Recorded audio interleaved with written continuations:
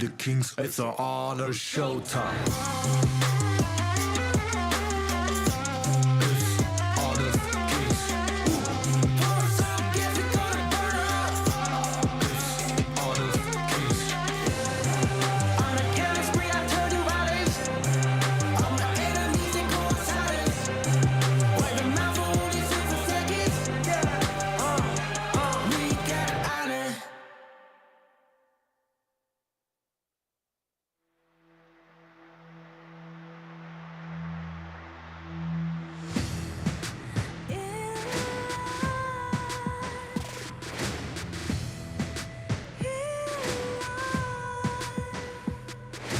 What's a life without its worth?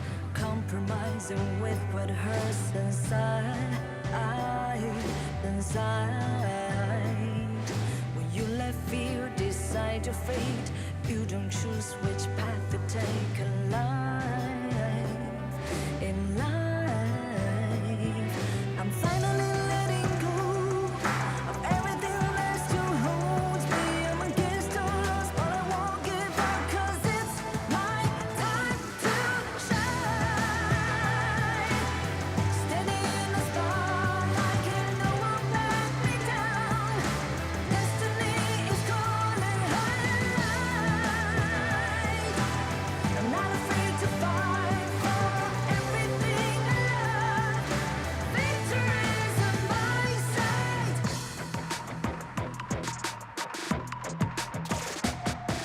The more we lose, the more we gain. The more that nothing stays the same in time.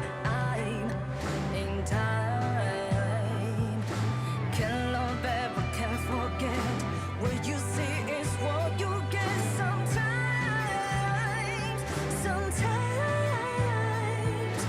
Gonna show the world tonight the light that shines inside us. We're against the odds, but we won't give up, 'cause it's our time to shine. Standing in the spotlight, can no one back us down. Destiny is calling high. We're not afraid to fight for everything we love. Victory is on our side. Takiki takiki takitao. Takiki takiki takitao. Takiki takiki takitao. Takiki takiki takitao.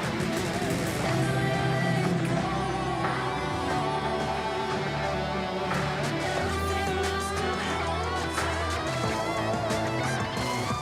'Cause it's our time to shine. Standing in the spotlight, can no one back us down. Destiny is calling high. We're not afraid to fight for everything we love.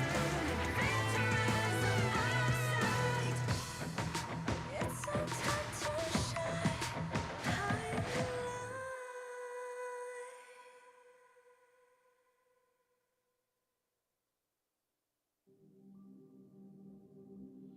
In this world,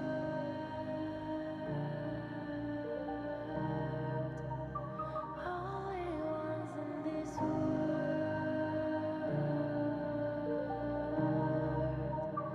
only ones in this call out my name,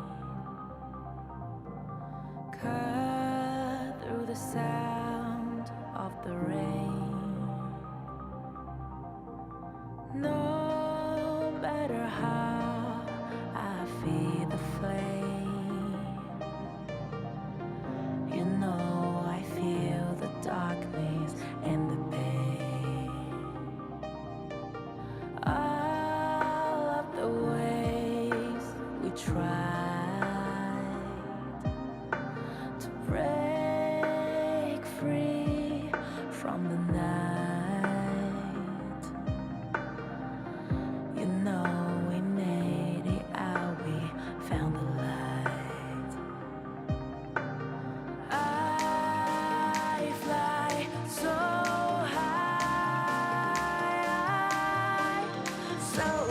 light up the skyline. Let's do it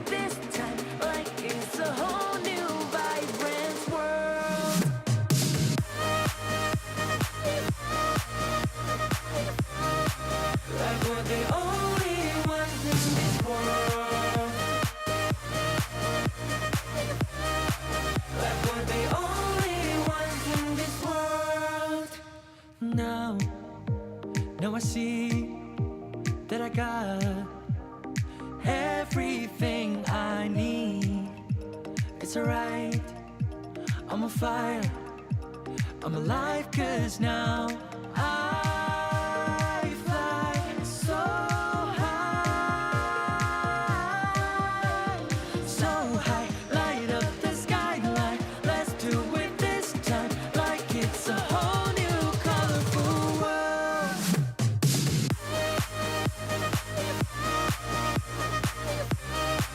Like we're the only ones in this world.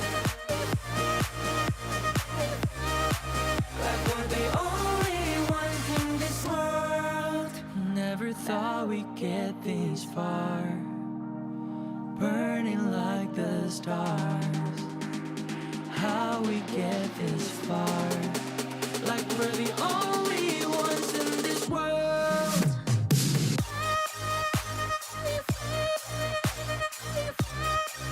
Like we're the only ones in this world. Like we're the only ones in this world.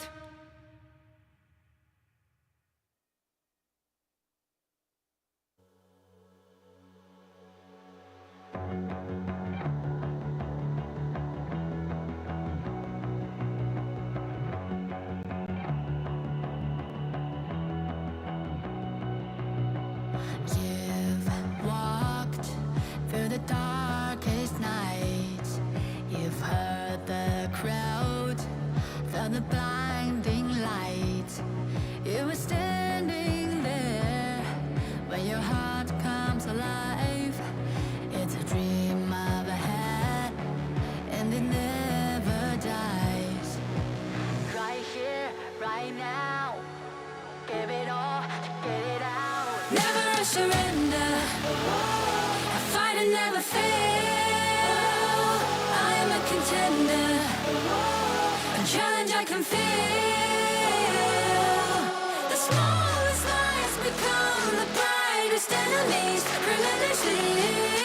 And even if you fall, you gave it everything to be a king.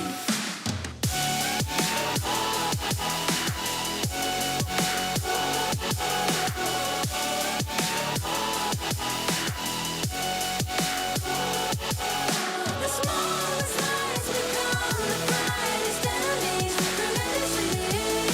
And even if you fall, you gave it everything to be a king. You carved your way with a sharp attack. You watched it all burn, and you never looked back. There will come a day when your fears will rise. You protect your crown, so it never dies. Never surrender, I fight and never fail. I am a contender, a challenge I can feel. The smallest lies become the brightest enemies, relentlessly.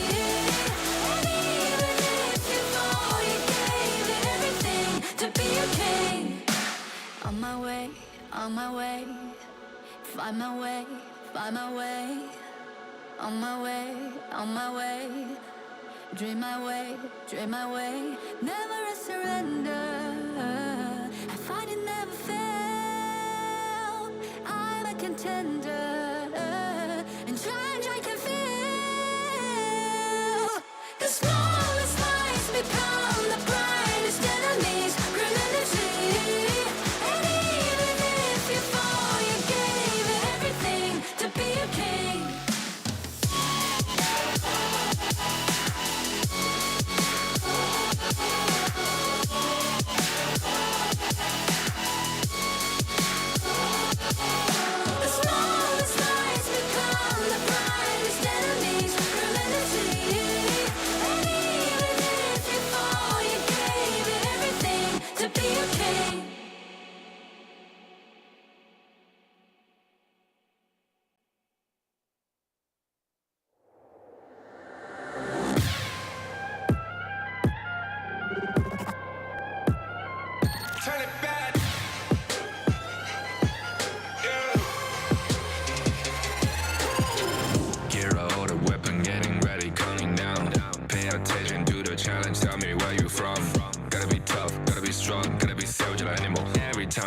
and push me down. Look at me, I'll be lying down when I run, and I make a sign, I will catch you. Watch out, it's better feel, kind of mercy. Look at me, I'll be rising. Carry the season, you got a down, gonna wibble. You never hesitate for another moment, but my bone is golden. I'm invincible, just let him know. I can show you all the glory I own. To the drunk, go find a way to the palace. I'm waiting here. Go, live from how can we go? It ain't a river turning back. Storm is coming, tired of your cold. It's my kingdom, fire going up. We the kings, it's our honor showtime.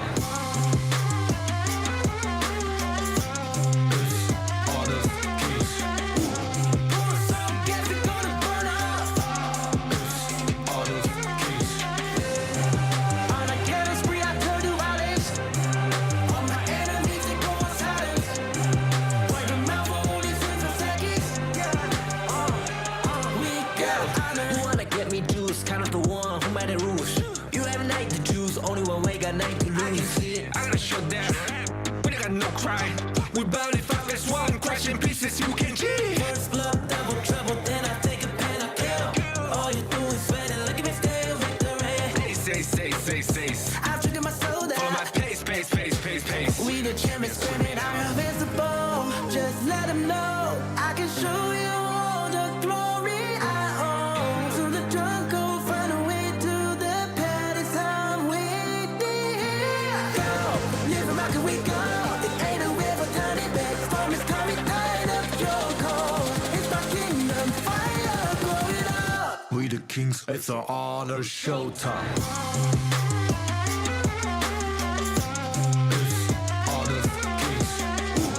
Pour some gas, we gonna burn up. On a killing spree, I turn to violence. All my enemies, they go on silence. Wipe them out for only 6 seconds. We got honor.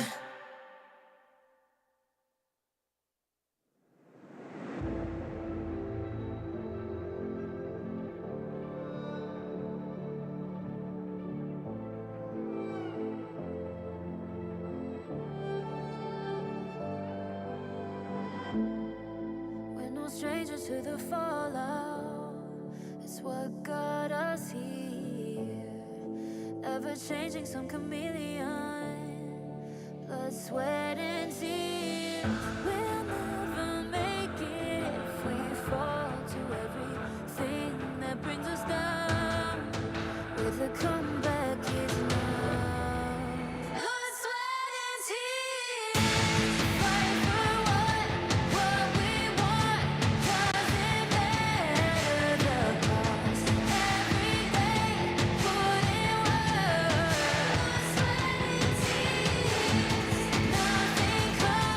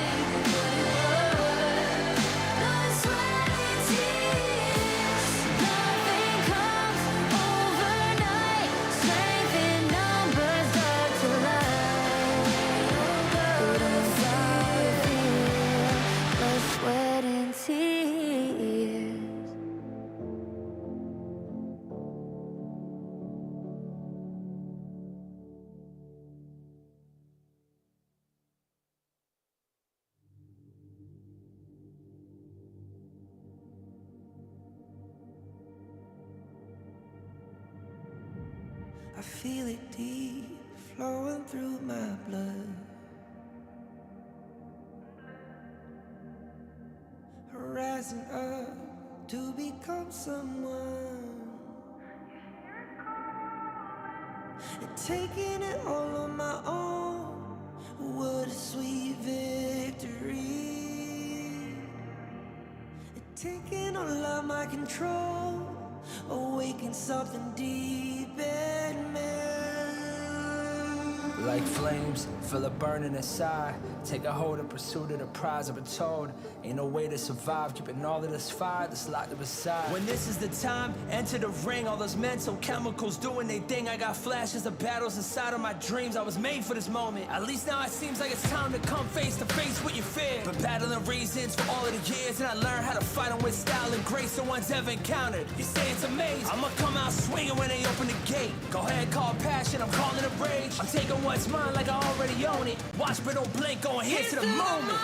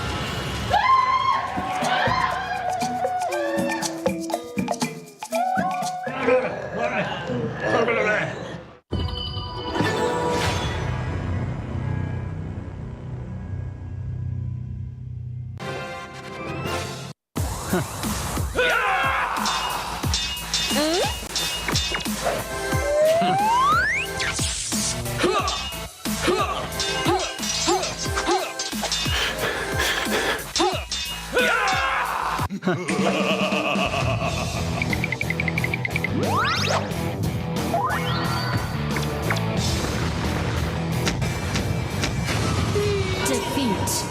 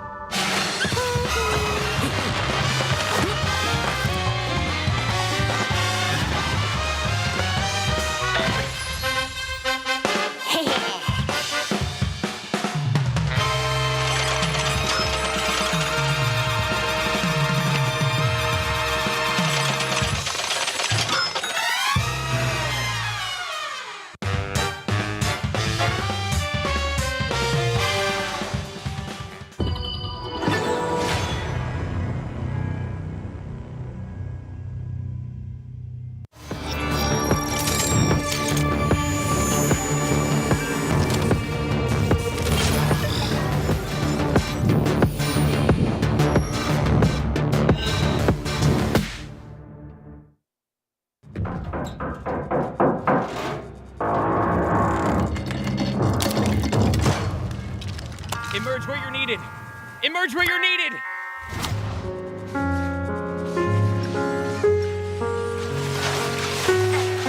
Has been slain. Fabulous. Victory. Fight separately. Emerge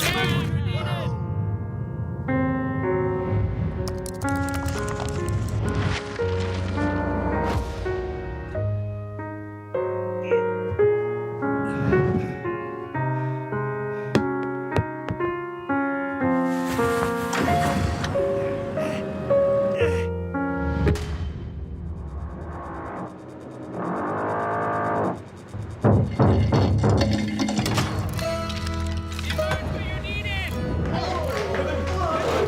Climb separately. Emerge where you're needed.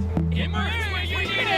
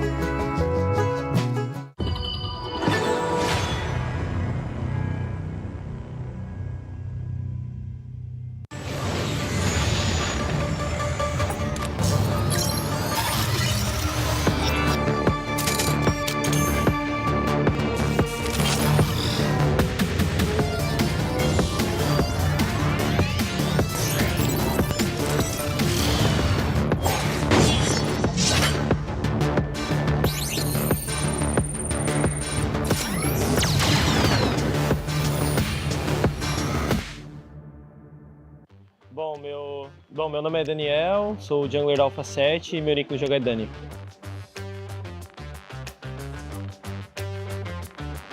Bom, depois da derrota eu tive um tempo off, então eu consegui me reavaliar, eu vi o que eu precisava melhorar, como eu poderia ser uma pessoa melhor, como eu poderia melhorar como player, me dedicar mais, tanto jogar mais partidas quanto assistir mais jogos, levar o treino mais a sério, então eu tive que me reinventar, na verdade. Nesse tempo off, eu continuei treinando todos os dias, então eu acho que apesar da derrota, hoje com certeza eu sou um jogador muito melhor e mais preparado. A diferença é que agora eu estou em uma nova organização, eu tenho um novo time, uma nova lineup, então é algo muito novo assim para mim. Porque nos outros campeonatos internacionais eu joguei na mesma organização, com a mesma base, e agora eu tô com um time totalmente diferente. E, bom, a nossa preparação também foi muito diferente, foi a primeira, como eu falei antes, foi a primeira vez que eu fiz um bootcamp. Então, eu tô bem animado para esse campeonato, eu acredito que a gente tá bem preparado. E eu tô bem ansioso para mostrar isso no stage. Bom, eu não sei na verdade se é um super time, mas a ideia desse time, desde que a gente montou a lineup, era sim conseguir montar um time muito forte para conseguir competir internacionalmente e conseguir colocar o Brasil no topo novamente. E como você falou, a gente não perdeu nenhuma partida no Qualifier. Acho que foi muito por conta da nossa preparação e a gente se preparou muito bem, treinou bastante.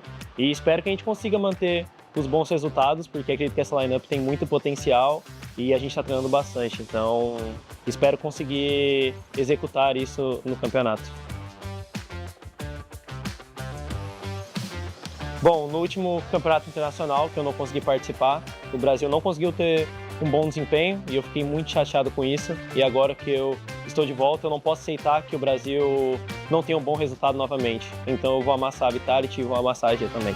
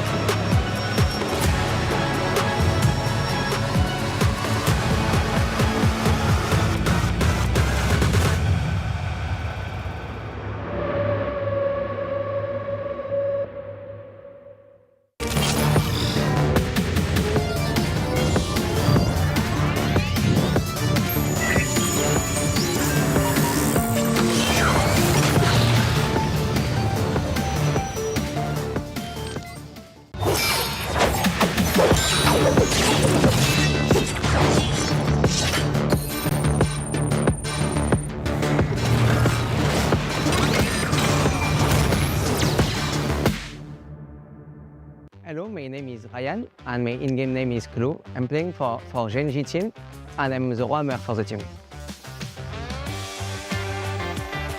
Oh, we still have a bit of time before tournament, right? But for now, it's doing like really well, especially in scrims actually.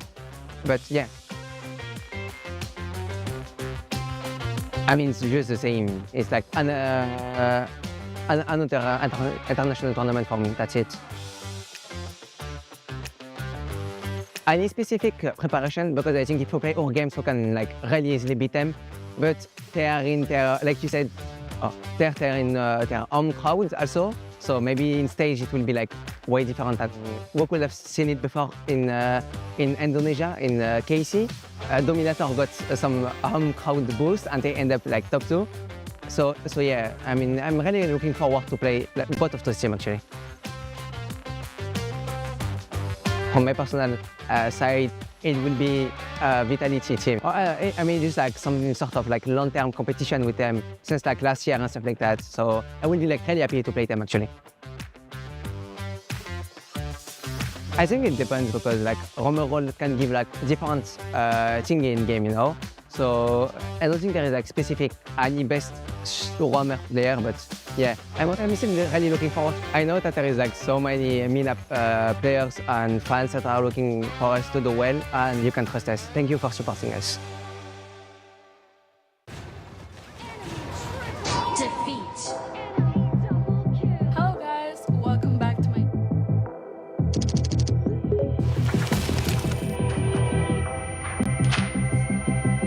I believe that failure is a stepping stone to my growth.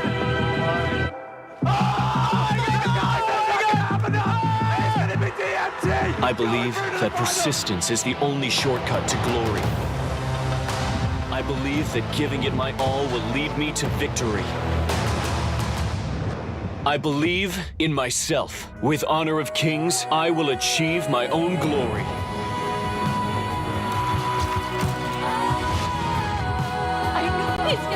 HOK Invitational Season 3. Step onto my stage of glory. Witness the thrilling moments of passion together.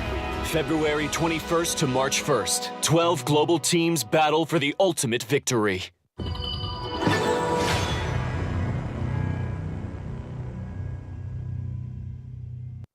Welcome to Honor of Kings Invitational S3, where excitement will unfold at the vibrant capital of the Philippines, Manila. The tournament will run from February 21st to March 1st.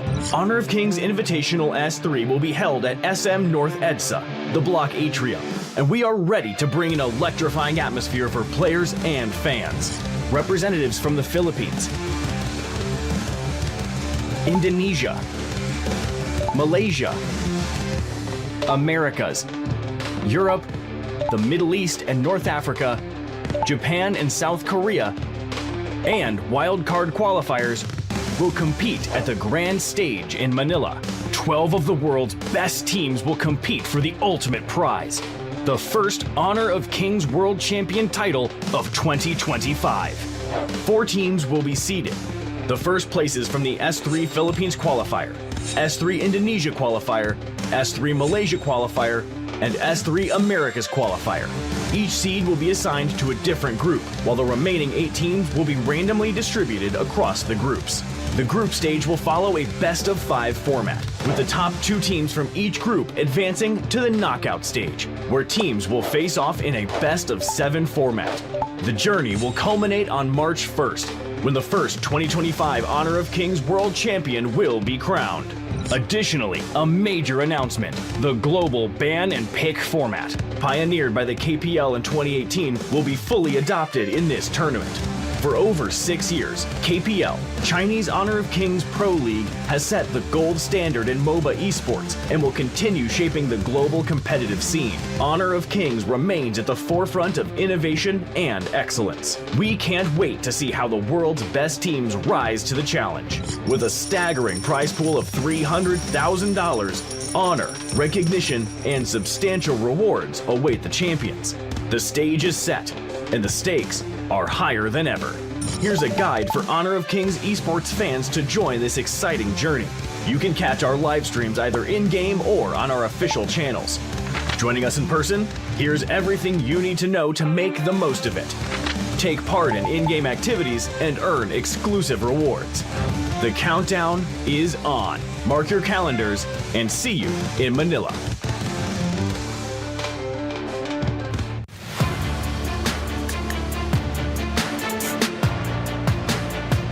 We do see Azar up in the sky with the Infinite Bastards. Come back down to try and protect the T2. Nice set sail into the backline there for Elevate. There's First Blood going over to Clue. Clue down, Ray down. That is a collapsing onto Wen, but it just wasn't quite enough. Oh, knock up Wen. He's going to get a flaming fall, but he's going to survive. Danny's not going to be as lucky. He's going to get guillotined. Allow trying to get over the wall, does not have that cooldown ready. Allow the minions to push, and then the side of Gen.G get this. Oh my god! Oh, Mitsuri with the crucial kill back through from Elevate. Is this going to be enough to get game 2 in that?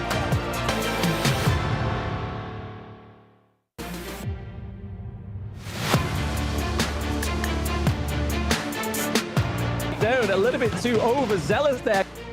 Going into the bot lane, but Wolfsman board comes through for the side of Elevate. We do see the Juicy gets taken down very low. Is Azar, so that is currently a 2-1 trade for Blacklist, but Hyde is now coming into a already bad team. Yeah, know that they will punish their enemies if they do so. Okay. They get the lockdown onto Faye, but he's so tanky on the backline again. Yo, what a catch! The senior! The base, but there's so much going on here. We see the Magma Slam come through there, just trying to stop it, but hey, Papa passing.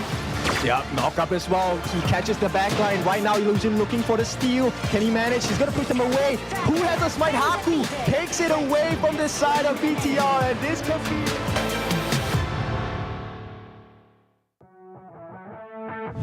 A 2-2 trade, and when you're approaching the crystal, it's not exactly what you want on the side of Elevate. Game 2 maybe closing out here. They have no minion waves. They do now have the minion waves coming through, sorry, for Gen.G, but Jizzix is actually doing a fantastic job keeping Gen.G away from this crystal. Maybe the Overton window is Rock being taken down by the side of Elevate, but right now we're seeing that they're just trying to keep these minions away, because if they allow the minions to push and then the side of Gen.G get this... Oh my god! Oh, Mitsuri with the crucial kill back through from Elevate. Is this going to be enough to get game 2 in that belt? It's definitely a start, as Ray is looking pretty low. Ray goes down. It is a Jizzix with a triple kill. But hey, Tempest Dragon again. Kin was not trying to say it. He was telling us that the fable of the second Tempest Dragon of day 1 of the group stages of Season 3 Invitational is here. And oh my god, Inu, he gets the Sage's Sanctuary wiped out, and Mitsuru's like, boom, let's take the snipe from afar. But Azar is coming in with takedown onto Rock into the Bastards as well. Jizzix put it in the work. It is going to be Elevate coming back from such a far defeat in this game 2 to take it for themselves. Yeah. As my principal used to tell me, right? You do it once, you do it well. You win that one big team fight, it is over. And the fans, they love it. Elevate. Honor of kings. Honor of kings. Honor of kings. Gamitan mo ng utak, dagdagan ng puso, laban hanggang dulo, bawal ang sumuko. Gamitan mo ng utak, dagdagan ng puso, laban hanggang dulo, bawal ang sumuko. Dugo naman dirigma, sa akin nananalaytay, watawat ng Pilipinas, sa aking ibawagayway. Sa kasaysayan ng matitirang taga-salaysay, ang matamis na tagumpay ay walang kapantay. Ipusan ng lahi, ang pwersa ko ay pupuntangay, humahawi ng isang batalyon, parang buhawi. Di magwawakas sa digmaan hanggat ang huling hari ay di pa nasasakal gamit bituka ng huling pare. Ubod ng barumbado kapag nang balagbag, sugutan ng patago hanggat di pabasag. Puso lang ang dala ko, palaglan ng palag, uulan ng palaso, taas ang kalasag. Kasi kapag ako nakumana, lahat natutulala. Hindi nila inaasahan ang mga atake ko na nambubulaga, namumula pa ang mga mata na parang bata, kalabawasak sa kada atak. Lumalago pa ka mga katawan ng mga kalaban na nakakatapat pa siya.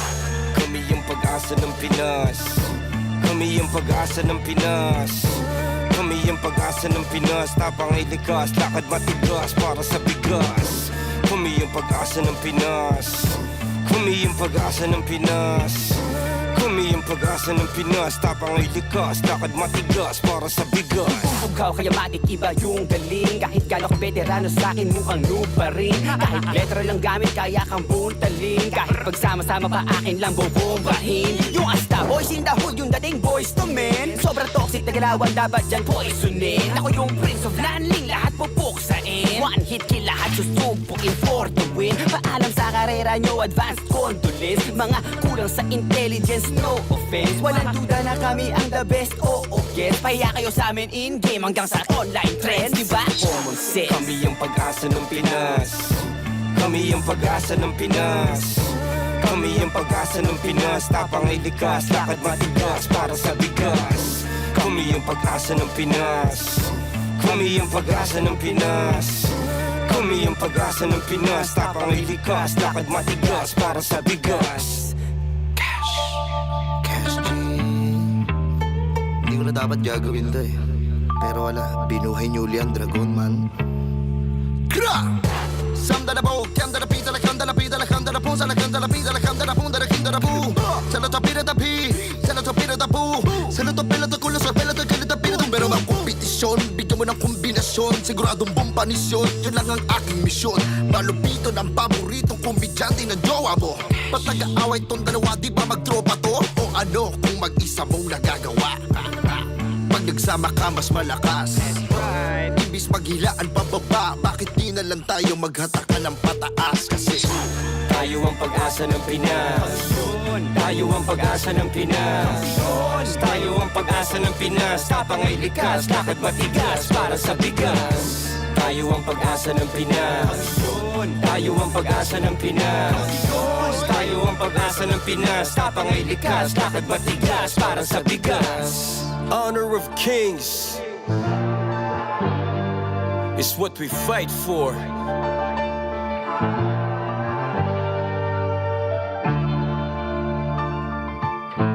Looney, Abra, Malupiton, 2025. Tayo ang pag-asa ng Pinas. Tayo ang pag-asa ng Pinas. Tayo ang pag-asa ng Pinas. Tayo ang pag-asa ng Pinas. Tayo ang pag-asa ng Pinas. Tayo ang pag-asa ng Pinas. tayo ang pag-asa ng Pinas.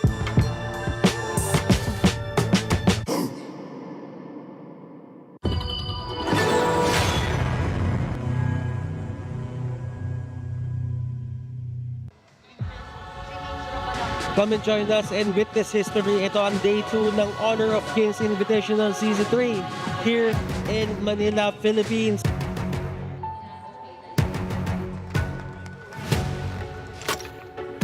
They do have the double slash though. Might go in from the back. Lou comes in. Is he able to get? Nice He got four from the side of Impunity. This is the type of KAGENDRA coming from Megumi. Gets 1 kill X0.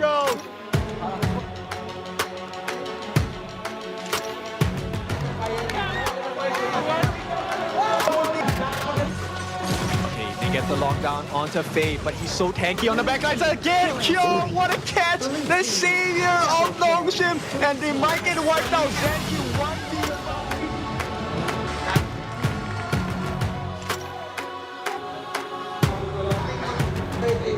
Looks like Blacklist may have found that very quick pick off in here. Is it going to be Angizix falling down a little bit too overzealous there going into the farm lane, but Wolfsman comes through for the side of Elevate. We do see the Juicy gets taken down very low.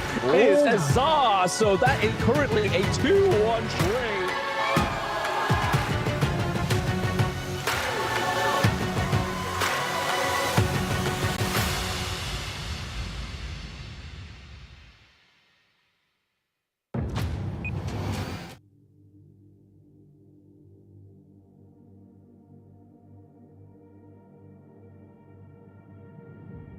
I feel it deep flowing through my blood.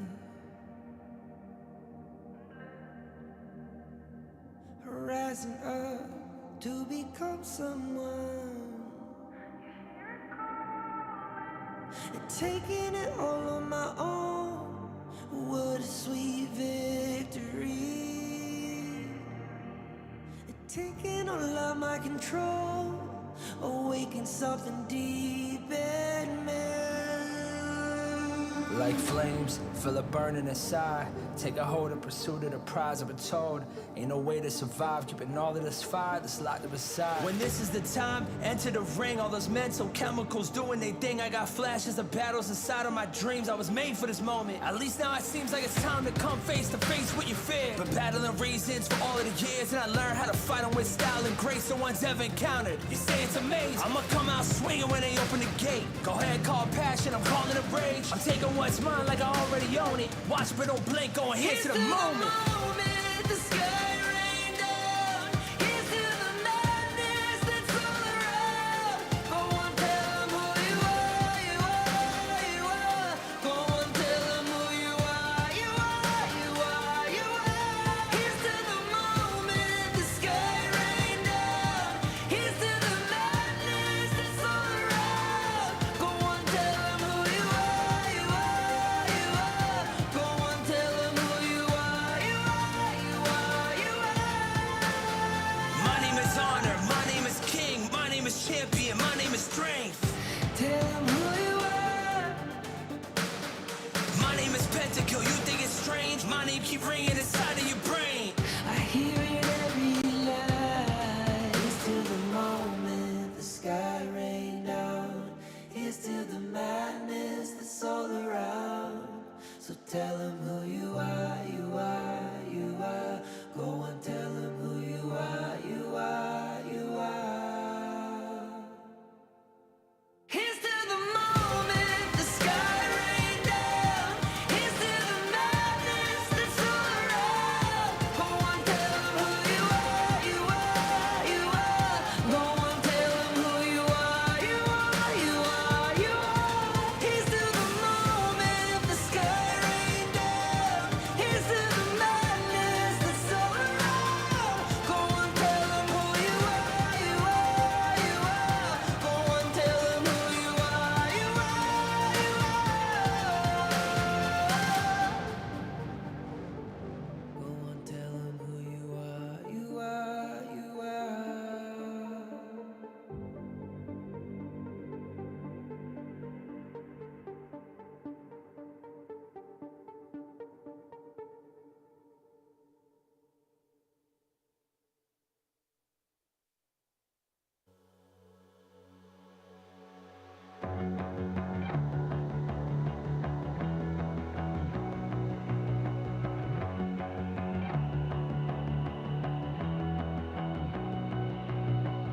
You've walked through the darkest nights. You've heard the crowd, felt the blinding light. You were standing there when your heart comes alive. It's a dream of a hat, and it never dies. Right here, right now. Give it all, get it out. Never surrender. I fight and never fail. I am a contender. A challenge I can feel. The smallest lies become the brightest enemies. Relentlessly. And even if you fall, you gave it everything to be a king.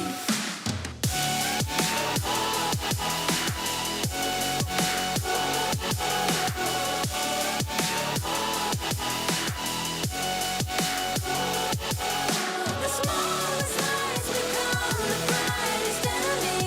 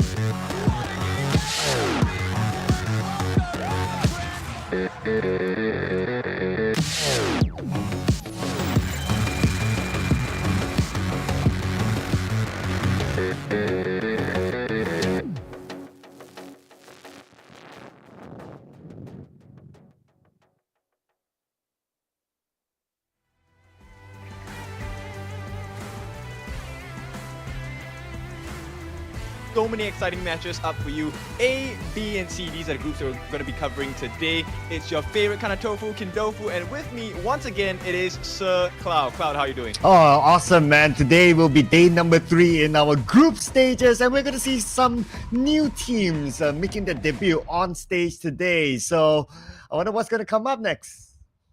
Yeah, I mean, we've had a lot of questions about this particular team, right? I'm talking about AG Global. This is the performance we've been waiting for. They have let us wait for 3 days. Now on the 3rd day, finally going up against Alpha 7, who's looking for some redemption. Yeah, and AG, they had a bit of a roster swap, so let's see how that will impact their overall performance later on, because it's a slight change from their Malaysia qualifier stage. They were second seeding on Malaysia qualifiers. They lost to Nova in a very intense grand finals. The fact that they could push Nova to the 5th game, I believe they're going to put up a good performance against A7. Yeah, and also talking about Nova, right? It is also their debut game today, and let's see how Nova performs. I mean, we all know how strong Nova is, but to what extent, we don't know. But the extent that you will definitely know about is actually the Infinix GT20 Pro. This is our official gaming phone of the competition. They're looking for performance, not only with the strength of the phone, but by design as well. This is something you definitely need to get your hands on. So let's move on for today. Any thoughts about the matches so far, Sir Cloud? Oh, so far we have been seeing a lot of good matches. We saw comeback matches. We saw tight matches as well. We have even seen like an almost again comeback from Elevate yesterday against Blacklist International. But Blacklist International, they've shown why they are the top seeding in the Philippines qualifiers, and there's a lot of expectation for them to breeze through the qualifications moving on. Of course, the final match will be against Gen.G. That will happen tomorrow. Yeah, so actually I'm quite excited about Blacklist International as well, because we were watching their games yesterday and I think they definitely have leveled up, right? And as we get closer towards that semi-finals, the knockout stages, and of course the grand finals best of 7, ooh, we are in for a big surprise. It's gonna be a big adrenaline rush as well. Now, let's talk about the prize pool here. This is what they're going to be playing for, a total of 300,000 USD, with the champion taking the lion's share of 100,000 USD, right? Followed by 50,000, 25, 15, and 10 respectively for the relevant places as well. So that's quite a lot of money. You can make a lot of bank here. Besides that, you have to understand that, look, while the money is big, you have to put the work in as well. And I think the teams have been putting work in, but it's only going to get more intense from here on out. Yes, it's a competition at the end of the day, so only one can take home the 100,000 US dollars. And look at the gap between champion and also second place. It's a 50,000 US dollar gap. Then you can buy a lot of sneakers with that. And then it goes all the way down. But of course, all the teams would have a share of the prize pool at the end of the day. Now, just to remind everyone on groupings, we have Group A, B, C, and D. And on our next match, we will be putting focus onto Group B, Vitality, Alpha 7, and AG Global. Yeah. And after that, we will have our Group C competition, Nova going up against KAGENDRA, and we'll end the day off with Blacklist going up against Gen.G. So this is a very intense day, let's be honest, because I think Group B, the group of monsters here, we're going to introduce you today into day 3 with a monster matchup. AG going up against Alpha 7. I think we all have our own conclusions about how that game is going to run, but bear in mind, I think Alpha 7 is a team that learns really quickly. So yes, they got battered by Vitality, but I think that was just perhaps a detour, right? It's about learning lessons, and we'll see if they can recover and maybe bring their A game against AG. Yes, and it's going to be a crucial match for Alpha 7, like what you mentioned, because they lost against Vitality. This is a must-win game for Alpha 7, and they're going up against AG. So it's quite a tall order, but we've seen surprises in this tournament, so anything can happen. Followed by Nova versus KAGENDRA as well in the second match today, and our third match will be Blacklist versus Gen.G. Mind you, this is on a rolling schedule, so if any matches end earlier than scheduled, we will roll the next match right after. Yeah, so stay with us. Make sure you keep your eyes and tabs open to be able to win some prizes as well. Now, we are looking for that Dragon Slayer as well, right? We have not had too many moments of the Tempest Dragon yesterday in comparison to day number 1, but I think maybe today we might see a lot more Tempest Dragons as well, because a lot of these teams are fighting for their tournament lives. Do or die day for a lot of the groups. Oh yeah, because some of these teams will be playing their final match. So it means a lot. It means everything. Whether they qualify or they don't qualify, that is going to be the main objective. Whether they're on first seeding or second seeding, well, that's the secondary story. As long as they qualify first. And we are, of course, looking at Alpha 7. And speaking about Alpha 7 and AG, we would like to introduce to you, ladies and gentlemen, these two amazing teams that will be walking on stage. And here they are, the players from AG Global. Yep. All Gamers Global, they are a name that you're very familiar with. I think they have shown very good quality across the board, right? I mean, they have always been on the back side of the Malaysian region. And this time, finally, they shine. They get the chance to come up onto the main stage. Now, the 5 players that will take their walk out into the venue itself. This is their debut performance, at least for this competition for our Invitationals Season 3. Are we going to see a monster performance from these 5 boys? Yes, and technically this is also their first season at an international stage. Prior to this, AG Global, they were represented by players from Hong Kong, but now they have moved their region to Malaysia, and this is a new representative for them. As for Alpha 7 Esports, not the first time for them to be on the stage. This is going to be their second match and also their final match in the group stage. A must win for Alpha 7. Yep, and we will have quite a lot of eyes on the different boys coming in from Alpha 7, right? They have been dealt the hard hand here and the end of the short stick going up against Vitality in their first series. Unfortunately, could not make it out of that one. So this one is an important series to win today. And I was told, you could hear them screaming and cheering in the background. So hopefully they are pumped up. They're ready to bring the A game against AG Global. Oh, and I love the A7 pose there. It just shows the level of confidence that they have walking into this. They know that they can do it. They have the experience at the international stage, so they know how to deal with the pressure. And here are the players of All Gamers Global. We have Leo, Akira, Saber, Ja, and Daohan.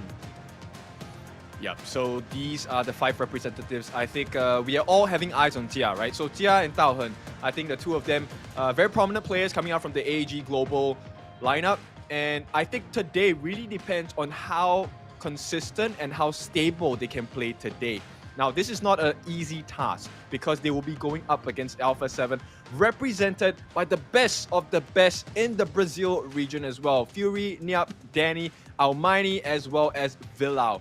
Now, like I said, they haven't had the best performance, so today it is paramount they give their best. And just to add on as well, the Brazilian region received the global rollout earlier than any other region as well. So, in other words, when we talk about like length of play, Brazil has a longer length of play than all the other regions. So that could be their advantage of knowing the game a bit more longer than the others. But of course, they're going up against a very, very strong team, All Gamers Global. And here we are live at Manila, ladies and gentlemen, whereby if you happen to be close to the venue, feel free to drop by. There'll be a lot of activities going down there.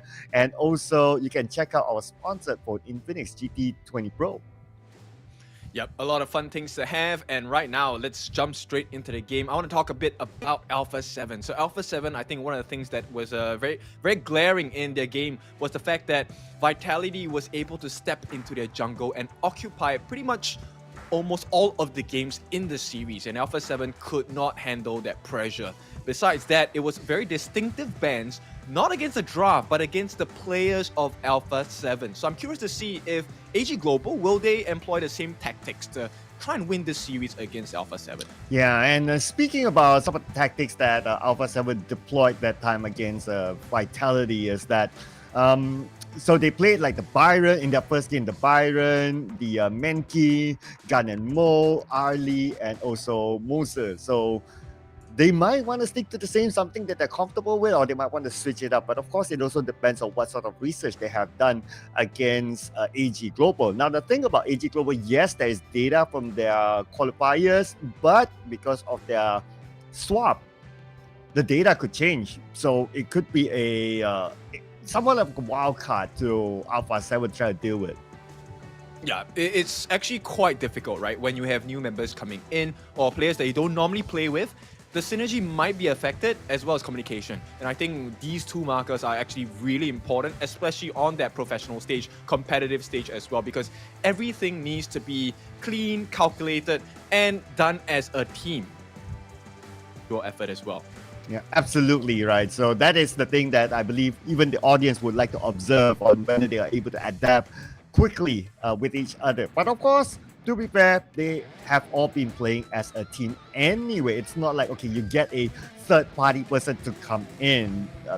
They have all been playing together, so I'm sure they have a level of chemistry or synergy together to prepare themselves for today.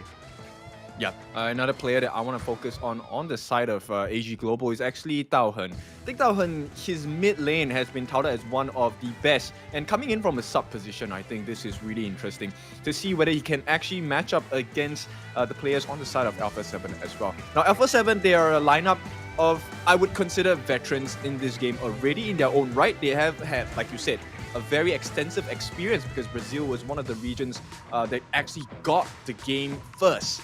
So I think they need to be able to showcase that prowess that they have. I think it's unfair to, have them kicked out of the competition without them showing their A game. Yeah, on top of that, they have a good amount of international experience as well. And not only international experience, but also playing in front of a crowd. So that could be their advantage, because if we talk about AG, their recent tournament was during the Malaysia qualifiers, and it was done online, so you don't get to feel playing in front of a crowd. That could be one of the factors that could impact their performance. Yep, just a side piece here. The Vitality lineup also in the audience, looking very closely, and you definitely understand why they want to pay close attention, because they will be going up against AG Global really soon. Now, with that being said, we will start our global band pick format for this. This has been incorporated from KPL since 2018. This means you only get to pick one hero for the entire series once. Once you pick it, you use it, win or lose, you don't get to use it again. Yeah, so that's going to really test the depth of their hero pool, right? And we'll be jumping onto the draft really soon. Now, just to summarize like some of the hot picks so far in our tournament, of course the Algran is a really hot pick, the Dharma, Lo Yuquan and Zhang Fei. And occasionally we do see the Yuquan and Dharma being banned out, but one of the top banned heroes is the Mai. Mai might not see the light of day still. Yeah, I mean, we've had some glimpses of the Mai Shiranui yesterday. Performance-wise, I think it's up and down, right? We have some teams who really flourished with the Mai, and then there were some teams that didn't. But right now, I think the main concern here is they want to pick heroes that do well in lane, but also have the option to catch. This refers to people like Byron, refers to people like the Dharma, of which we have seen players like Kyung9 yesterday really just hit the ceiling with the fan, catching so many different members on their opponent's side. And now let's take a look at the bans itself. First ban going to be the Dolia, and we're going to have the Mai. So stock standard bans coming in from the side of Alpha 7 and AG Global. And the Liang's main ban are very a good hero to zone out all the other heroes as well. We've seen how it was used yesterday. It was used very effectively, not necessarily to get the kills, but to zone out heroes is going to be good enough. The Arlie is taken out as well. So AG Global, they definitely done their homework. They have seen Alpha 7 using this in their first ever game in this tournament, so they choose to remove it. There will be Alpha 7's first pick. Yeah, I like that hero pick. End of the day, it provides good heal that Destined Encounter could really change a lot of situations while she doesn't have the best wave clear, she is unexpectedly tanky and does give quite a bit of damage. Now, AG Global, they will go with the E1 and the low pick, so there is a lot of invincibility frames with the Unending Sorrow. At the same time, Infinite Fastness could be that get out of jail free card coming in from AG. Yeah, and we do have the Dun, a very, very tanky hero, able to engage, able to absorb a lot of damage. Expect him to be the one to try to absorb as much damage as possible, especially from the flaming palms of Long. And then we have the Mayan, very, very mobile hero. So this gives AG options to do split pushing. Yes, it does. At this point, I think Dun is a Danny special, right? You have already seen this in the Americas qualifiers. Alpha 7 actually employed the services of Dun to really just allow Hell to freeze over, right, at that point, because he was so tanky, nobody could really take him out in the team fights as well. But going up against the AG lineup, right now, with the Mayin, you have to be really careful about your backlines. Now, Mayin is pretty good at having that wave clear in lane, but at the same time, a lot of opportunities to catch the different members on the side of Alpha 7. Yeah, and here we have the Zhang Fei being taken out, and Lady Zen will be in the lineup for AG. So, Lady Zen, pretty standard pick as well. And now coming to Alpha 7, we have the Shi being picked up, and also last pick, expect another tanky hero perhaps. So I like to see an Algran, but nope, it's not going to be that. It's going to be the Charlotte being picked up. Okay, the Charlotte and Dun. Both of these will play a very important role of trying to have access into the backlines. The person that is most at risk is actually Tao Hun, who's going to be playing this Lady Chen, because I think if there is a surprise flash or a jump in coming in from the Charlotte or the Dun, I think the first and primary target would be Lady Chen after Lung. And right now, I like the fact that he picked up the Jing. Jing obviously has a lot of benefits while using that mirror domain, a lot of iframes, able to traverse the map really quickly as well. So let's see how Akira does on this Jing. Lots of mobility for AG is going to be a tall order here for Alpha 7. And the fact that AG, they got the last pick so they could pick something that AG does not have, which is a big CC lockdown, or at least a single target CC lockdown like a Taji, to try to catch those really, really fast moving heroes. So it's going to be quite a challenge for Alpha 7 going up against AG's draft. Yeah, it is. And at this point, it looks like they will be going for the Yuan roam once again. I like that idea. Kind of matches the heals provided by Vilao, right, to Almaini on that idea. At the same time, actually, I would think that it's going to be a really difficult farm lane for the side of AG, because the range on Almaini, Lady Sun with the rolling raid, definitely outranges. And if timed properly, I think this Loom is going to have a pretty hard game. Yeah, the downside about AG's draft is that they do not have much tanks. But looks like based on their lineup, they might want to go for an aggressive gameplay. Probably from the get-go, they're going to try to invade the jungles and try to take away resources from Alpha 7, trying to just choke them down. And this is going to be game number 1 of our match 7. And of course, this is the debut of AG Global on this stage. Alpha 7 will be playing a very, very important match as well.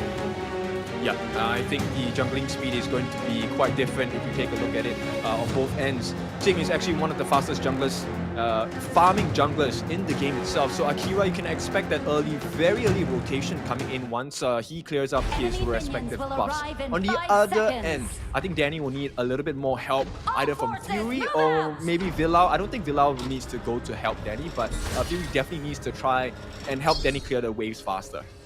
Right, and here we go. The first game between these two teams. Who's going to set the tone? We'll continue to observe that.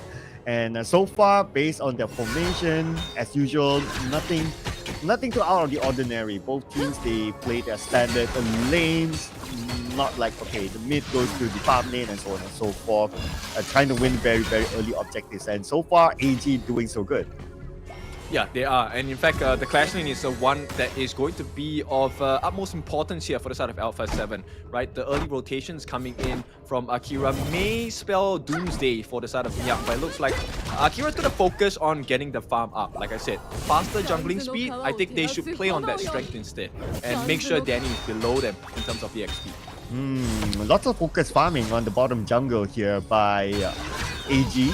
It looks like they really want to help their jungler Jing to farm up as soon as possible, and it's totally understandable because you want to gain as much as possible. You can make those rotations quickly and try to get very early pickouts, and I believe that's what AG is looking for. Yeah, so you can already see the rotations coming in, right? Taohan is hoping to see if there's any catch coming in for the side of Alpha 7 as well. But I think Alpha 7, they kind of recognize the rotations as well. So you can see the Lady Sun, Almighty, maybe just a tad bit safer this time. Danny manages to kind of get some waves into his pocket as well. So that's to help him match up against the juggling speed of Akira. But right now, I think the biggest skirmish will come in the clash lane. Like I said, Akira, they want to make sure that Nyap doesn't have a good game. Yeah, and Akira is waiting in the bushes. But while he's waiting, he's not really farming, so he's not getting much, so he cannot wait that long.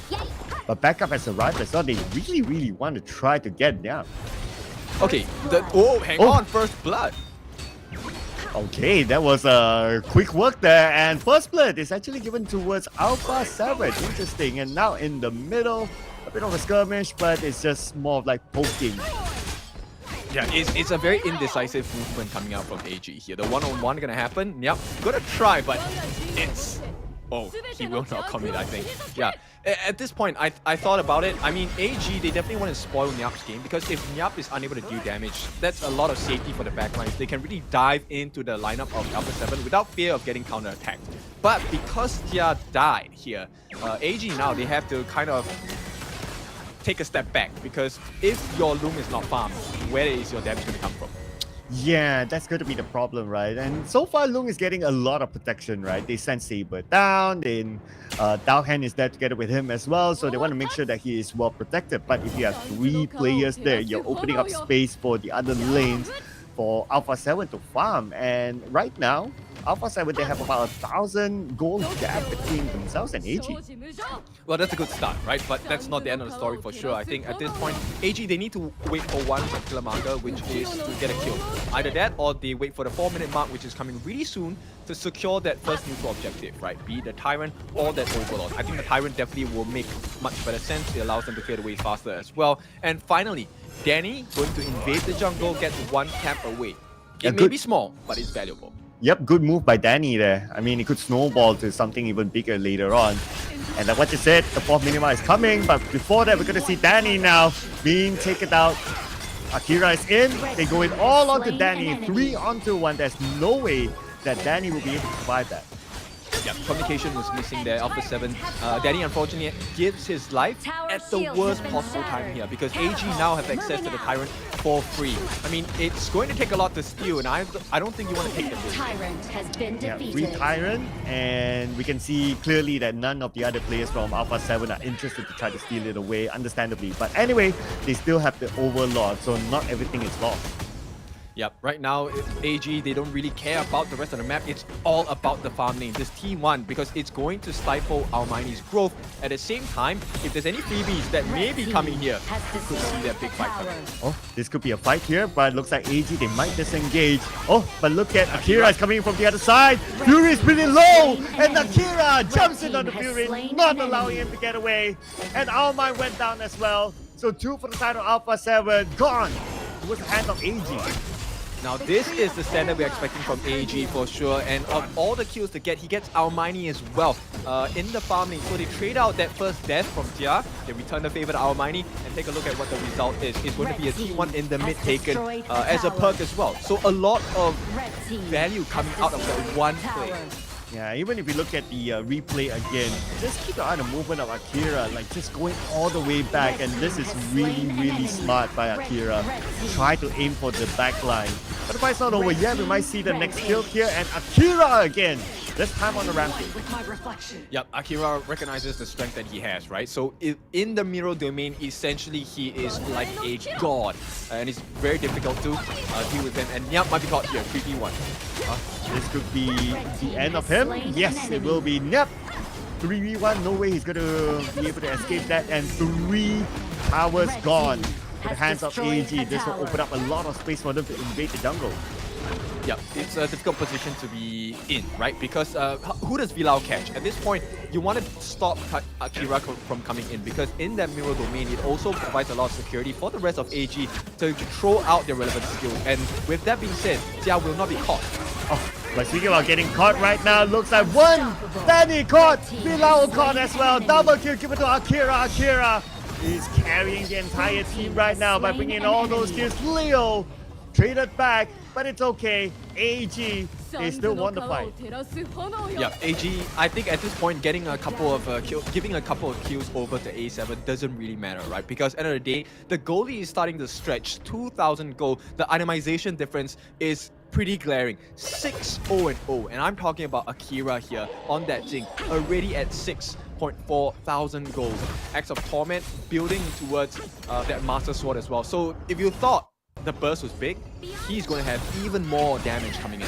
Now, if you check out the replay again, even the blue buff was stolen away by AG. So Alpha 7, they didn't get anything or didn't get much out of this fight except for that one trade. But Leo's positioning, okay, as much as he wanted to get away, he was pulled back. So that was a bit unfortunate for Leo. But the fight's not over. Here we go. Another skirmish between AG and Alpha 7. And Almine gets Leo again. 2 deaths in a row for Leo. Yep, Almighty manages to recover some farm there, as well as a one kill for himself, right? So this is good for Almighty. He needs everything he can get at this point because he's too weak, he's underfarmed as well. And I don't like the fact that Alpha 7 is choosing to stay here. They would definitely get caught out. But coming from the side, and here comes Akira again! Going all the way back, getting one target, but he's disciplined enough to not continue on the fight because his other teammates will need to reset. Yep, and here's the thing, right? Alpha 7, the reason why they picked this the idea for Vilao is the fact that they wanted to stop Akira from coming in with the mirror domain as well. But the difficulty of that is that because the farm is so, the gap in gold is so big, Vilao cannot survive any of the attacks. And Daohan is always together with Akira, ready to throw the destructive deluge, flowing Sai, the full combination if you must have. And it's really hard because Danny is not tanky enough yet. But with that, looks like they're going to get the Tyrant for free. Again, 2 Tyrants taken just like that. There's nothing much that Alpha 7 can do about it. At this moment, Alpha 7 will need to focus on their farms. Just like what you said, Danny is not tanky enough. Yeah, they need to figure out how to get the farm going for all the 3 different lanes, right? So if you want to try and go for a split push, because right now, because the T2s are, only T2s are left across the map, there's about 60% of the map that Alpha 7 cannot traverse safely. And Alpha 7, they cannot traverse safely on the top jungle right now. AG is all around it. They're looking for the next target. They might want to go in for the T2. T2 down to the last hit. They will be able to get it just like that, unchallenged again by Alpha 7. I don't see how they're going to be able to do this. The interesting thing is that Almighty's farm is actually higher than Tia here. Almighty is at about 6,000 gold. Tia was last seen at about 5,000. So Almighty, he does have a little bit of damage, but the difficulty of this is where's the catch going to come from, right? It requires Nyap to go into the backlines and have that power gradation onto multiple members, hopefully stop Daohan from throwing out all these CC and freezing skills. But at this point, look at the position of AG. It's so difficult to try and find an angle to go in. You have to commit a probable flash silky beauty from Fury, which is not worth it at this point.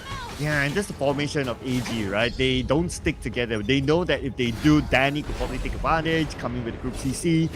So they know that, okay, guys, let's split out. And by splitting out, it also gives you the advantage of flanking. And we've seen multiple times that AG did that. But then again, Alpha 7, they found an opening. They punished Daohan in the open.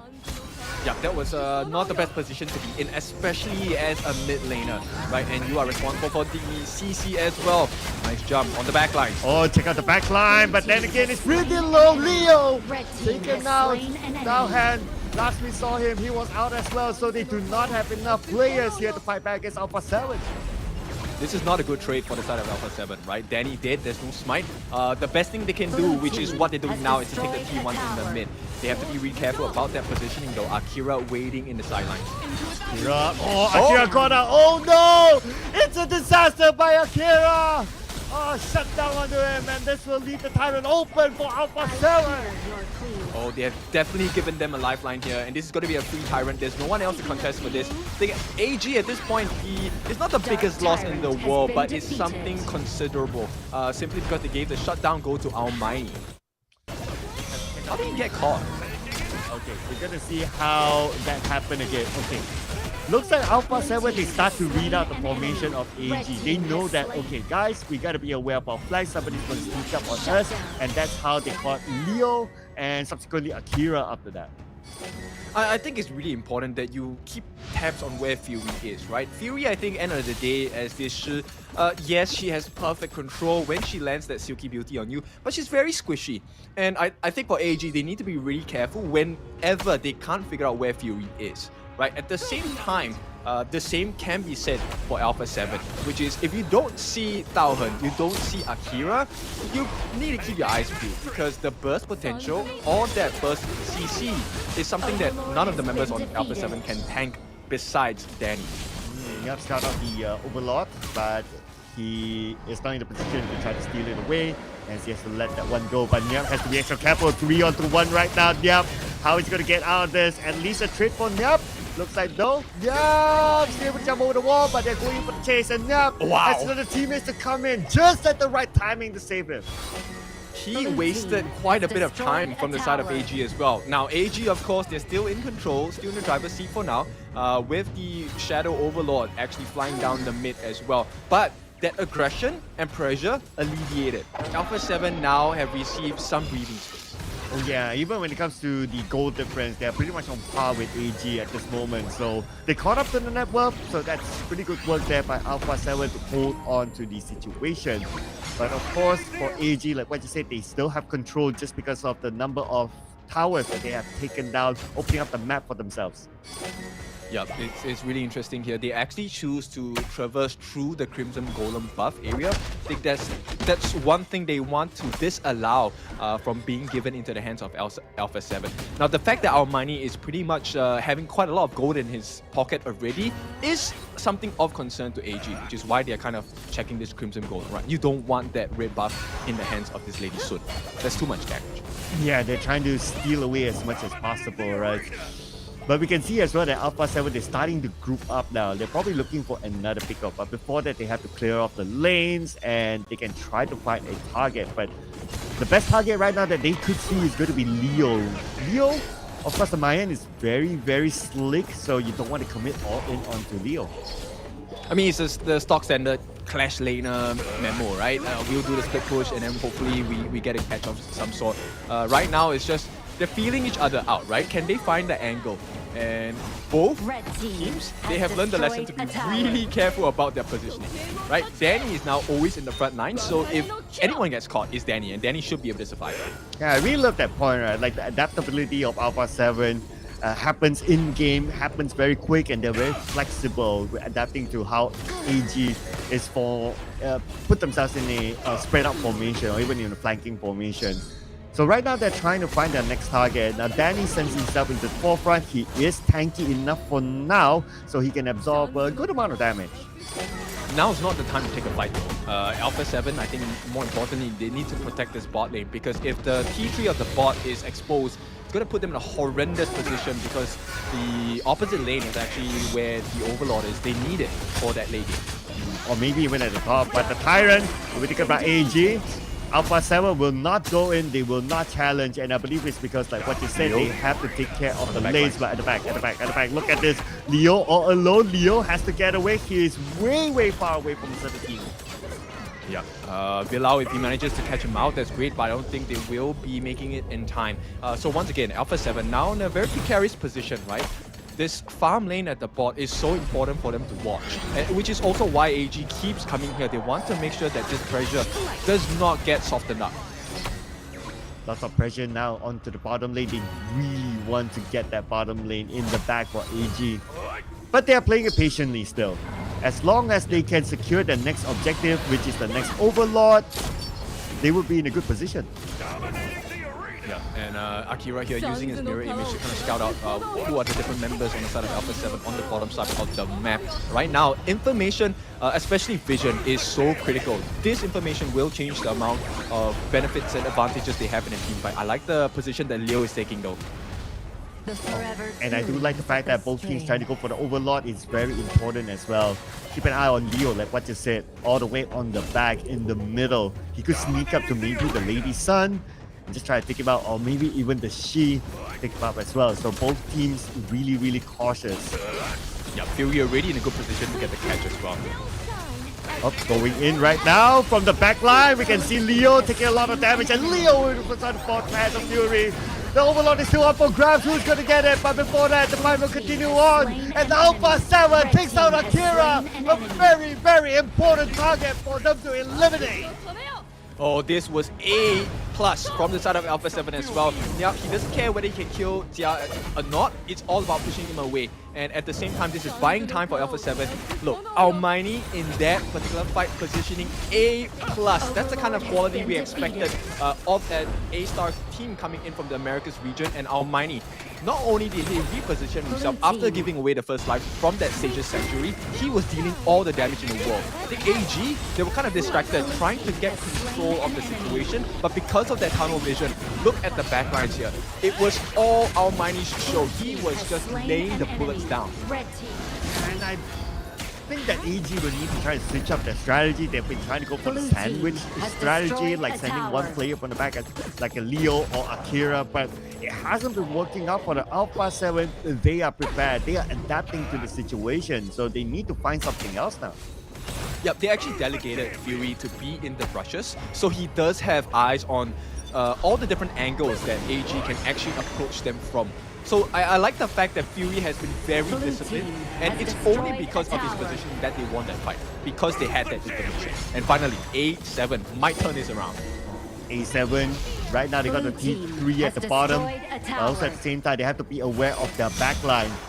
They sent Nyap behind again just to make sure that Akira does not backstab them, and so far he has been doing a good job. Yeah, this is a much cleaner gameplay coming out from Alpha 7, and once again, now we reverse the tables, right? Tables have turned. Alpha 7 breaks the T3 on the bot on the side of AG. Oh, they caught Daohan. Daohan is the one in trouble right now, and Daohan will be taken out by Almighty. And now they have access to T2 at the top. T2 will fall to the hands of Alpha 7. Right now, AG pushed through the back into their face. Yep, they can go for more. They still have plenty of good ultimates available. Nyap available with the power gradation. Danny still has the unruly blade to go in as well. Comes the T3 down at the top, opening up more access for Alpha 7. All in focus onto the mid lane now. I don't think they want to overpush this though. Just get the T3 and get out, right? At this point, I think it's too big of a risk. Yes, Tao is dead, but he's out in 10 seconds. And I don't think it's going to be enough time for them to break that crystal. So very good choice. Alpha 7, they choose to back off, but now the base is barren on the side of AG Global. Will they go in to challenge the Tyrant? Looks like AG might not. Yeah, they don't have enough players ready for that. And the Tyrant will fall into the hands of Alpha 7. This time around, the tables have turned like what you said. Right now, Alpha 7, as long as they're disciplined enough, they should be able to end the game. Yep, they want to push them away. And here's the thing. Almighty, actually, if he goes into a 1v1 against Akira, this skill matchup is going to be of utmost importance. Unfortunately, for the side of Alpha 7, Lady Luck seems to be on the side of AG because the Tempest Dragon will spawn on the bottom side of the map. Speaking about the bottom, looks like Akira went in for the 1v1. He found his target. Yep. Will he be able to eliminate Nyap just in time? But the rest of Alpha 7 have arrived. Nyap survived 10th kill again. But we do see the Infinite Masters being deployed as well to try to get away. AG forced back again, but they were still going for the chase! And they got Ja at the end of the day. But keep an eye on Akira as well from the back line. Akira is not able to reach in time, and the crystal will be taken by Alpha 7. Game 1 goes to Alpha 7. This is what I told you about, right? I mean, we were educating everybody. Look, Alpha 7, yes, they didn't have the best start in this competition for Invitational Season 3, but they learned really quickly. And no, this is not just about, hey, they were the region from America that got the game first. This is just 5 of the best that Brazil has to offer. And now, AG sucker punch in game number 1. And just looking at the footage, can feel the disappointment of AG. They know that they have control from the start to the middle of the game, but there were some slight strategies that were read very, very well by Alpha 7 that they could not redeploy again, especially the strategy of trying to go from the back, trying to flank. It doesn't work anymore. The moment Alpha 7, they knew, they read it, and they were prepared for it. And this is why the diarrhea was so potent to the side of AG, right? With the lockdown from the bitter farewell, you can start to see Akira starts to struggle. He cannot make full use of the mirror domain. At the same time, if Villau changes his target onto Daohen, once again, it's free CC and a free kill because not only are you stuck in place, you are far away from Almighty, and Almighty gets to shoot at you at free will. Yeah, so I must say, I have to give it to Alpha 7 though. The level of adaptability that they have in this game, like in the middle of the game, they're like, okay guys, let's switch our strategy. I really, really love that. They learned their lesson very, very quickly, and by adapting to the situation in game when obviously you cannot change your draft, all you can do is just change your strategy in game, and it worked out very well for Alpha 7. Definitely a team with a lot of experience showing in this game. Yeah, a lot of mental fortitude as well, right? Simply because if you get crushed on your first day of the competition 3-0, to come back and take a series against AG Global, that's no small feat. And I'm really excited. We need to take a look at the items. I think I'm really curious as to what Almighty was building because he actually farmed much harder than Jia. He actually had the gold advantage in the middle of the game already.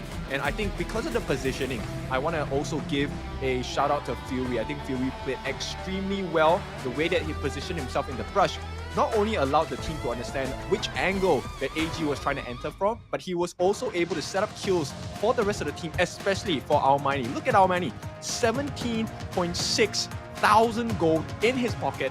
Defensive measures as well, Cuirass of Savagery, Blood Reaper, Master Sword, Shadow Reaper, as well as the Eternity Blade.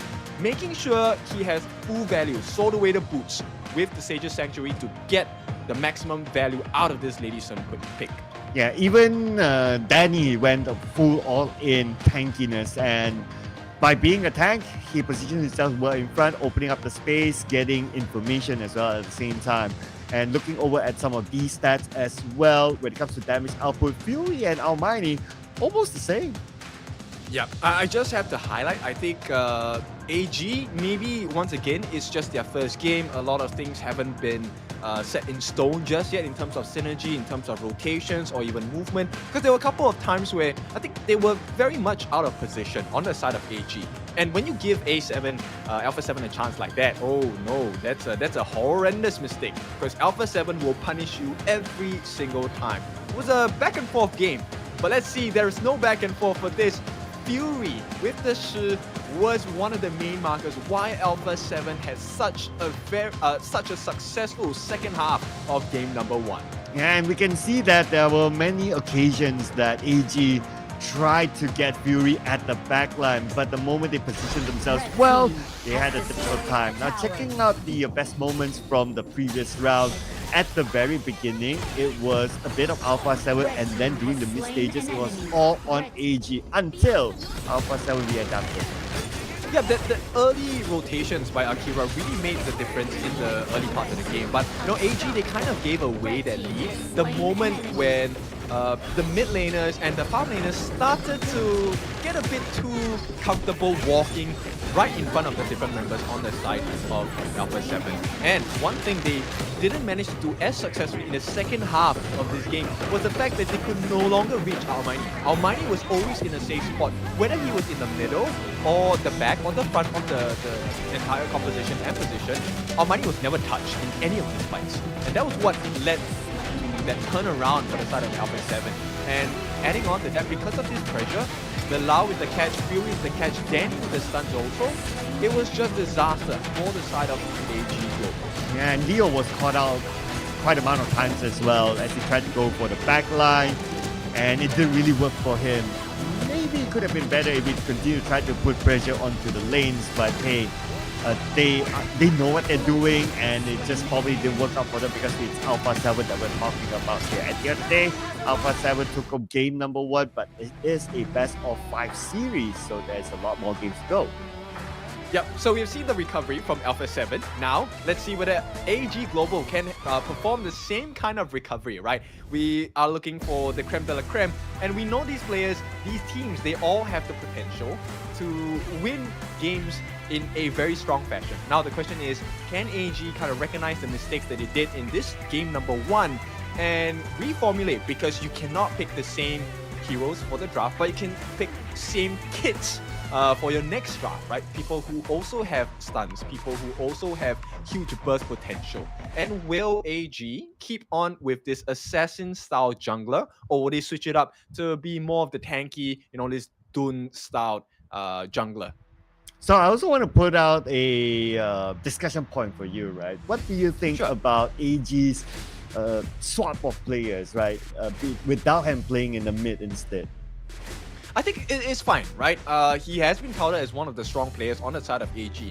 No team picks up a player that they don't think is good, right? So definitely there's a quality that they see in Dalhan that allows him to be part of the AG roster. Now, I think perhaps it is about the playtime. Maybe it is about the rest. Maybe it's about the stress as well. A lot of different factors go into competition. And I think Dalhan for sure is feeling the pressure of this debut game against Alpha 7. They also know what's at stake, right? They want to beat Alpha 7 because that secures them a slot either as the first or the second seed in their group. And I believe playing in front of a crowd that definitely makes you feel a bit more stressful than usual. Yeah, the offline experience as well in a foreign country. So a lot for them to adapt here as we prepare ourselves for our next game. And in case you just joined us here, as you can see on screen, Alpha 7 took home game number 1 against AG Global. But it is also overall AG Global's first game in this tournament. Maybe it's also a warm-up for them to try to understand the pace and also the type of challenge that they're up against. So AG preparing themselves for the next round. What sort of heroes do you think we might see?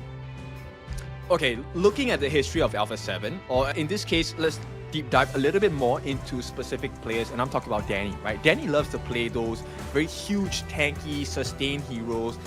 Season 2, we've seen him really make full use and full efficiency with the Hano pick as well. Very tanky, doesn't deal a lot of damage, but his job is just to soak, right? He's the sponge, and he's the one that draws the opponent team in so that the rest of the members can finish the job. So we might, I'm hoping to see his style of Mankey, his style of Agudo as well. These are two very tanky but controlling-esque heroes that I think fits Danny's MO really well.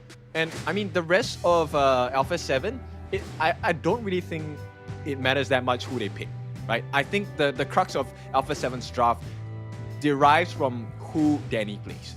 Okay, so this is going to be really interesting, right? Danny sounds like the key player in your opinion. And I do agree as well. We look at his Dune pick earlier on, the moment he reached his power spike, that he's able to tank as much as possible. And he seems to have this trend of liking those kind of tank sort of heroes. Not really too much on dealing the damage, which is absolutely fine. You always need that in your team. It will be interesting to see what sort of heroes he might pick. So some of the interesting picks in that lane, it could be maybe like a Sunchair could be pretty interesting, or like a Lanpo. Both of them kind of fit the bill. Yeah, I think CC is definitely of utmost importance for the side of Alpha 7 as well. And one of the signature picks on the side of Alpha 7 is also Diguan Yu for Nyap, which was brutally banned out from the side by the side of Vitality during the first game that they played, first series that they played against each other. Right now, I think the bigger issue for AG Global to solve in this case is, okay, we already know what kind of heroes that Danny likes, but what kind of heroes do we like, right? I think it's important to understand your opponent's game, but it's also important to play your game. And I think AG haven't kind of figured out what their game is just yet. Yeah, and to be fair to them, of course, some of these players, the first time on this sort of stage, of course, with the new global ban format as well, that would disrupt a lot of comfort picks. There's almost no such thing as a comfort pick thanks to the global ban pick. Once you use that as a quote-unquote comfort pick, the next round you're not able to use it, so you have to find comfort in other heroes. There's still a lot more to come. I mean, we have not seen the Dharma, we have not seen the Algren yet, so those are some of the hot picks that could be deployed in the game. My personal farming favorite is like a Gen.G that could be out as well later on. The Ali was banned out previously, and we might see the Ali being played if it's not banned out this time. Yep, exactly. And we still have the very potent Ming combination. I mean, for those of you that have read the latest patch, Ming has been buffed as well. So we've seen some teams already put the Ming to very effective usage. Now let's see if AG wants to put Ming in that particular lineup. Now, if they were to play into the hands of Alpha 7, I think it will be a good idea to go blow for blow, go for a very tanky jungler as well. Right, so let's see if maybe they want to take a stab at using the Dun for themselves, or maybe they want to bring out the Ogren this time for game number 2, because you don't want to allow a team that has already won one round to gain even more momentum. I think that's a very definite mistake. Yeah, putting out the Ogren is pretty nice as well. Ogren is one of the top pick heroes so far in this tournament, so that could be a good option. I personally do like the Dianwei. Dianwei is able to run down heroes and is very, very tanky, opening up fights as well, so that could be also another option to be considered. And as usual, we might see the Mai being banned out. It could be released, but I don't know. Leaving out the Mai open is a bit of a risk, so that could be taken out by Alpha 7. Yeah, at this point, I like the idea of a Tianwei, but until the suppression heroes like Dong Huang or Liang are banned, I don't like the choice of going for Tianwei, right? Tianwei, yes, he's able to recover from CC, but he can't deal with suppression. And if suppression is on the board, it's not the safest choice to pick at this point. Ooh, okay, and the mic is open though. I wonder if AG is going to go for it. Oh, nope. They don't. Okay, so they leave the mic up for grabs for Alpha 7. This could be real interesting. Yeah, I mean, Fury already showcased in game number 1, he knows how to hide in a brush. And they obliged. Alpha 7 say, okay, thank you for the freebie. I wonder what goes on their mind. Maybe they thought that, okay, Arlie, yes, is also a very good hero, so they don't mind picking that up as a priority pick. The Zhang Fei is going to be picked up by Alpha 7, so this is going to be his big, tanky, beefy boy here, playing on the roam side. Whoever who is going to play on the farm lane will have good protection by the Zhang Fei. Yeah, AG, I think, yes, they heard us. It's going to be the Algren coming into the hands of Akira. Still a flex pick, right? Like, Algren can definitely go into the clash lane, but I think teams in the competitive scene will very much prefer him in the jungle. And Daohen will be picking up the Yixing. So a lot of area control, AoE control as well, but it requires very precise aiming, right? Taking liberties, there is a slight delay before that skill hits you. And in that slight delay, I think Alpha 7 definitely can maneuver their way around it. Ooh, and we have the Gen.G, Zhang Fei, Gen.G combo on the farm lane is really, really Nice good. call. Yeah, because Gen.G, you need the space for him to get continuous stacks and also to deal out the damage. And having the Zhang Fei at the front line, especially when he has the Unbridled Outburst, that will provide him that space for Gen.G to just wreak havoc for the back. Yep, in this game, our mining is going to have to pay attention to the usage of that Maple Dance, right? Maple Dance for Jia on this early is going to be very important because a lot of people don't expect this, but Gen.G has actually huge bursts when he uses his tokens. Legal immunity, we've seen highlights where the flash legal immunity and then just spamming your auto attacks is going to net you the kill as well.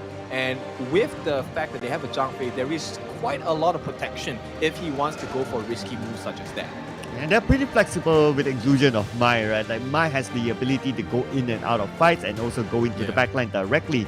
And not to mention, they have the option to flank at this moment. As for AG, the 3 heroes that they have picked, so far, no flanky type heroes. They're pretty direct approach from front to back and more of like a team fight composition. The fact that they have the Yixing with the World is My Board to try to trap as many players from Alpha 7 in it.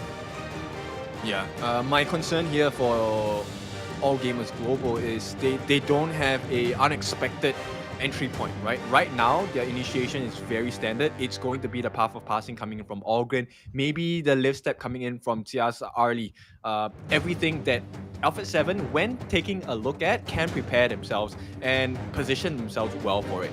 So I like the fact that they actually picked up the Charlotte. This Charlotte is going to play a very important part to try and, I mean, Leo has done a good job in game 1, just, they had better vision on Alpha 7. But if he can perform the same way against Alpha 7, maybe this time he can catch them off guard. Looks like AG is playing the two-tank formation here with Zongzi and Ogren to try to protect the front line. But on the back line, maybe they're going to deploy the Charlotte. It depends, right, on how Alpha 7 is going to play this game. And we're going to see the inclusion of Pei as well. A very sneaky hero. Now, if we're looking at the lineup of Alpha 7, it looks like they are willing to play the long game. Alpha 7, they want to rush this early game. I think the late game insurance is the Dharma and the Dhirantia as well, right? If they do get it, if they don't get the early game, the Pei's saving grace is that hopefully our Miney as well as Nyap are going to perform to their best abilities. But this is a difficult situation because now Saber on this round, as long as the butterfly effect is up and off of cooldown, it's not going to be as easy for Alpha 7. Even if they initiate properly, perfectly, just the butterfly effect is going to cancel everything. The anti-CC is too strong. Yeah, especially if you have a Zhangfei, you want to have as many anti-CCs as possible. But the thing about the Zhangfei is that you really need to land the Unbridled Outburst at the right timing, at the right angle, because it's a very expensive ult to use due to the Madness stack before he's able to reuse it again. To a certain extent, the Zhangfei's cooldown for the Unbridled Outburst doesn't really matter. It's all about stacking the Madness for themselves. So he has to really time it carefully. Yeah, I mean, besides being a very expensive skill, I think this game also comes down to your ability to have false error on your opponents, right? If they actually use that butterfly effect a little bit too early, or they use the Unbridled Outburst a little bit too early as well, it could cost them that big fight, which would in turn convert into towers or even neutral objectives such as the Overlord, such as the Tyrant as well. So this game, it requires quite a bit of control and making sure that you don't be too trigger happy with your ultimates as well. And let's see who will have that discipline to not be trigger happy as we head on to game number 2 between All Gamers Global and Alpha 7. Let's go. Everyone is looking at the Arlie. This is apparently one of Jia's specialties. So let's see whether Jia can impress us, or will he be shut down by the likes of Alpha 7 once again. Yeah, I also want to point out the fact that you mentioned about objective taking, right? So with the fact that Alpha 7, they have a double smite, of course, with the Zhangfei and also the Pei. So it's going to be rather difficult for AG to try to steal away those main objectives, whether it's Tyrant or the Overlord, depending on how the situation is. So with that being said, perhaps AG, they might need to find the advantage by trying to eliminate either one of them in order for them to grab those objectives. Yeah, this first rotation coming out from Akira needs to be very effective, right? They need to shut down Almighty because Almighty's lane is actually a winning lane against Jia because the shield, the Leaping Savior, will allow extra hits to be absorbed. And right now you can see the benefits of that already working onto this Firehawk as well. And with the help of Fury, they will make that decision to go in deeper, but Akira comes in. Makes an appearance, but they're targeting onto Zhangfei, so it's not the target that they really want. So it's an easy escape there for Bilal. Yep, so failed first move from both teams. I think it was a more defensive measure coming from Alpha 7. So AG didn't really hit the mark. And right now, it really comes down to, can they slow down the farm of Akira? Meanwhile, Danny already taking a huge share of the farm on the side of the mid lane as well. And I think this is a good strategy, right? You want to make sure that Danny, he gets as far ahead as he can because Pei is a very dominant early game hero. Yeah, and so far so good for Alpha 7 in terms of the gold department. And Danny has been given that space to farm, not challenged by AG Global just yet. But AG Global, to be fair, they also need the farm in. Akira needs to get the items in before he's able to tank and even invade the jungle on Alpha 7's side.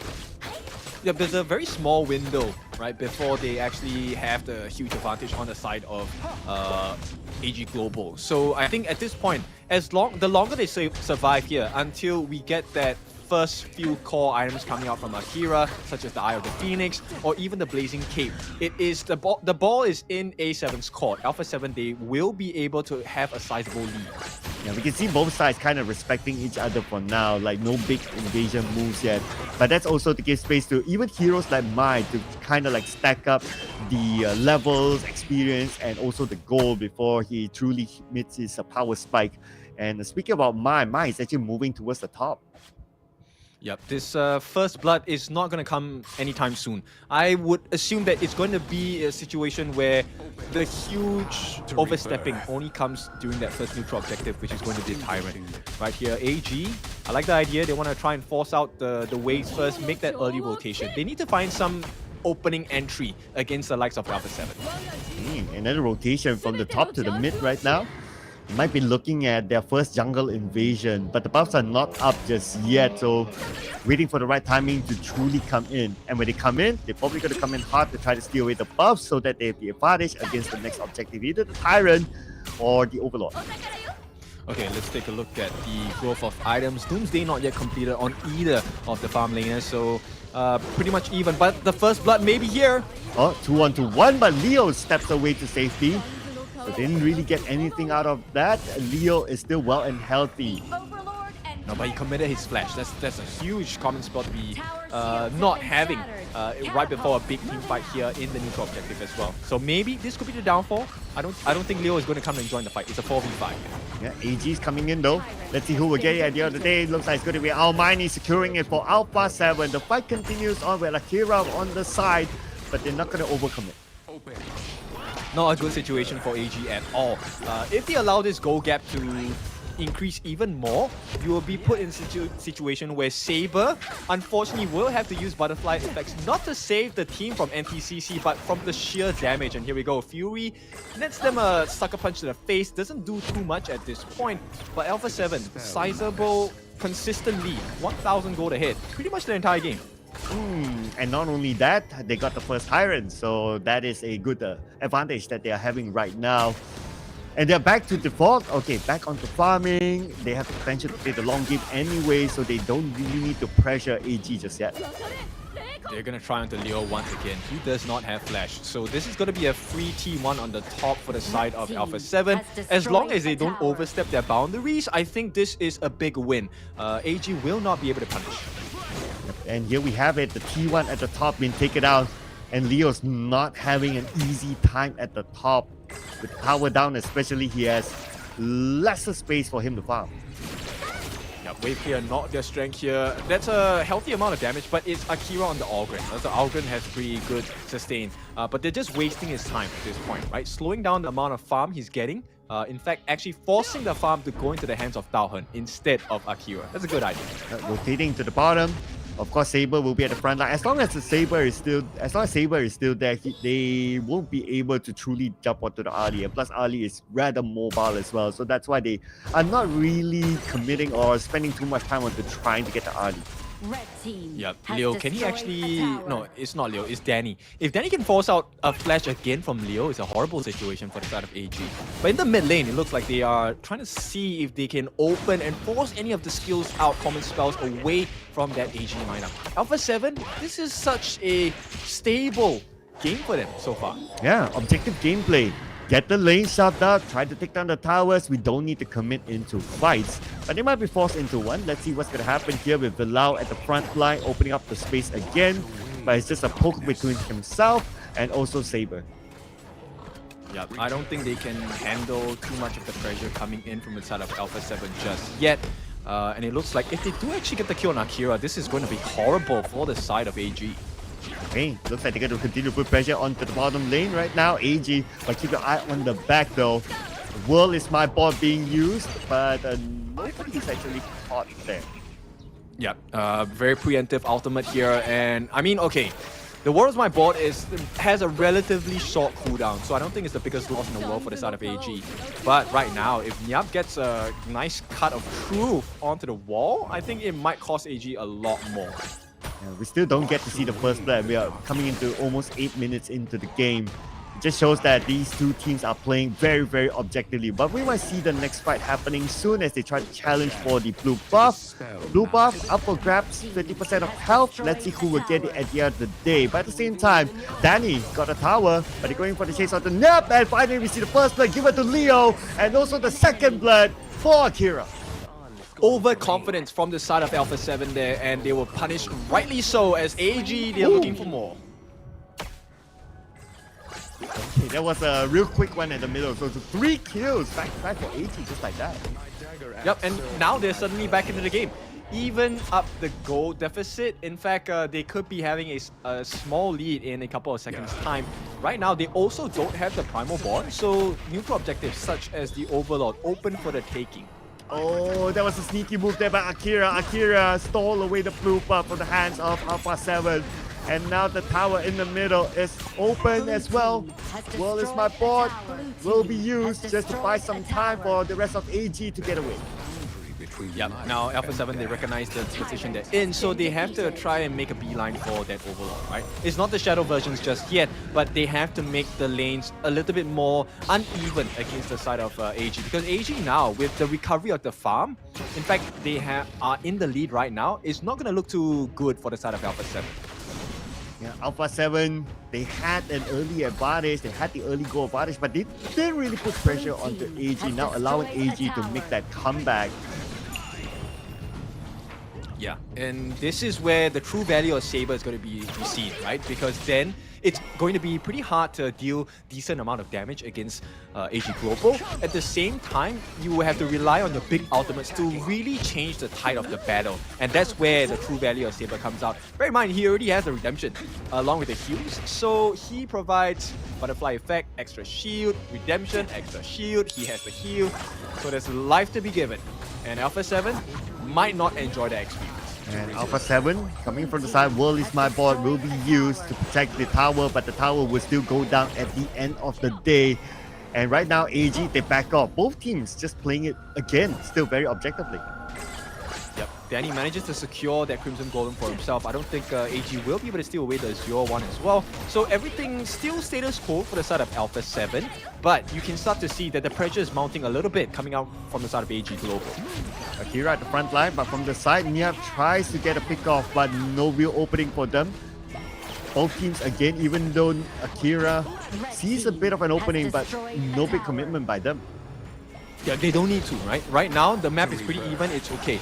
Shadow versions are out. Hang on, there's a lot of damage. Oh, and Leo from the back as well. He might sneak in from the back to try to get one of the backliners, but they saw Leo. Leo is the one in trouble, but Leo still managed to get a kill onto Bilao. Now they don't have their main tag. They have to get away without the Sangbei. They do not have a proper tag. Yep, it's a bad situation to be in. They're going to try and make the trade here, and it looks like if Leo, if he's able to get in the steal, that will be big for the side of AG. They don't manage to get it, so it's a trade of sorts, but benefits still to the side of AG because they're still pushing in. AG will take down T2 in the middle, easy peasy lemon squeezy, while at the same time Leo is just doing Leo things, trying to shove out the side lanes as what he did in the previous round. Yep, and Saber, he understands his role so well, right? Look, Butterfly Effect, not used at all. Yes, they're low on health, but until maybe Bilao uses the Unbridled Outburst to catch a number of members, or even Nyap comes in with the Truth, he's not gonna let go of that ultimate at all. Yeah, if we were to look at the replay of what happened earlier on, just keep your eye on to Leo again. He loves to go in for these flanks and tries to go in all the way to the back. They spot Leo just in time, but by the time they try to take out Leo or stop Leo, half of their members already halfway down in terms of health, so they could not do much against Leo. Yep. To add on to that, you also have to recognize that they were too trigger happy on the side of Alpha 7, right? The Bilao Zhang Fei actually got baited by Jia's lift step and actually used his Unbridled Outburst onto their shadows. So he didn't hit anyone. And I think there was one small mistake coming in from Almighty, right? He actually stepped back in to the World is my board, and that actually had to force him to use the flash to get out, which then allowed Akira to jump back into the fight and split them apart. Oh, okay. They see one target, but Jia is there. So Alpha 7 cannot overly commit right now. They do have the Overlord Dragons, and they will take down T2 at the bottom. It's still a favorable situation for the side of AG. Until Saber expands that Butterfly Effect, I don't think Alpha 7 can kind of do anything here. Yeah, Alpha 7, they won't overly commit into a fight, but they're still playing this objectively. They cannot overly commit just yet. So they're just shoving up the way, just trying to put back the pressure onto AG. But they have to be aware of the flank again. Keep your eye on the middle. The Dharma could be caught out, and they know that's about to happen. The fight's happening right now. The chase onto Fury, but Leo failed to get a kill this time.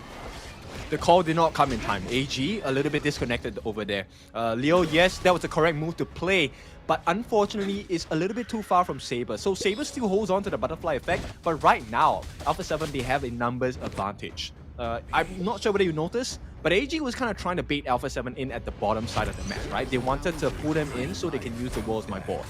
But then again, Alpha 7, they know that something's going to happen on the back, just like what they learned in the previous round, so they are well prepared for it, and that's why they didn't overcommit to jump into the base.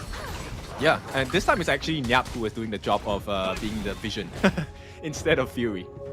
Yep, that's the next best tank perhaps, because you don't want to put Fury at the front or somewhere too overly exposed. Bilal, you want to keep him at the front line, so that's why the next best option is going to be Nyap. Yeah, Saber's positioning also is really important in this game. As long as Saber is with the team, they aren't going to be exposed too much at this point. Almighty.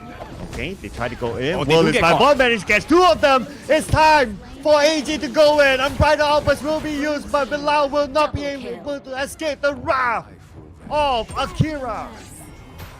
Yep, there's a big double kill for the side of AG, and this could be that opening they've been waiting for. All the way they've been pressured by Alpha 7, and still Saber has the butterfly effect as a deterrent. And I don't think he needs to do anything more at this point, right? Alpha 7, they're down by 2 members. I don't think anyone else is able to tank through what TR has to offer in his kit on this RLE. So, AG, they have a sizable advantage in terms of gold and damage. What can they do with it?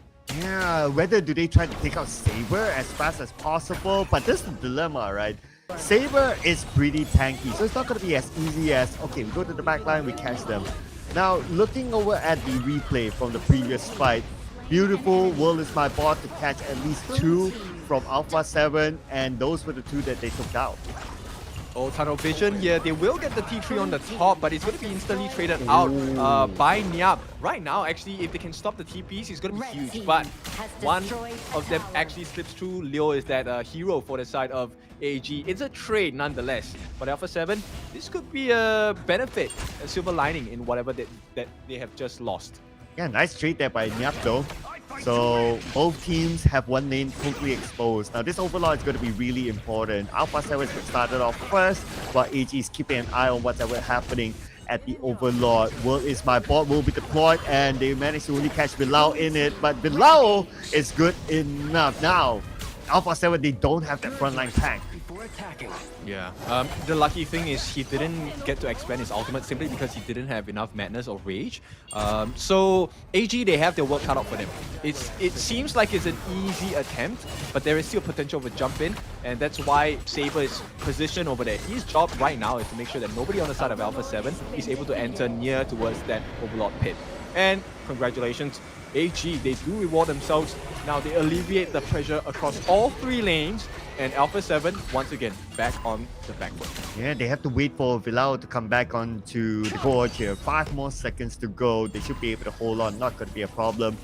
While that is happening, Nyap will be the frontliner to try to open up the space and gather the information. AG just waiting for the lanes to be shoved up before they put back pressure onto Alpha 7. Yep. And all of the defensive measures coming in from Saber are online. So this is going to be a very difficult fight for the side of Alpha 7, right? This is where Daohan is going to be the playmaker. If he can get the World is my bot beautifully, oh, he actually catches 4 of them. Okay, World is my bot activated, but they're not committing just yet because the tower is still active. Their objective is just to take down the tower. The tower is not down yet. One more hit on the tower. Tower goes down. This is it. AG goes all the way in. They try to catch as much as possible. They got Almighty down first, and then a double kill for Akira to take up Bilal. And this is AG. They should be able to end the game. They try as they might, but Alpha 7 will fall to AG in game number 2.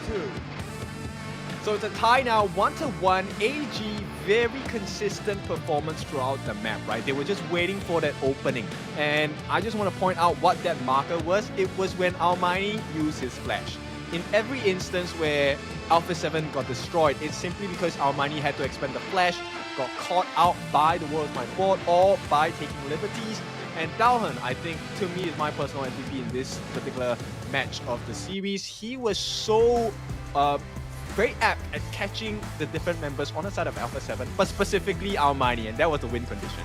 Yeah, and at times he catch Bilal as well, because they know that the weak point for Alpha 7 is that they depend on Bilal's tankiness at the front line. Yeah, you could probably have the Dharma in front and all that, but still, nothing beats the Zhangfei when it comes to a good frontliner. So the moment they even manage to kill off Bilal, they know that, okay, opportunity is open.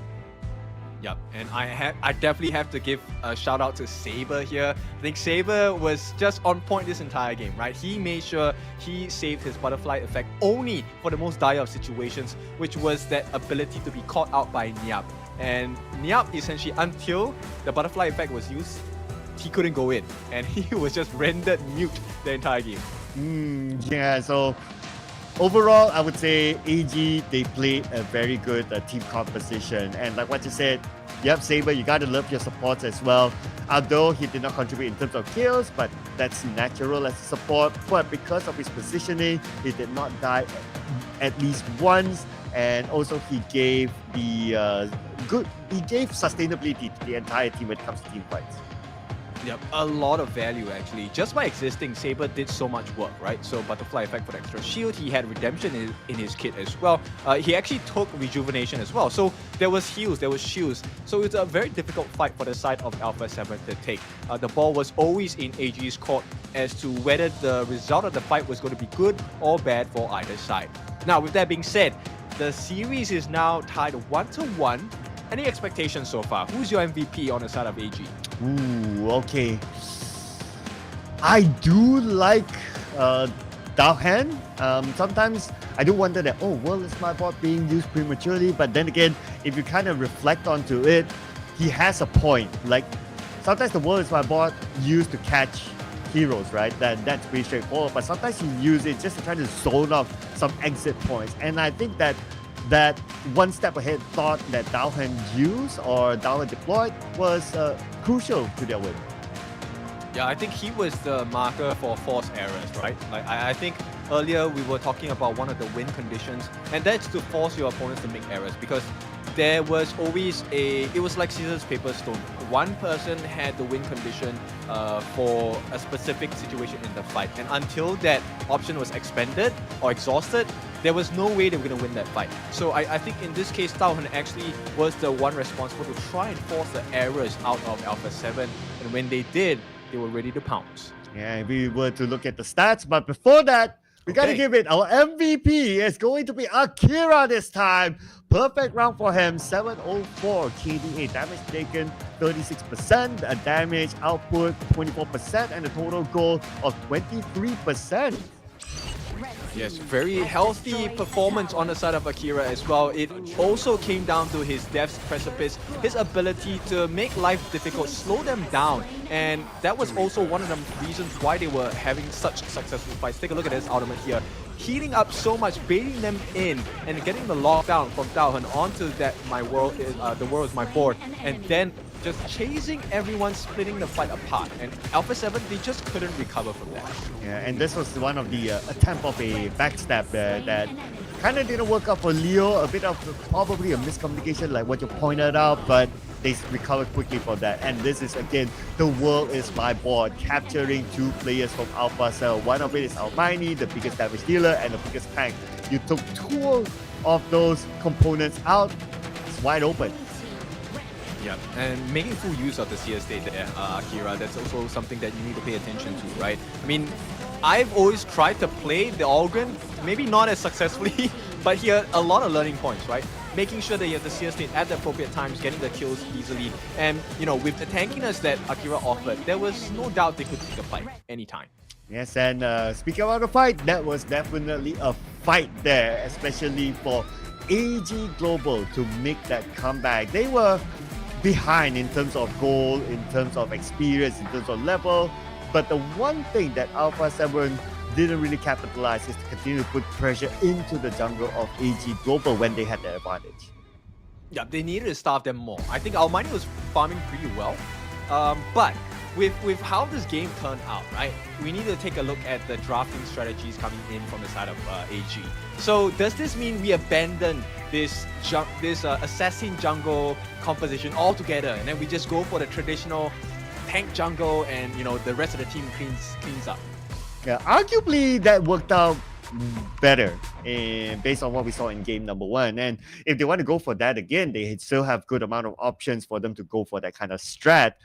Now, of course, we are having this global ban pick, and the third game, there will be a lot more heroes that you cannot use anymore, but there's still also a decent amount of heroes that can still be used, depending on which side they are. We still have the Ogren that can be deployed. One of the other sides have not used that, and that is Alpha 7, so it will probably be an option for them. Yeah, I'm curious to see whether we'll get to see the Nyap specialty, the Guan Yu, today, right?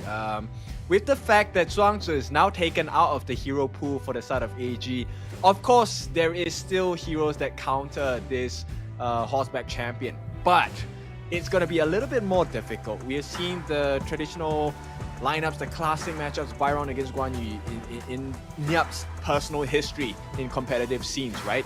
But let's see if this is going to be the case. Alpha 7, this was not the result they wanted, but AG, I think, shared the same sentiment as well. They were looking for a clean sweep today and got, kind of surprised by Alpha 7. I also want to point out that as popular Zhang Fei is as a pick, the win rate for Zhang Fei haven't been as good as compared to like during season 2 and before, right? So over time, I guess, though there's not that many nerfs onto Zhang Fei, but it's because of the rise of the other teams or the other heroes, and also how the strategy has been played in this global ban pick. So the Zhang Fei, yes, it's still a decent pick in my opinion, but when it comes to this high-level competitiveness, maybe Zhang Fei might fall down in terms of the popularity rank. I think it's also due to how often he can use his skills, right? I think we were looking at the comments coming in from the viewers as well. I agree with you. I think if there were more shorter cooldown skills in terms of control, that would definitely benefit the Alpha 7 lineup more. I mean, the build coming out from Villau was already decent, but he just wasn't able to provide value because he couldn't survive, right? There was not enough control coming out from the side of Alpha 7. Now, with that being said, we are heading into the third game of our best of 5 series. One step closer to have the lead, right? It's tied 1-1 now. I want to see what kind of strategies both teams are going to try this time. We have shifted from the assassin burst style jungler into the tank jungler on both sides. Will we continue this trend, or maybe we'll go back and try that assassin burst thing again? And if they want to go for a more tanky build, we still have the Lianpo and Sanche both open for both sides. Or if they want to go for a more engager kind of draft, the Lubu is also open for both sides as well.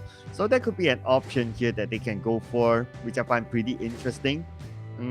Other than that, I would say that perhaps if they want to go for something out of the ordinary, right?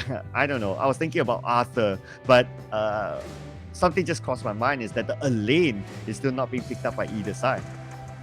Yeah, we haven't seen too many Elaines in the past few days just yet. I think we might see more Elaines coming out.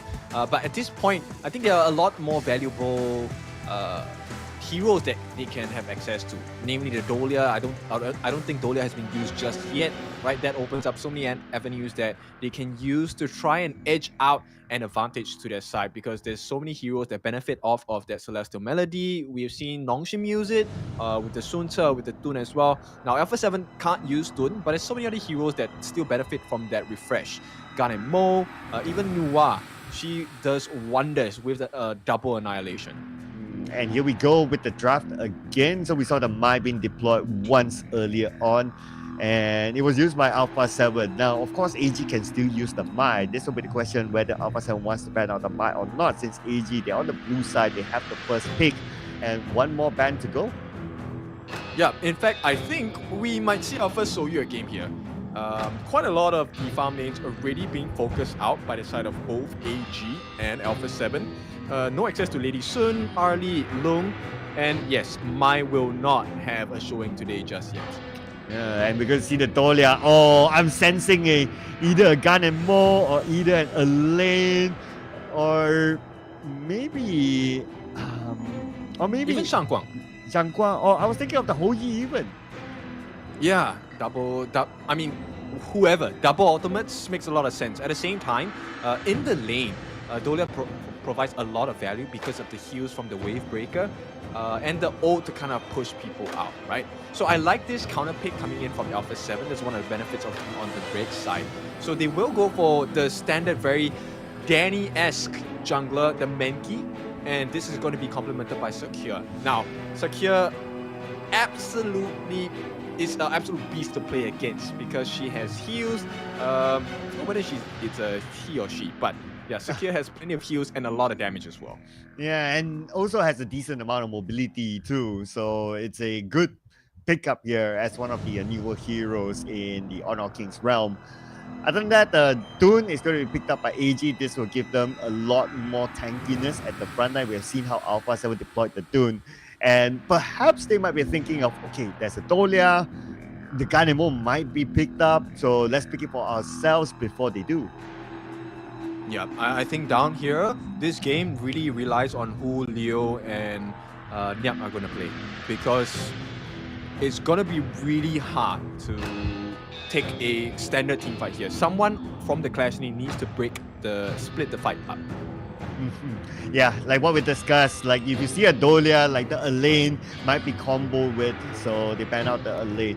I'm kind of surprised to see that AG, they didn't pick up the Elaine earlier because you know that you're going for a second phase ban pick, but maybe that's not part of their strategy. Maybe they have something up their sleeves because there's still that many that Dolia can combo with. I like this Marco ban. Personally, I think it works wonders against the Dun. And in the lane, I think Diwenjie actually does well against Marco if you know how to position yourself well, right? But as a team fight component, yeah, it's really hard to play against a Marco when you are Dun. Because Marco just outmaneuvers you, too mobile, too many skills to use to move in and out. Your Unruly Blade does not have that fast of a cooldown. Yeah, and especially if you're caught in one of the lanes, you don't want to go up against a Marco Polo, so you receive a lot of damage. But like what you pointed out, looks like we're going to see a Shoyu this time. Good call. Yeah, I mean that's the only option left, right? At this point, and Alpha 7, for the first time, I think this is a very strong late game draft as well. If they hit the strikes even earlier, Alpha 7 can definitely take this game as a lead in the series. But AG, I like the amount of control they're having. This Shi, we've seen the performance on Fury with this Shi, right? Acting as the vision and as the counter measure for flanks coming in from either Nyap or from Leo. And this time, it is going to be the Sun Ce. I like the rotational speeds coming out from AG. This could be a very fast-paced game. And the potential of a double set sail, that could be pretty interesting to see. A lot of CC with the set sail, of course.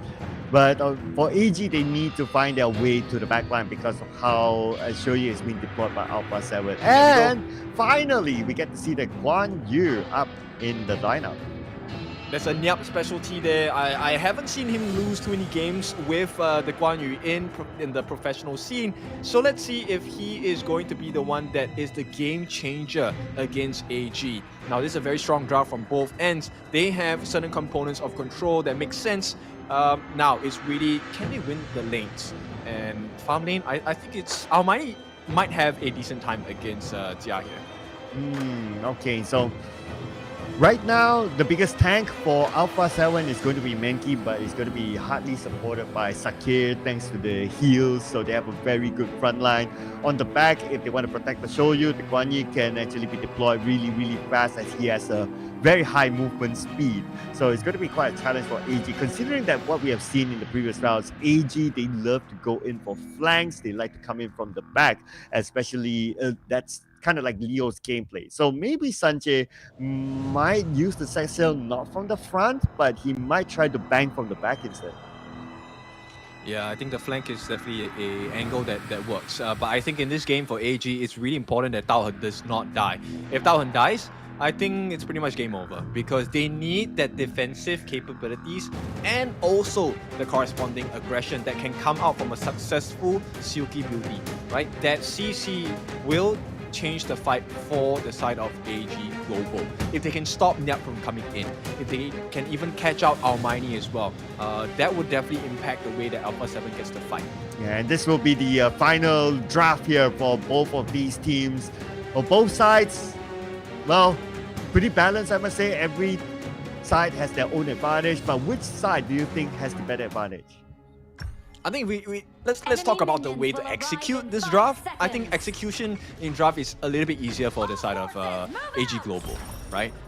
There is quite a few factors you have to consider on the side of Alpha 7, especially for heroes like Nyap on this Guan Yu. He needs to make sure that his heroic charge hits the marker at the correct timing. He must make sure that he does not get CC'd or slowed. And it requires quite a little bit of coordination because they need tunnel vision. Guan Yu is actually quite easy to spot out.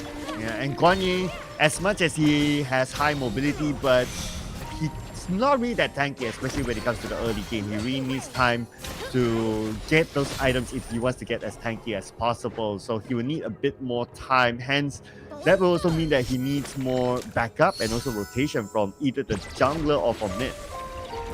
Okay, so quite a bit of success in the mid lane already, and this is good coming out from the side of AG. And with no help coming out from Bilal, not through the fault of his own, I mean, there was just too much pressure in the mid lane. Looks like the lane is going well for Jia though. So far, so good for Jia. Yes, he's able to chop up the lanes and also put a lot of pressure onto Almighty.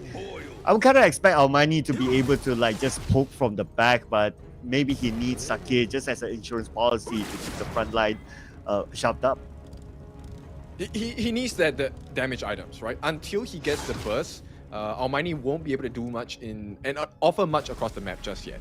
And if Jia out-farms him, gets the advantage, you will not see Almighty come online anytime soon.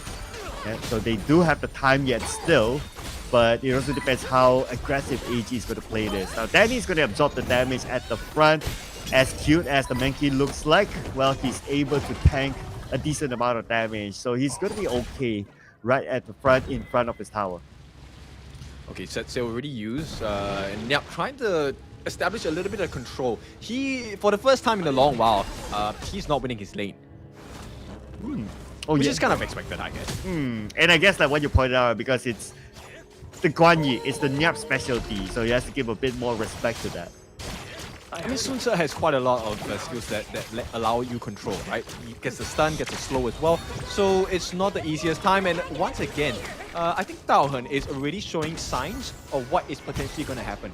He already has caught quite a few Silky Beauties already.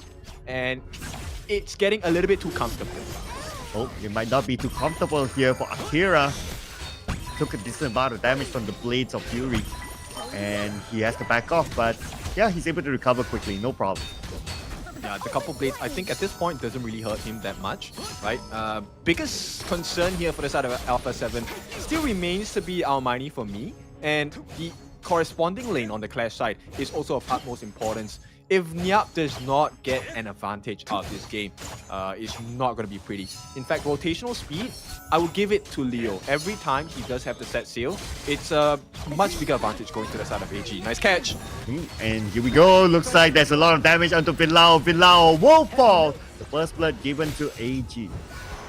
Yep, but it's a roam and support that gets the first blood. So while they get that extra gold, it does go into the Dolia, so it could have been in better hands.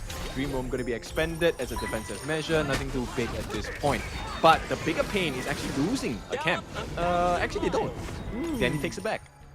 Yep, and immediately force out the set sail, and where is he going to go? Okay, circling around, trying to find his next target, banging into the mid. And it's going to be Fury receiving it, but no big commitment because there's no minions there. Okay, big power spike for the side of AG. Jia just got that Spark Force Jagger. He's going to be able to deal quite a bit of damage. And it looks like Alpha 7, they are going to be forced into a bad position here because they can't contest. So Akira rewards themselves for the side of AG with the first Tyrant of the game. 12,500 in the pocket, close to 1,000 gold ahead. And if we were to talk about like control, AG might have that slight advantage still. We don't see Alpha 7 really putting in the rhythm, trying to force AG to play their style, but instead AG is like, okay, if you're not really doing it, we will. But Danny, he gets another kill, so that's going to be 1-1 right now for the both sides. Okay, so this is a healthy thing for the side of Alpha 7. Yes, they lost the T1 on the bot, but the recovery of the kill onto Leo on the top lane does give Nyap a little bit of breathing space, right? So now it forces Tauhan to go for the rotation as well. Once again, so they pull the different members on the side of AG away. They get space to farm, and this is perfect for Fury, perfect for Almighty. They need all the space they can get this farm because they are quite behind. But looking at the bottom lane, Alpha 7 is starting to invade the jungle. They're confident of taking down T1 at the bottom. But before that, T1 at the top, taken out by AG. And now it's their chance to try to continue to put pressure. There's nothing much that Nyap can do except to watch.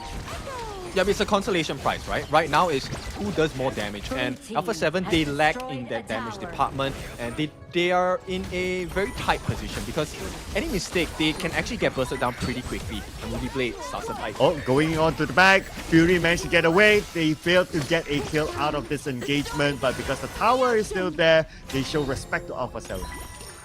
Yeah, and this is where you see the benefits of having a small but decent goal lead, right? So they lose the T2 on the top. So Alpha 7, lesser vision and lesser gold as well. AG, they still have that T2 on the bot. And now that's a lot of space for them to farm. And with that space, this will give them the ability to continue to snowball. They are ahead by about 2k in terms of the gold department. And Saber is waiting in the bush.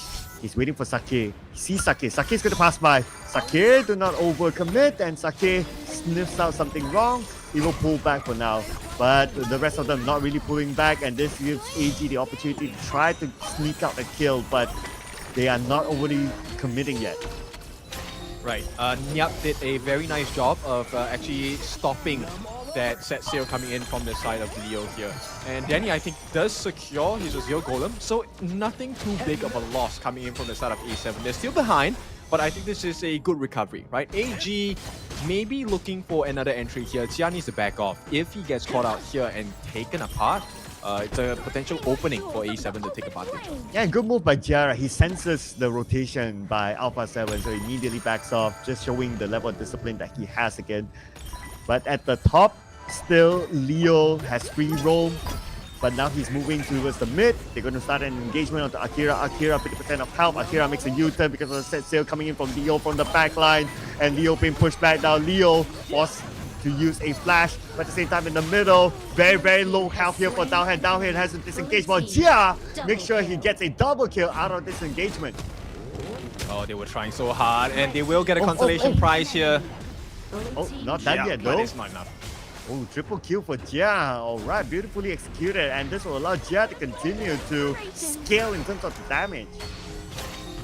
Yep, and AG win big with that move there. And it's going to be 4-2. It's not the biggest kill game, but you can see the growth of Jia already, right? With the Doomsday as well as the Sparkforge Dragon, able to kind of melt many of the members on the side of Alpha 7. Now, they get the mid T1. What more can they get? 8 minutes into the game, they're already at 3,000 gold ahead. And Nyap gets caught out. We're going to see the next Tyrant soon, so they might challenge for it. Both sides prepping themselves up. All outs are currently prepared, currently ready for both AG and Alpha 7. But Alpha 7, okay, they're not really moving in yet. I mean, they still have the time though, and they are somewhere around. But AG is going to start off the Tyrant. They can't do anything. Danny cannot go in. There's no escape mechanism. None of them have flash. So this is a guarantee for AG. They will secure it. Jia takes it for the team. And now they keep this 3,000 gold lead, right? But more importantly, they are also positioned to make sure that Alpha 7 doesn't get anything else that's free across the map. I wonder will be any free kills in the middle right now. Alpha 7, they are circling around. They're trying to know if everyone from AG is in the middle. But the fact of the matter is that it's not. While AG, they continue to send Jia at the bottom to secure this T2.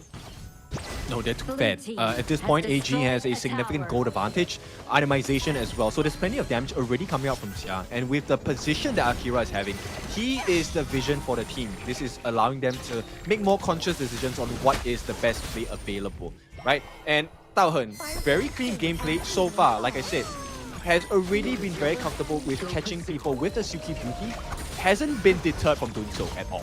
T2 will be taken down in the middle, allowing AG to have even more space. But the discipline that they're showing right now, they know that in about 20 more seconds, the next objective will be up. So might as well keep all their skills to secure the objective. Yeah, with the reset, no more Primal Bond as well. This is a big advantage that AG can get for themselves. All they need to do is not die here. Yeah, but Alpha 7, they have to shove out the lanes in preparation for that too. You can see that on the bottom lane, Nyap is shoving up the lanes as well, but he will rendezvous with his other teammates at the Tyrant area. As the fight will continue on, we can see Danny receiving a lot of damage, 50% of health left for Danny, but Danny is tanky enough, he should be fine. But the backline, Leo goes in, they catch one, Jia on the rampage. Yeah, this is what they're looking for. Oh, not over yet, this fight. You can see Nyap coming in, Nyap taking a bit of damage, but Nyap committing again. They're trying to sandwich the players of AG, but they don't have the damage. They don't have the damage to secure those kills. They don't want to fight. At this point, it's really just pushing them away because Xia is on the top, breaking down the towers.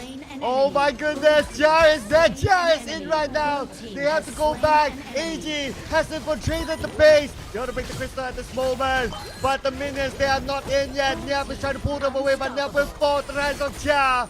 Minions are out. They're waiting for the next wave of minions to end the game. They will continue to put pressure onto Alpha 7. 50% of health left for the crystal. They take down Fury. This could be an ace, ladies and gentlemen. It is an ace. And AG wins game number 3, putting them to match point. This is more like the AG that we know, right? Very calculated moves. I like the fact they had the composure. Jia just made a beeline straight for the T3. And you know, the fight, it was purposefully taken slow by the side of AG Global. And on the position of Alpha 7, there's nothing much you can do, right? You want to try, do you end the fight there? Do you go for more? Or do you just abandon and try to reach Jia? They made the decision to try and go for Jia, go for the disengage instead, and that's where the flank came. And you know what the funniest thing was? The flank didn't come from Leo, the flank came from Tao Hen with the catch of the Silky Beauty as well.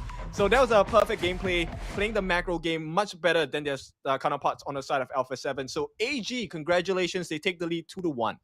Yeah, and gotta give it to Jer as well with the top lane pressure, like he infiltrated, like he pushed towards the crystal, and at some point, if Alpha 7, they were not aware of the presence of Jer, like he could have ended the game just like that with somewhat of a backdoor. So that was really, really good coordination there by AG.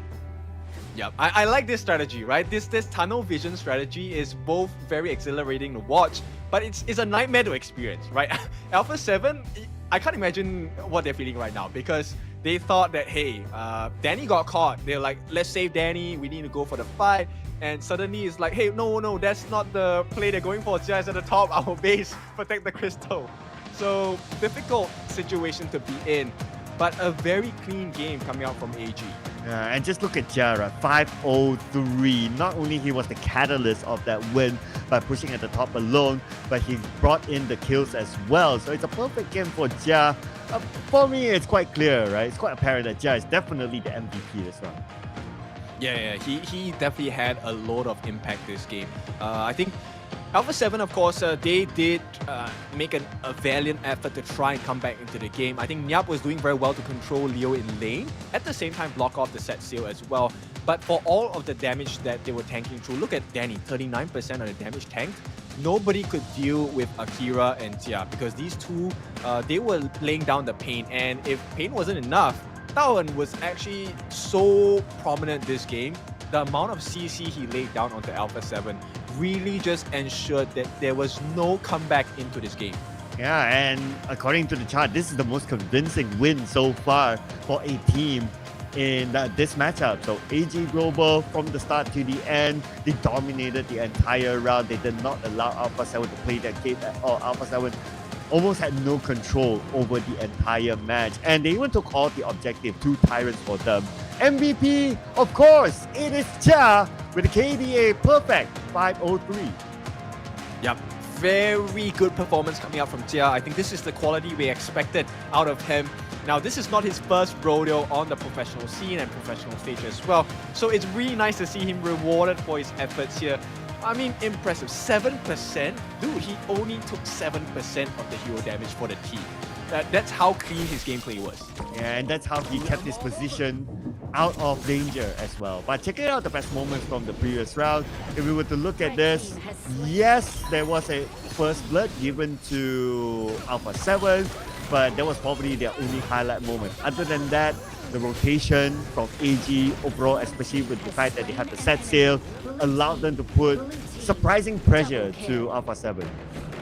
Yep, this is what happens when you don't kind of stifle the growth of Leo, right, in the Clash lane. Ideally, what Alpha 7 wanted was the fact to give Leo a very horrible game so that Nyap could have the freedom to do what Leo was doing to them, which is flanking on the backlines as well. But simply because they could not find that advantage earlier parts of the game, they got the first kill onto him like in the first, 2-3 minutes.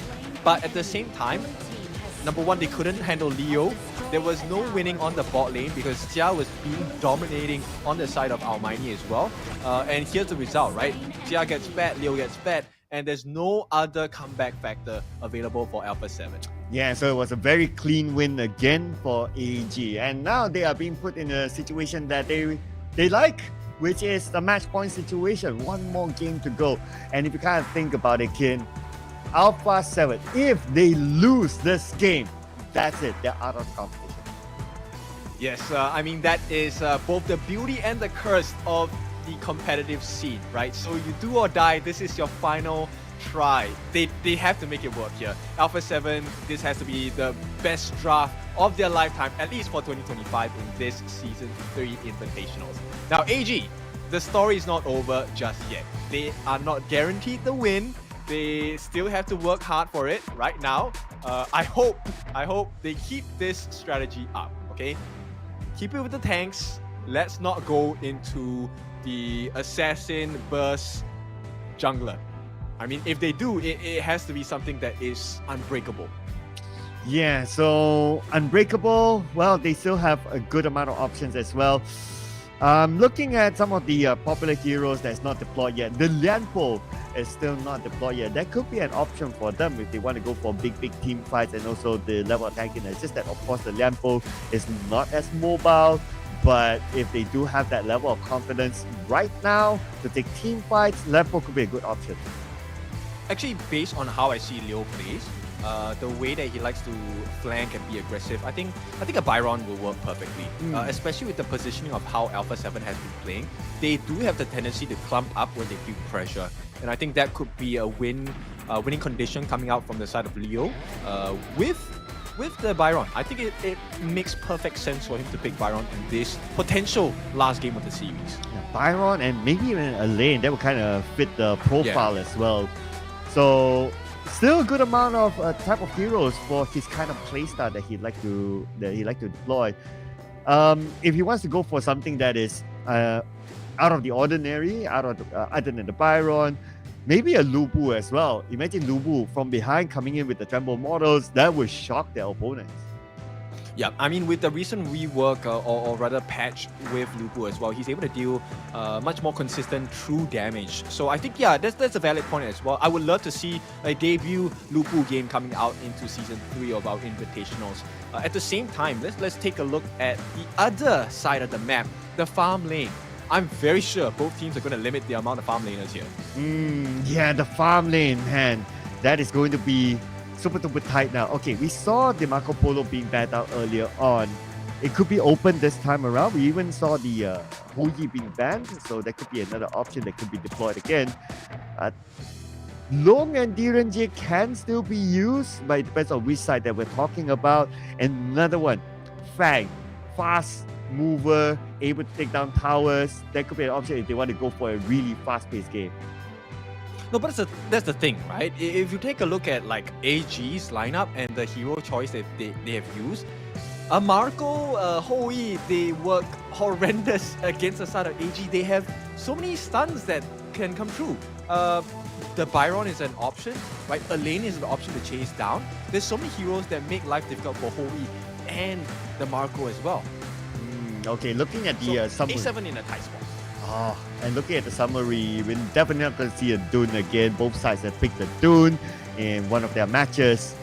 So, coming to the farm lanes, heroes are starting to dwindle down, right? Like, do you have like a farm lane pick that you would like to see? I mean, I thought Sawyer is a pretty good pick, but let's be honest, I think it will probably go into the hands of AG because Alpha 7, they had the chance. They used it, didn't make the best of it. Now they're only left with heroes like Alicio, Garo, Hoi, Marco, Fang. Yes, Erin maybe if you want to give it a try, but Erin's a high risk, high reward hero as well. So it's in the competitive stage, not the ideal heroes I would go with. Alright, I personally would like to see a Fang, just because of its ability to take down towers really, really fast. And that would allow like a different kind of strategy to kind of swap in and out the clash laner to the farm laner to be the one to try to split the opponents out. So that could be an option that they might want to deploy. Now coming into the draft here, we have seen multiple Mai bans, Mai being used once, and the fact that Alpha 7 will have the first pick this time, they might want to ban out the Mai from the hands of AG. I actually think they would like to ban out the Musashi on the side of Alpha 7. They have not used the Algren just yet. Musashi, okay. Yeah, both sides haven't used the Musashi, so that's going to be an interesting It's too ban. safe, yeah. Yeah, it's a safe ban. Lady Sun being taken out, Arlie out as well, so it looks like a bit more focus onto the farm laners this time.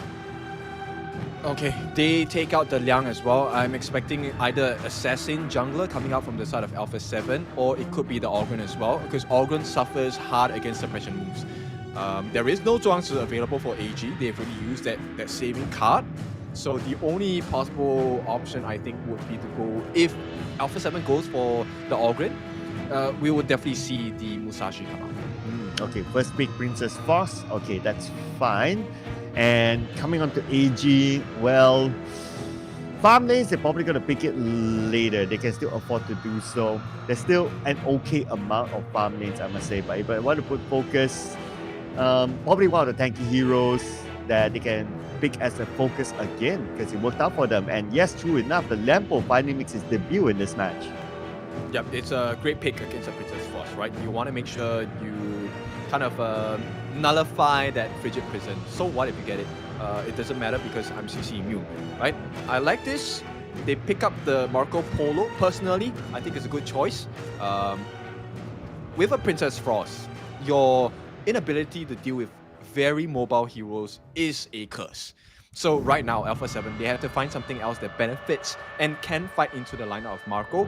And Marco suffers hard against people with CC or against people with huge bursts. So Yuhuan, I think is a very nice pick, and they will go for the Dolia. Okay, this could prime up to have a nice Lupu pick, but I would advise against it. I don't think he works well against Marco.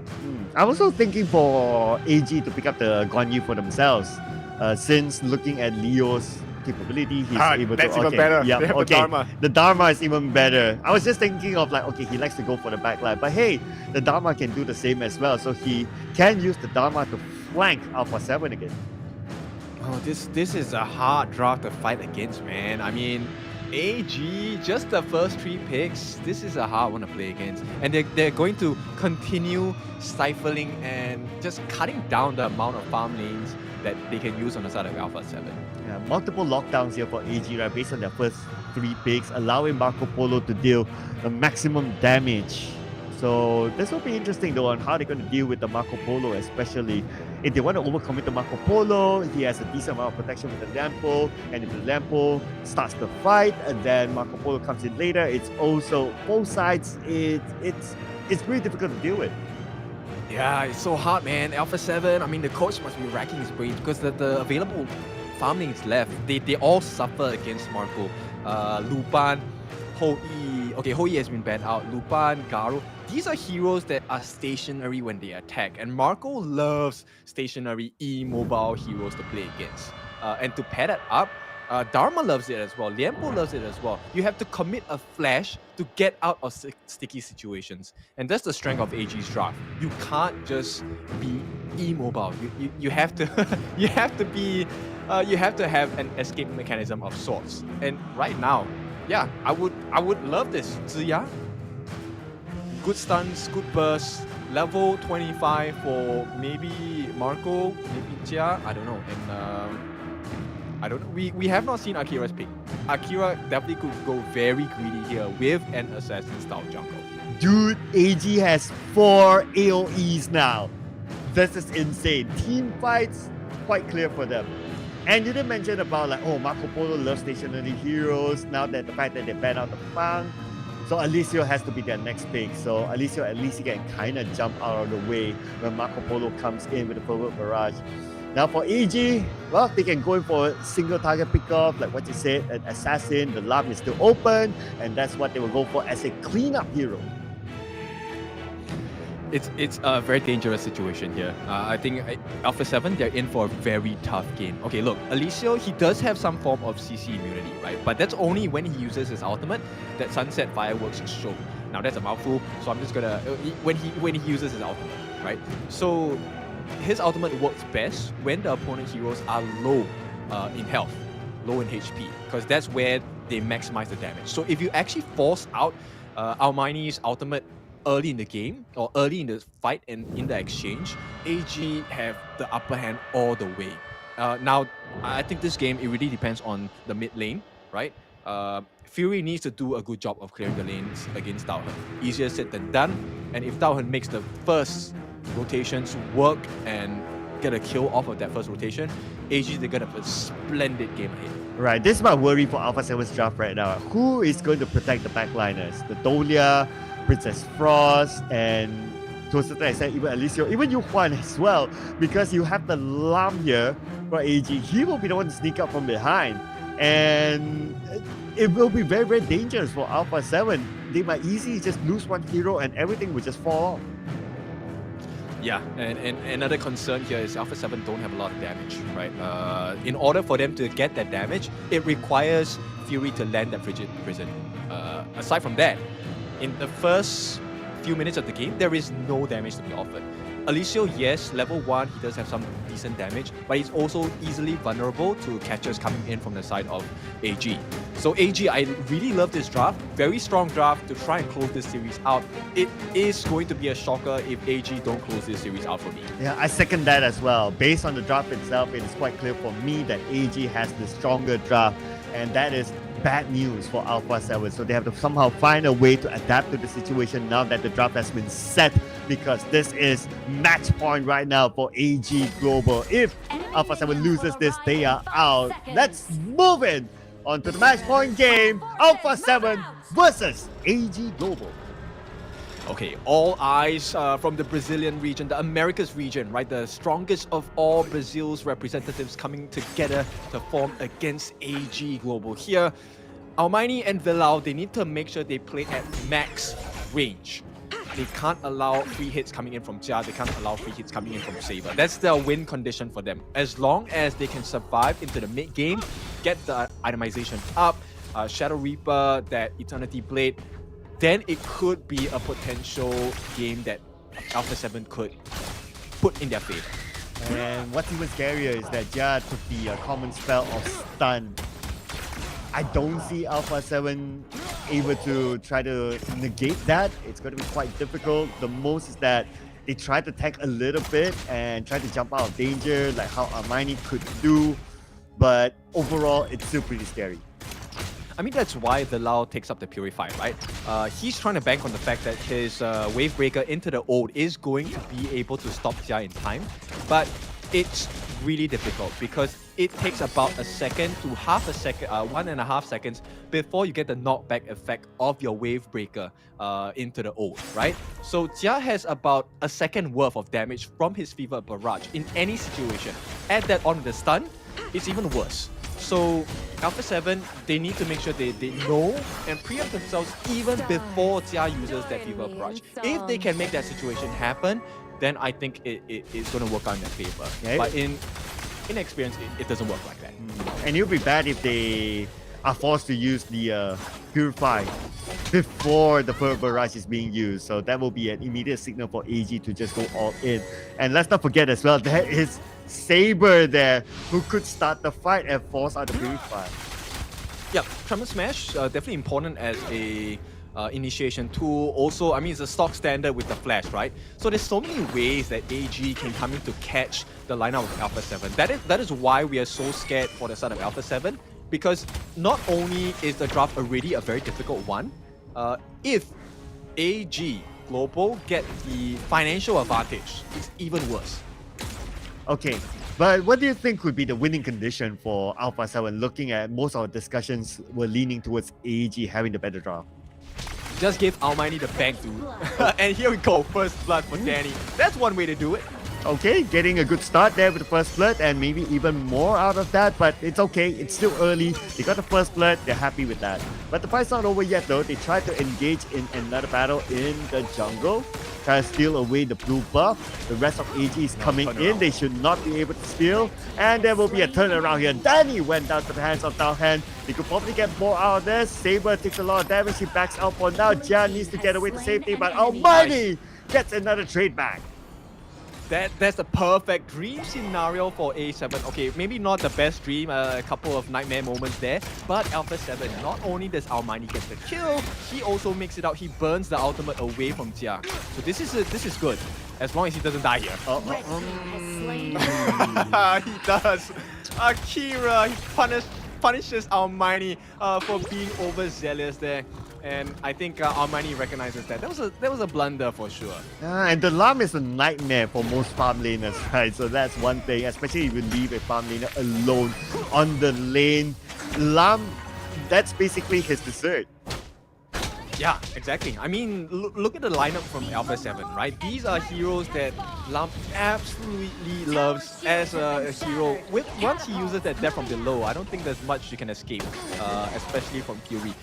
Fury on this Princess Frost, it requires you to know the exact range that he's going to end up at after he uses the death from below. At the same time, he has iframes to play around with, right? So he's really difficult to catch. Saber managed to steal away one jungle creep from the hands of Alpha 7, so that's a slight advantage there. But checking out the replay from the earlier fight here, there was an attempt by Alpha 7 to try to steal away the blue buff, which was commendable, but the rotation from AG Global was just on point that they managed to shoot up away. But still, Alpha 7, they tried to get something out of the fight. Yes, a couple of trades there, but still pretty neutral if you ask me. I mean, that's why you need to know when those common spells are up, right? Every time Leo has Flash available, he is a real threat. So Alpha 7 needs to recognize this. They need to make sure that they don't allow that situation to happen again, right? Once again, a reminder, this is the final game for them. If they lose, they're out. So Alpha 7, they need to play a little bit more cleaner here. And it's not helping the fact that AG, they did a lane swap. So right now, the top is wide open. T2 will be taken down. And we're about 5 minutes into the game. Another fight might happen here, but Leo, is that really the target that they want? Leo is tanking it up, but Leo will make the engagement instead. They pull back a little bit there, but look at the back there. Akira is trying to find an opening. He's trying to find the backline target, but not able to get it yet. But they managed to put the health down low enough. Danny gets a double kill in the process, and Alpha 7 won it. Yep, they wrestle back control. Okay, not the lead just yet, but they do even things out. Right now, there is the Crimson Golem buff onto Almighty as well, so he does have some decent damage. It was unexpected for me because Tauhan actually landed his Universal Law onto so many members on the side of Alpha 7. And I think, you know what, Danny recognizes the strength he's had, especially his range as well. So Tragic Beauty was the killing blow to kind of finish off the remaining members on the side of AG. Now AG, I think they need to figure out what else can they do here because they're losing a little bit of map control, which is not supposed to happen with this draft. And they might lose this blue buff though. Let's see if they're able to go in, but then again, it is Akira that we're talking about. Managed to push it out and to secure it for himself. Okay, wave clear much stronger this time from the side of AG, and they should keep this up. Jia does have that stun into Fever Barrage combination. So this is a very scary situation for Alpha 7. They need to make sure they know where the point of entry is available at for the start of AG. And now AG, they want to try to get absolute control again. They want to try to invade the jungle, but they're finding the right opening. In fact, they want to steal away the buff. Okay, the buff is up, but no opening. But instead, they found one target. They tried to jump it onto Danny, but Danny, like what you said, he knows his position. He knows his strength. He couldn't get anything much out of it. But instead, they tried to jump it onto the backline right now with Akira there. But Akira is pretty low. He has to back off. And instead, it's going to be Alpha 7 getting a kill out of Saber. Yeah, this disconnected. This is AG trying to fish for an opening, right? But they just can't find it, and rightly punished from the side of Alpha 7 as well. So this is a good recovery from the Americas region here. Lifeline given once again by AG, right? That was not a that was not a win for Alpha 7. That was a mistake by AG Global, and I think they need to try and figure out, right? How do we force them into a corner? That's where Leo wants them to be. So far, it hasn't been done just yet. Yeah, and Alpha 7, they're probably learning from their previous rounds that, okay, that's going to be their play style. They like to do certain things, especially going to find the backline or even going for the flank. So Alpha 7, they seem to be more prepared this time. Yeah, it's actually due to Niap, right? Niap on his Mayin has been very successful in catching Saber out. So stopping the best possible position from that Tremor Smash seems to be the working formula for the side of Alpha 7 to get that counter attack in as well. Okay, just keep your eye on the side though. We have two players from AG. We have Leo and Akira there. They're trying to take the Tyrant as quickly as possible before potentially engaging in the fight in the middle.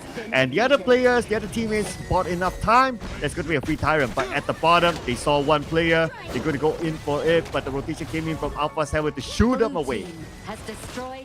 Yeah, they shouldn't lose the team fight here. I mean, the Tyrant buff is available on the side of AG. I think now would be the best time for them to try and regain a little bit more map control. I mean, the map is in favor of AG. They have taken 3 turrets in comparison to the 2 that Alpha 7 have gotten.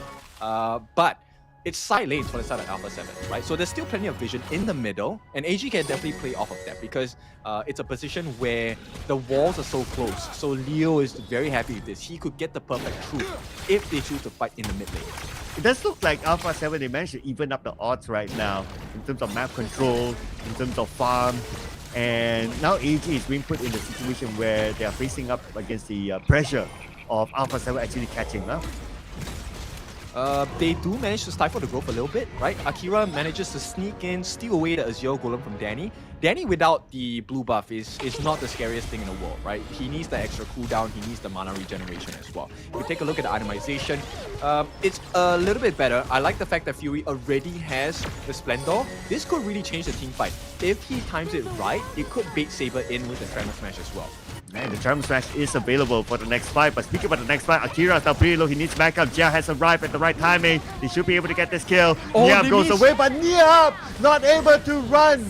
And now they have to continue on this fight. Akira secures that kill. And on the front line, we can see that they're trying to trade it back. But from the side, Dowhead comes in with the damage to take down Fury from the outer side of the jungle. They're going for Danny right now. Danny, where are you going to go? Where are you going to hide? You will fall to my hand. Yep, they actually missed out. Tia was so lucky there. They actually got the kill on the them. And I think the recovery coming in from Alpha 7 was just a tad bit shy late, right? So AG Global, they will take that any day. Now, Almighty, the only silver lining is that he was not part of that fight. He did not die. So he will do well for himself not to join this fight here. He needs to find farm elsewhere in the map. And I really love the positioning of Zia, right? Like putting out the universal law from the outer side and forcing out the movement from Alpha 7. And checking out the replay from the previous round, or from the previous fight here, just keep your eye on to Dowhand's position. Like from the outer side, he's just looking for the right moment, puts out the universal law, and they will force them to be funneled in to a corner. And that is the opportunity that AG Global wants. Yeah, and also very smart decision making from Akira, right? He knew he was dead, so he needs to provide value for the team and maybe delay the movement back into the base. So what he actually did was to dive back into Fury's hands, which allowed them to catch up on the side of AG and get the kills on the relevant members. Here we go, nice knockout. Oh, here comes the Tremor Smash. Managed to catch a couple of them. That's crucial crowd control for Saber. And with that, they managed to take out 4 from Alpha 7. This is starting to be a disaster for Alpha 7. It is an ace for AG Global. They could potentially end this game right now. Has destroyed a Yeah, tower. a shaky start, but it's not how you start, it's how you end. This is going to be Alpha 7 taken out. AG welcome as the potential first and second seed of their group. And we have to say thank you to Alpha 7 for competing in this season. Unfortunately, they will be eliminated. Not able to take home a single win from the group stage. Hopefully we get to see them again in future tournaments. Oh, for sure. And of course, shout out to them. They did improve by quite a lot. Decision making was much better, much more crisp in this series. They did push AG Global to the wall a couple of times there, so they must be proud of their achievements so far. Global Bandpick has definitely forced this team to level up, not just in the coaching department, but in the execution department as well. Yeah, and also their hero pool too. So this has definitely challenged a lot of teams, including Alpha 7, who had a lot of high hopes coming from the Americas region to perform well, but it was just unfortunate for them. And AG Global, with their debut game, coming in with a win, taking their bow to the fans, to the audiences at the venue. Yeah, now this is a monster draft. Let's put it out there first. This was an absolutely monstrous draft that AG Global gave to themselves to secure and close this series out. The cards were already dealt before the game even started. Yeah, we did talk about that, right? Like the draft-wise, it was like, okay, it was all towards AG. We tried to find a silver lining for Alpha 7's draft, but it was very, very difficult just because of how AG had that solid draft from the get-go. And for them to execute that kind of draft, or for them to even put in that kind of draft, the players must be able to play those kind of heroes. The pilot is so important.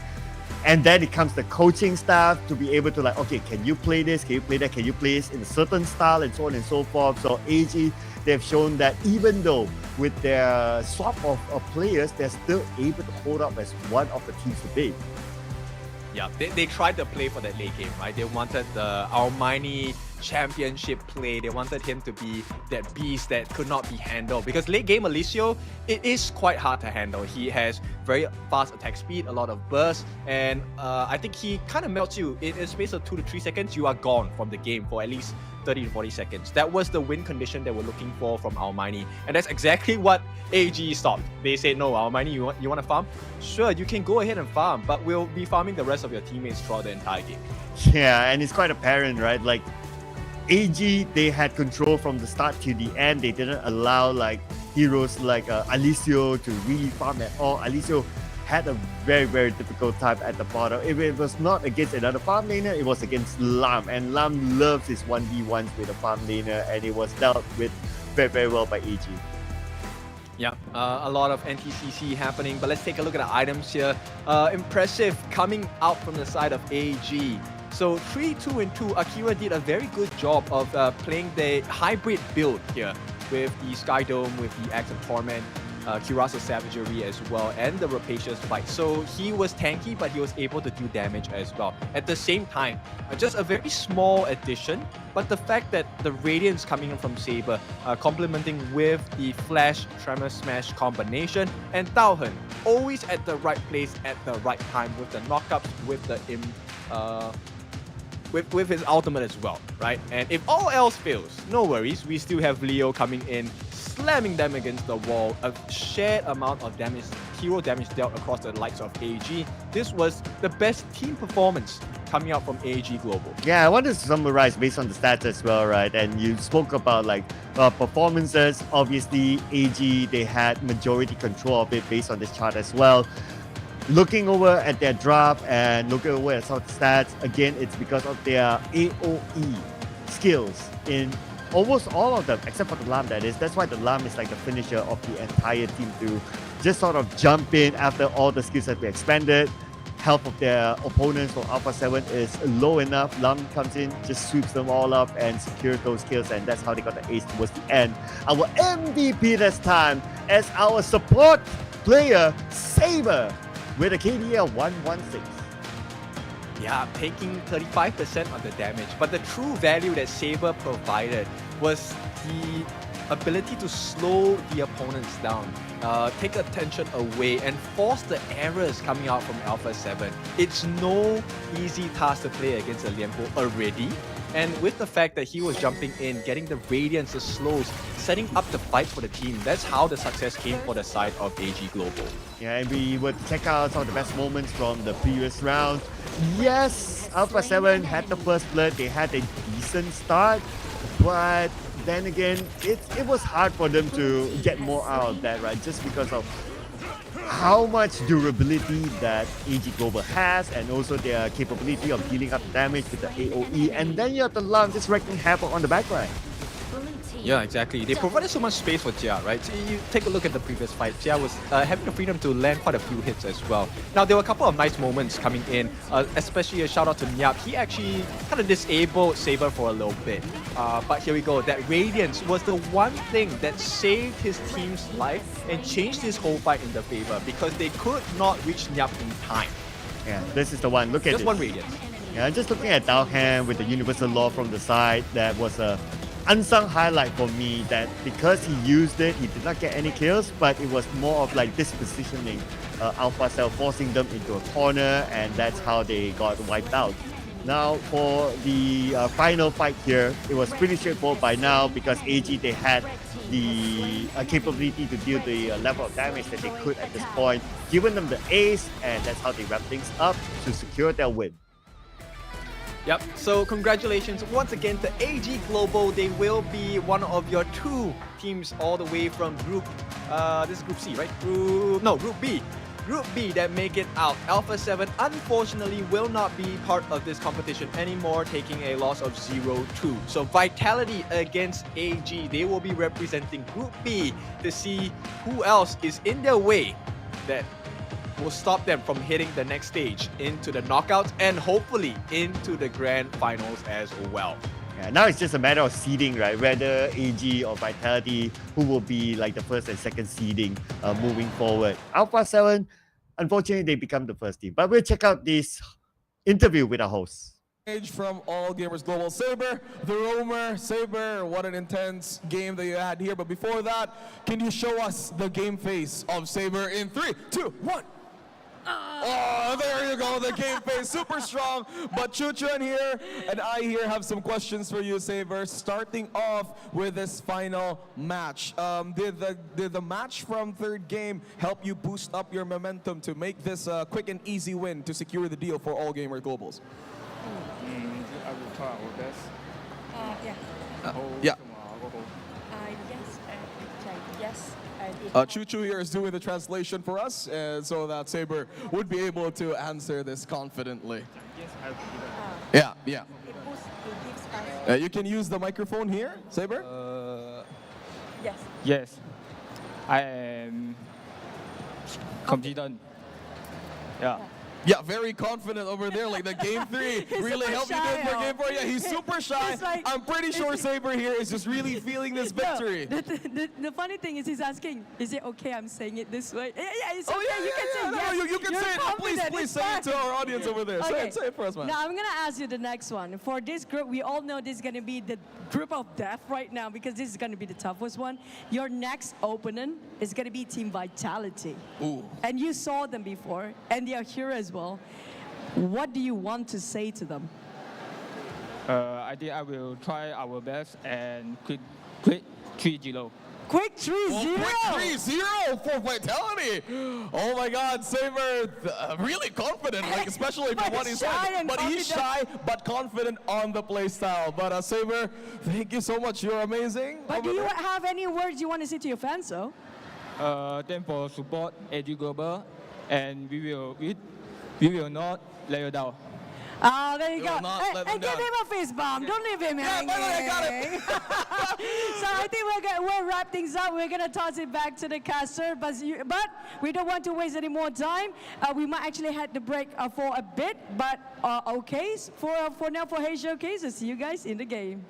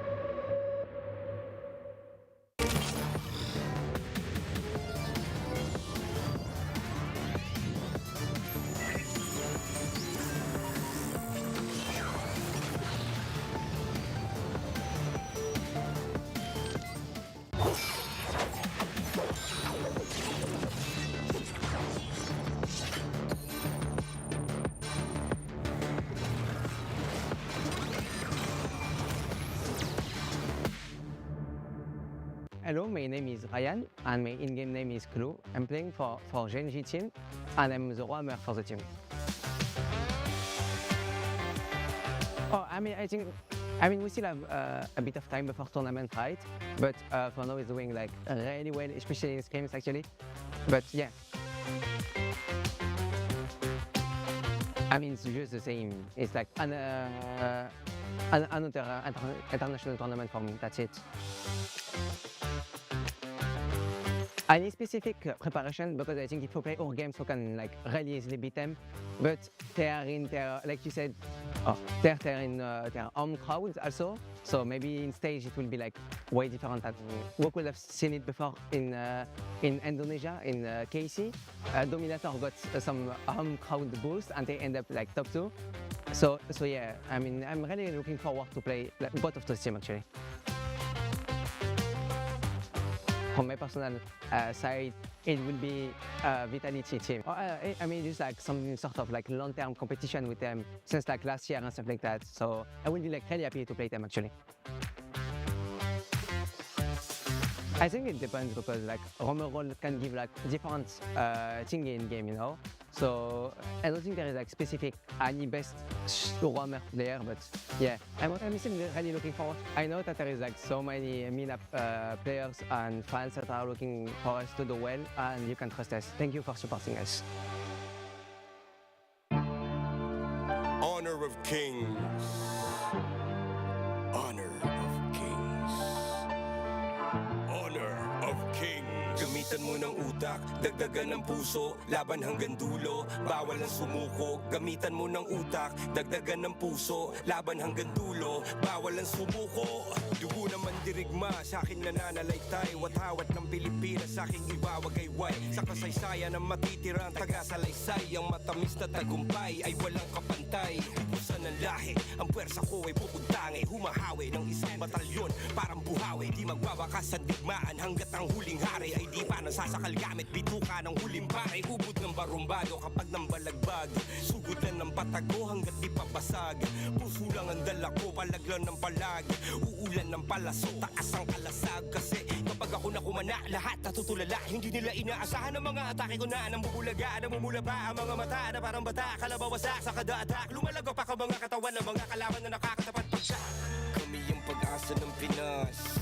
Kami yung pag-asa ng Pinas. Kami yung pag-asa ng Pinas. Tapang ay likas, lakad matigas para sa bigas. Kami yung pag-asa ng Pinas. Kami yung pag-asa ng Pinas. Kami yung pag-asa ng Pinas. Tapang ay likas, lakad matigas para sa bigas. Ikaw kaya matik iba yung galing. Kahit gano'ng veterano sa'kin mukhang noob pa rin. Kahit letra lang gamit kaya kang buntalin. Kahit pagsama-sama pa akin lang bobombahin. Yung asta boys in the hood, yung dating boys to men. Sobrang toxic na galawan, dapat dyan poisonin. Ako yung prince of landing, lahat pupuksain. One hit kill, lahat susubukin for the win. Paalam sa karera nyo, advanced condolence. Mga kulang sa intelligence, no offense. Walang duda na kami ang the best, oo get. Pahiya kayo sa amin in-game hanggang sa online trends, diba? Common sense. Kami yung pag-asa ng Pinas. Kami yung pag-asa ng Pinas. Kami yung pag-asa ng Pinas. Tapang ay likas, lakad matigas para sa bigas. Kami yung pag-asa ng Pinas. Kami yung pag-asa ng Pinas. Kami yung pag-asa ng Pinas. Tapang ay likas, lakad matigas para sa bigas. Cash G. Hindi ko na dapat gagawin to eh. Pero wala, binuhay niyo uli ang dragon man.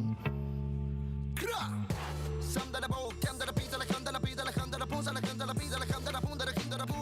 Sana to pira ta pi, sana to pira ta po, sana to pila ta kulo, sa pila ta kalita pira ta. Pero ang kompetisyon, bigyan mo ng kombinasyon, siguradong bumpanisyon, yun lang ang aking misyon. Malupito ng paboritong komedyante ng jowa mo. Ba't nag-aaway tong dalawa, di ba magtropa to? O ano kung mag-isa mong nagagawa? Pag nagsama ka mas malakas. Ibis maghilaan pababa, bakit di na lang tayo maghatakan ng pataas? Kasi tayo ang pag-asa ng Pinas. Tayo ang pag-asa ng Pinas. Tayo ang pag-asa ng Pinas. Tapang ay likas, lakad matigas para sa bigas. Tayo ang pag-asa ng Pinas. Tayo ang pag-asa ng Pinas. Tayo ang pag-asa ng Pinas. Tapang ay likas, lakad matigas, parang sa bigas. Honor of kings is what we fight for.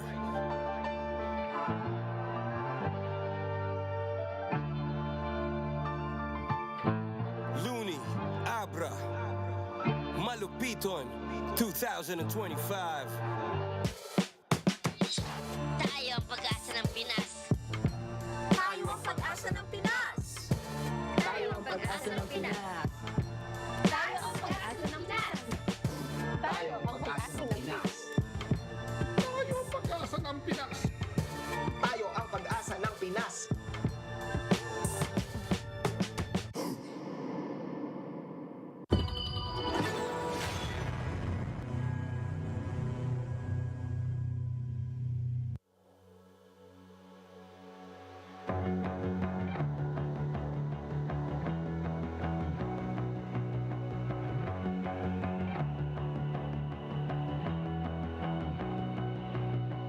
You've walked through the darkest nights.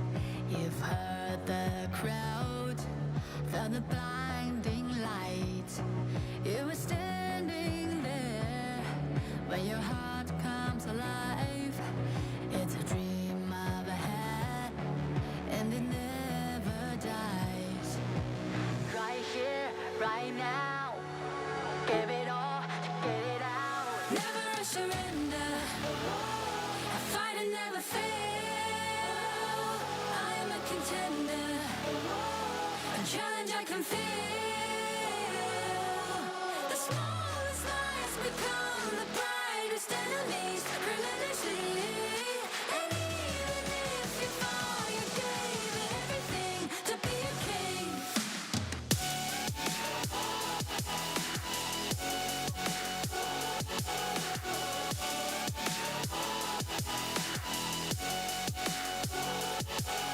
The smallest lies become the brightest enemies. Relentlessly. And even if you fall, you gave it everything to be a king. You carved your way with a sharp attack. You watched it all burn, and you never looked back. There will come a day when your fears will rise. You protect your crown, so it never dies. Never surrender. I fight and never fail. I am a contender. A challenge I can feel. The smallest lies become the brightest enemies. Relentlessly. And even if you fall, you gave it everything to be a king. On my way, on my way. Find my way, find my way. On my way, on my way. Dream my way, dream my way. Never a surrender. I fight and never fail. I'm a contender. And challenge I can feel. The smallest lies become the brightest enemies. Relentlessly. And even if you fall, you gave it everything to be a king.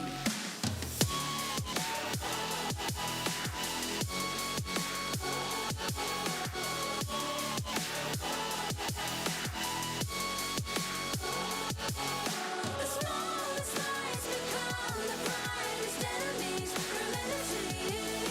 And even if you fall, you gave it everything to be a king.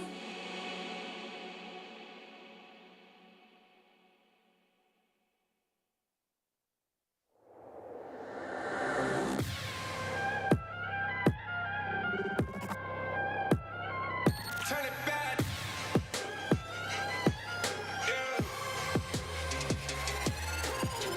Gear out the weapon, getting ready, counting down. Pay attention to the challenge, tell me where you from. Gotta be tough, gotta be strong, gotta be savage animal. Every time you tryna push me down. Look at me, put the line down when I run, you don't make a sign, I will catch you. Watch out, it's better feel, got no mercy.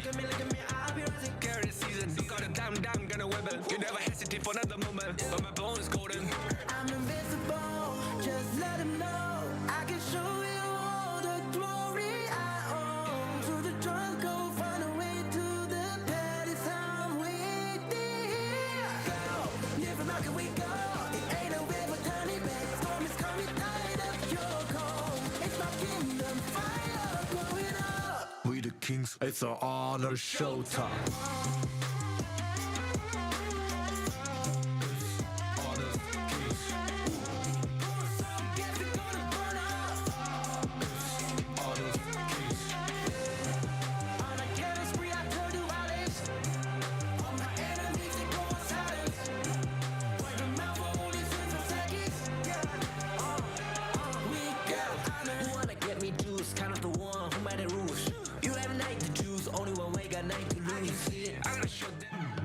In the earlier days, the Philippines and its towns were ruled by a mighty Datu, the monarchs, rulers of the Philippines archipelago. To become a Datu, one must have wisdom, exceptional leadership, and physical prowess to win battles and climb his honor. Nakarating na ako sa world stage, ngunit hindi pinalad makalaro ng kahit isang laro.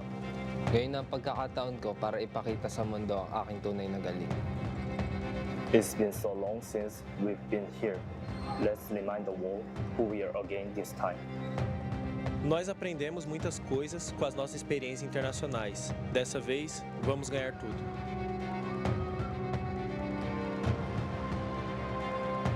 He watched from afar, and heir to his throne, he seek. Built and revitalized, we're coming for the crown. We'll show you the legacy of our organization. A lot considers us as the underdog. Dark horses are imminent. I have read the one that overload are the warriors about to be crowned as king. Kemenangan selalu ada di ujung jari. Kami gagal dan itu menyakitkan. Kami akan melakukan segalanya untuk menang. Kami tidak akan mengecewakan penggemar kami kali ini.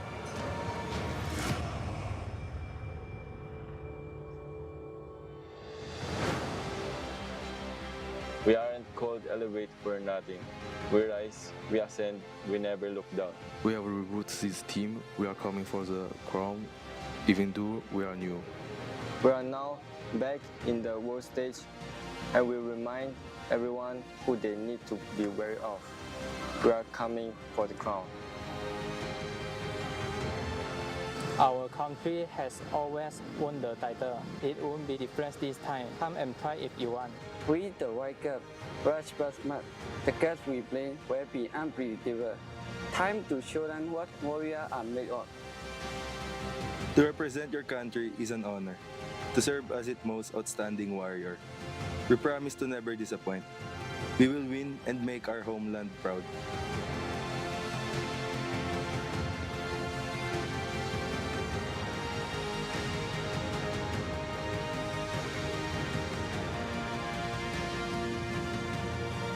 Who will be worthy of victory?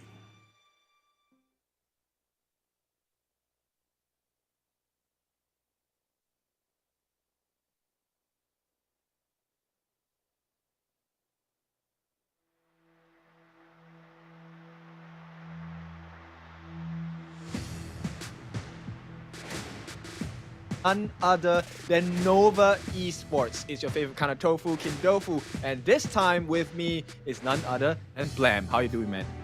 I'm doing fantastic. I mean, after watching that game between AG and Alpha 7, yeah, it was a bit of a disappointment there for Alpha 7 for getting knocked out of the competition. Obviously, going into this, we expected a little bit more from the top Americas team, but hey, when you've got such a dark horse like AG Global, it was a little bit expected, I feel, for some of us. Yep, and now it's about the expectations we have placed upon these two teams as well. KAGENDRA didn't have the best start to this competition in our Honor of Kings Invitational Season 3.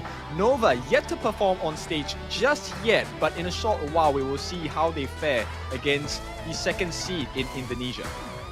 I mean, this is not just any kind of like normal team, right? This is one of the top 3 and only one of the top 3 in KC 2024 that made it through the Season 3 Invitational. Yep, and what's not normal is the Infinix GT20 Pro. This is one of the best phones out there. This is our official gaming phone of the competition, also our sponsor in this competition. So if you're looking for performance of the best, not just in the phone, but also by design, give it a check. This Infinix GT20 Pro is definitely something you do not want to miss out on. Yes, absolutely. I mean, it's been doing fine, right? And touch wood, there's been no technical issues with this phone as well. So it's even No! better on the side of production. Hey, I touched 3 times the wood. I've touched my table and my head. It's full of wood. It's all good. Okay, we will trust that the jinx has been broken there. But yes, this is going to be the debut game for Nova, right? So Nova, I want to highlight a couple of players as well. I think introduction to Muji as well as Waypit. If you haven't already seen them, Waypit easily recognizable. The guy who has been memed since Season 2 for sleeping right before games, taking a nap.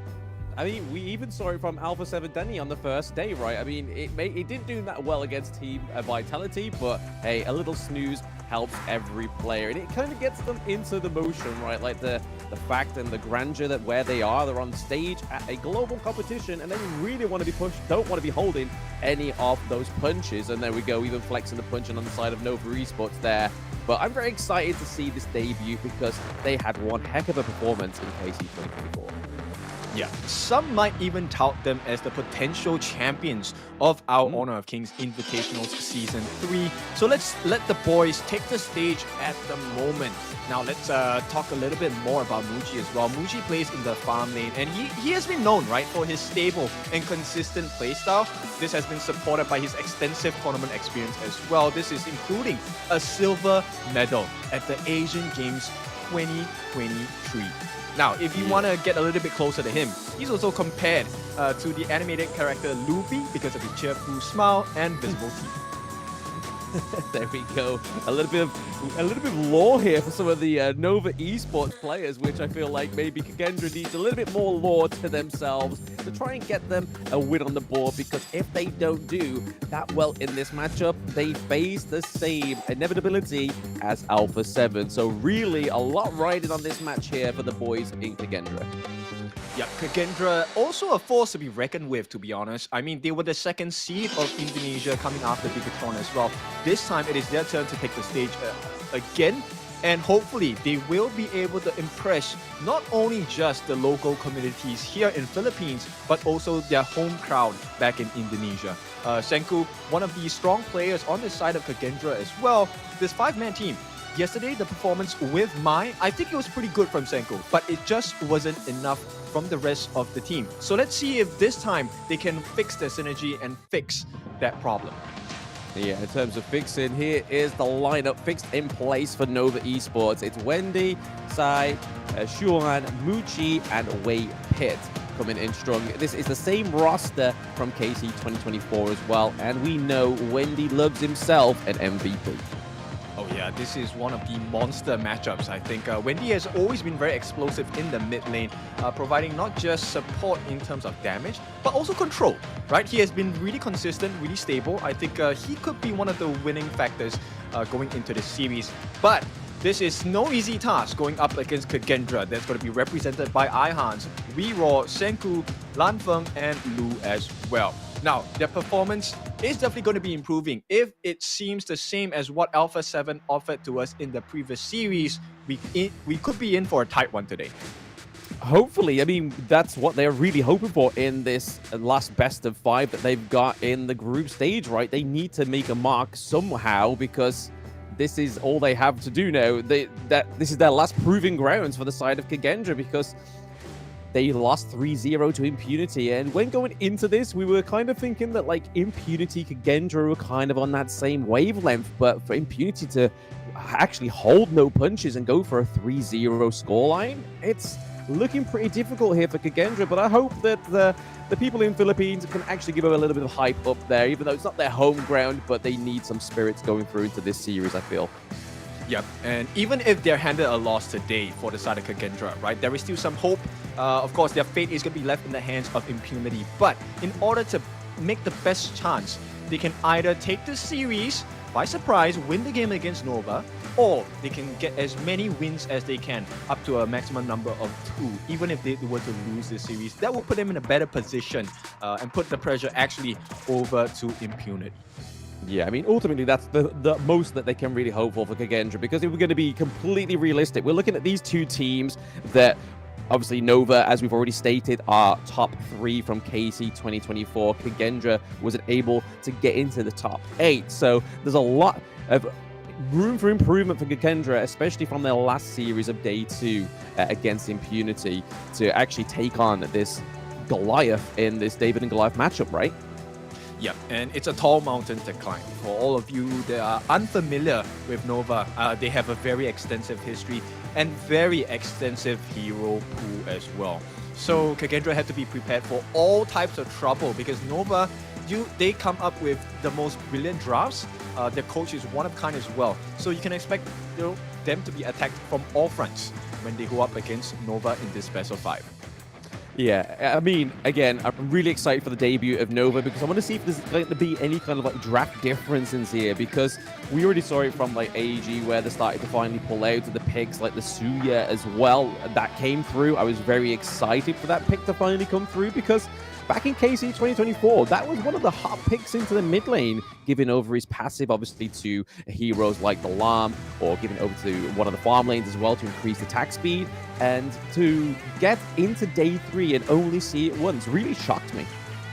Yeah, I mean, that was also because of the global ban pick format, right? You have exhausted certain resources. You kind of force your opponents into space where, hey, Ziya actually now not as dangerous of a pick and not as risky as when the hero pool is open. Now, if you are not familiar with the global ban pick formula, this is how the format goes. It was actually incorporated from KPL that has been doing this since 2018. It means you only get to pick that hero once for the entire series. Win or lose, you will not be able to use this hero again. Yeah, and I feel like as we get into day 3, we should really kind of start setting the expectations for the knockout stages, which there will be the ultimate battle condition imposed on the best of 7 series. And it's only applicable to the final game of the series, so if it goes 3-3, then it goes into a blind draft mode. So each of the coaches has a limited time to submit their hero lineup to the referee without knowing the other team's hero selection. So those are going to be some really exciting matches if we're able to get to the ultimate battle condition. Yep, but that will only appear on the best of 7 matches, so you prepare for that in the semi-finals and the grand finals, which are happening really soon because we are entering the 3rd day. Today's the 3rd day. Tomorrow is the last day of group stages. We will be heading into the knockout stages after this. Yeah, and I mean, there's a lot of grandeur in these next 2 days, right? Like, today, we see Alpha 7 get knocked out. We need to see KAGENDRA lift their spirits high and try and get as many wins on the board for against Nova. And then same for the 3rd matchup of the day. We've got Blacklist against Gen.G. If Gen.G don't go 3-0, they go home.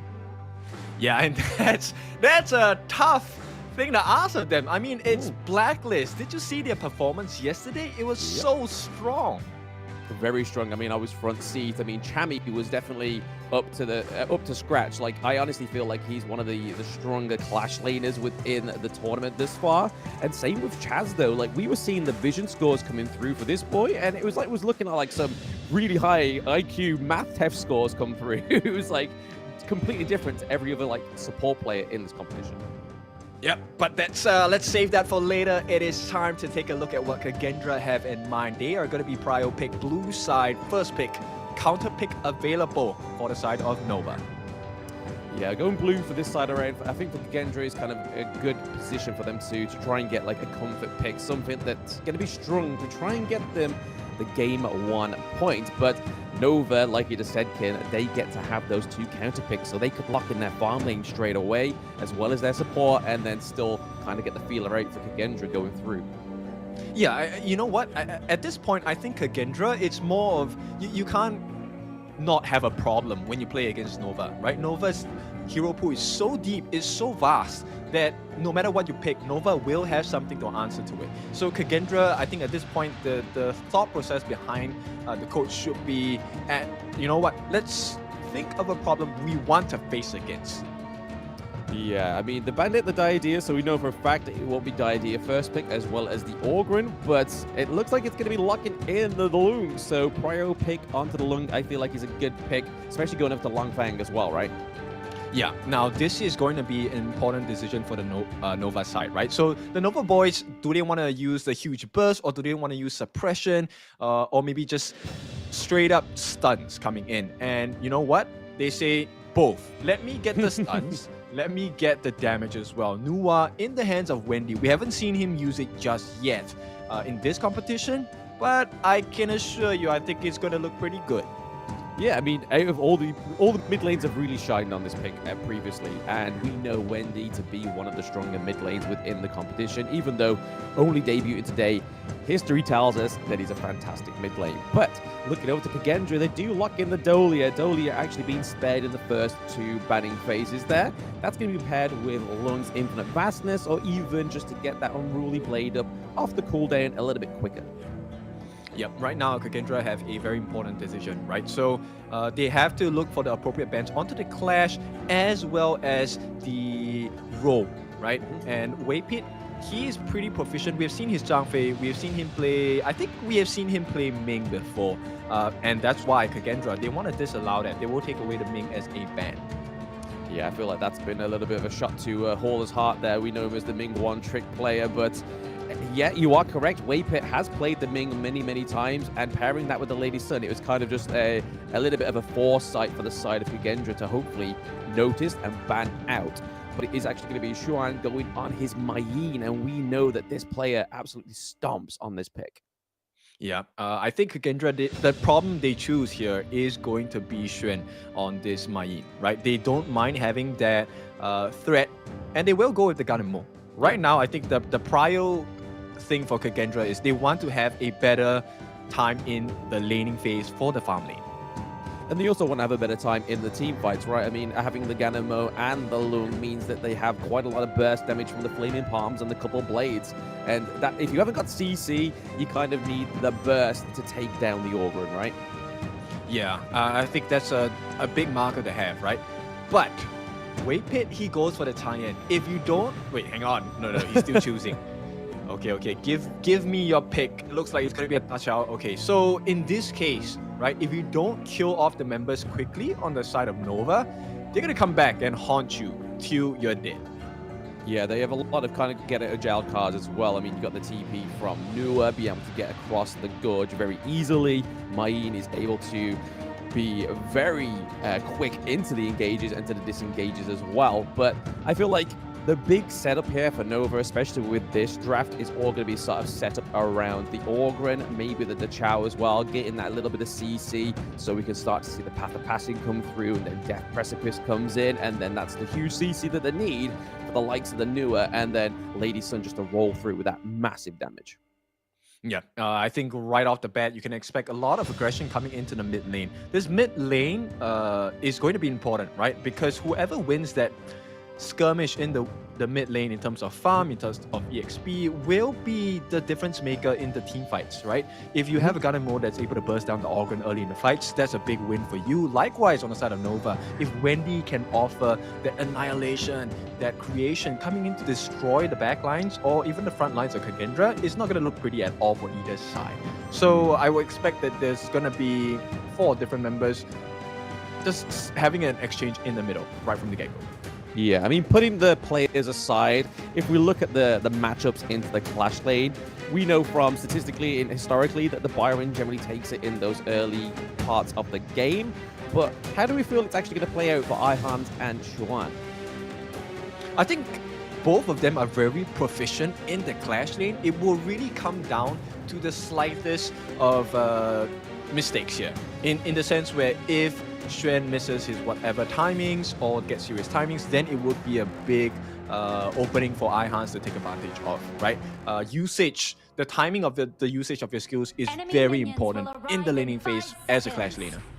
Oh, it's not Byron on the gorge. It's Itadori. It's the collaboration Jujutsu Kaisen skin, which I obviously whaled plenty of tokens into. Thank you very much, Honor of Kings. But less about the skins. We are now going into game 1 between KAGENDRA and Nova, and there's a lot at stake. Yep, and as we say it, it's going to be 4 members all huddled up, and it looks like Senku should be able to get that slight advantage, right? As long as he gets that River Sprite, I think it's a good advantage to have, at least for the start of this game. Yes, absolutely. I mean, Weipit was able to unfortunately be able to take those blows from Lu on the Dolia, but the wave breaker did come through, almost catching out Muchi there as well, but Nua coming in with the teleport is just there to aid that farm lane. Yep, Waypit's rotation makes a lot of value here, right? Now, the decision is Lanfang going to make the mistake of being overzealous in positioning and get caught out? Yeah, we kind of hope not, right? I mean, we don't want to see a sort of a lull into full sense of security here, but like, oh, we're actually doing pretty well in terms of damaging the side of Nova, and then all of a sudden they just kind of like roll in with the Lady Sun and then ultimate shell you to the face. It's not what we want to see for KAGENDRA right now. Yep, every stack of damage that comes out from Waypit with the Leaping Koi Tide or the Severing Surge actually affects this lane quite a lot. If Lanfang gets caught out, I mean, sure, Lu has a bunch of heals for him, but it's not going to be enough. Yeah, not enough. They need to kind of find elsewhere. Just the positioning needs to be well on the side of KAGENDRA, but right now we're seeing a little bit of toe-for-toe here between Weera and Sai in the mid lane. It's looking pretty low, though, for the side of Nova. Again, just giving over. It's either KAGENDRA are actually doing very well in terms of trading blows, or they're just trying to lull them in. I mean, it's a pillow fight, right? And the pillow is slowly being filled with cement, and it's gonna start to hurt. So at this point, I don't expect any kills just yet. The only place that I would expect a kill to come out of is either in the farm lane or in the mid. And so far, both teams have not made that very aggressive rotation to try and get a kill there, because it is a risk. You don't want to be in a position where you fail this early part and get demolished for the next 5 to 6 minutes. Yeah, speaking of demolish, I mean, cement-filled pillows would be a pretty big demolish, and I feel like I would decline my invitation to that pillow fight, Kindofu, unfortunately. But looking at the stats already on this one, it's pretty even in terms of the resources, so there's no clear indication that one team is farming better than the other. There seems to be a lot of presence into this mid lane, and already a big engage here. The Death Precipice used pretty early to keep Sai alive, but Weero is going down. First blood going over to Nova. Yep, this is a match of difference of inches here. Really, really tight, and that's the first blood going in for Nova. This is what they needed, and to amplify this, right? Muji needs to get a kill. Hang on, they're going for more. Yeah, I don't think they're going to progress on this, though. It was a great rotation from Wendy, just to put a bit of a pressure up into the Clash lane. But I think Ihan is safer now. Yep, he's going to be able to clear his wave, but he loses that space right on the top. And let's take a look at the replay here. I think there's just a little bit of miscommunication here. There was a very nice block, but as that Severing Surge came in, I think that was one of the main things that dealt a lot of damage to the side of Weero, and he just couldn't handle it. The infinite fastness has been procced there. We do see that Senko got taken down as we was looking back at that replay, so that is going to be a second kill going over to Nova.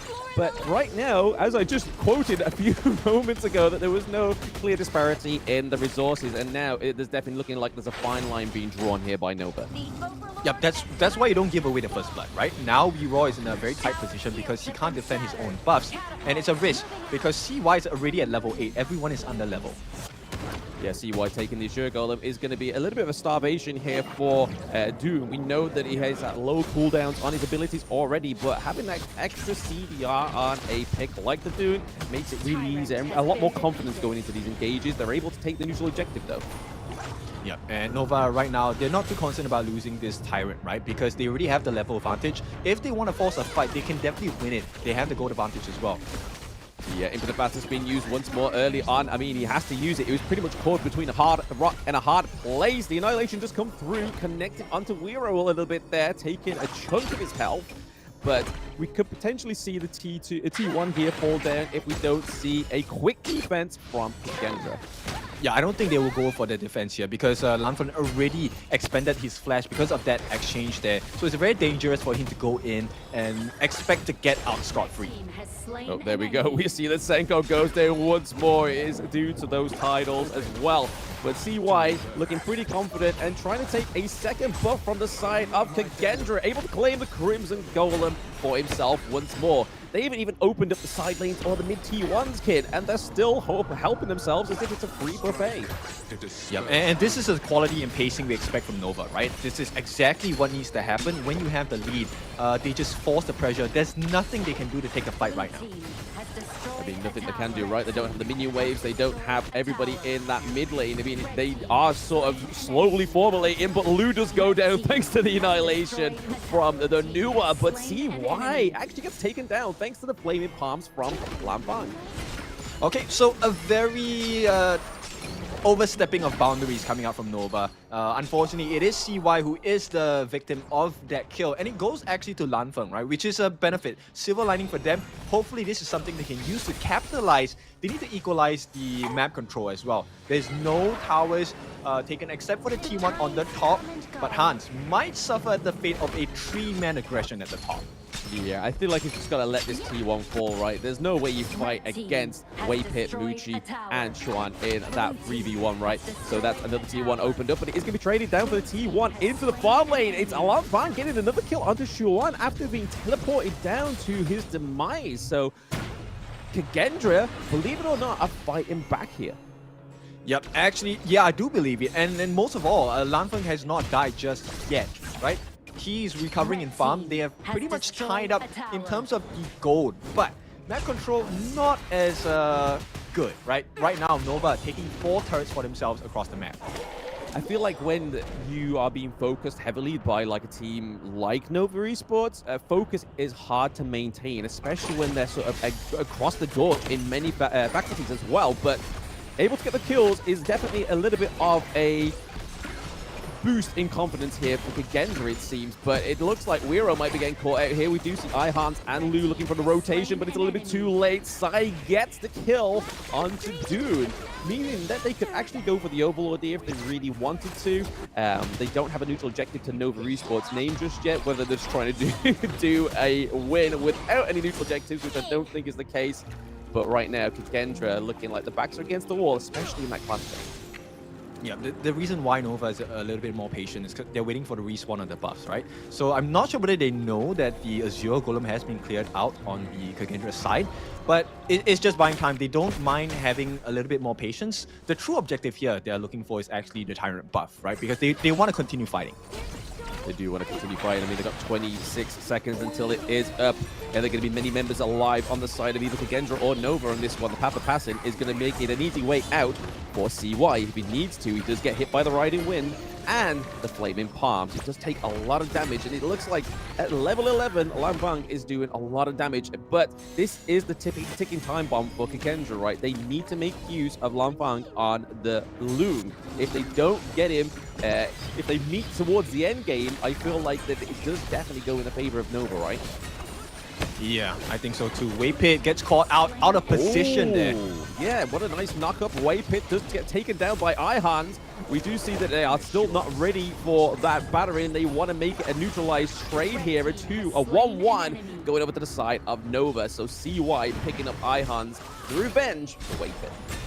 Yeah, they were looking for an opening on the side of KAGENDRA, and I think you can't fault them for trying to find that, right? And I mean, it's just unfortunate, but CY, timing of his sheer state, very well done to be able to get that kill, even with the extra shields coming out from that force field suppression. Now, with this being said, Nova, they are going to re-establish the control, once again, take away the buffs. This is exactly what Nova needs to do now.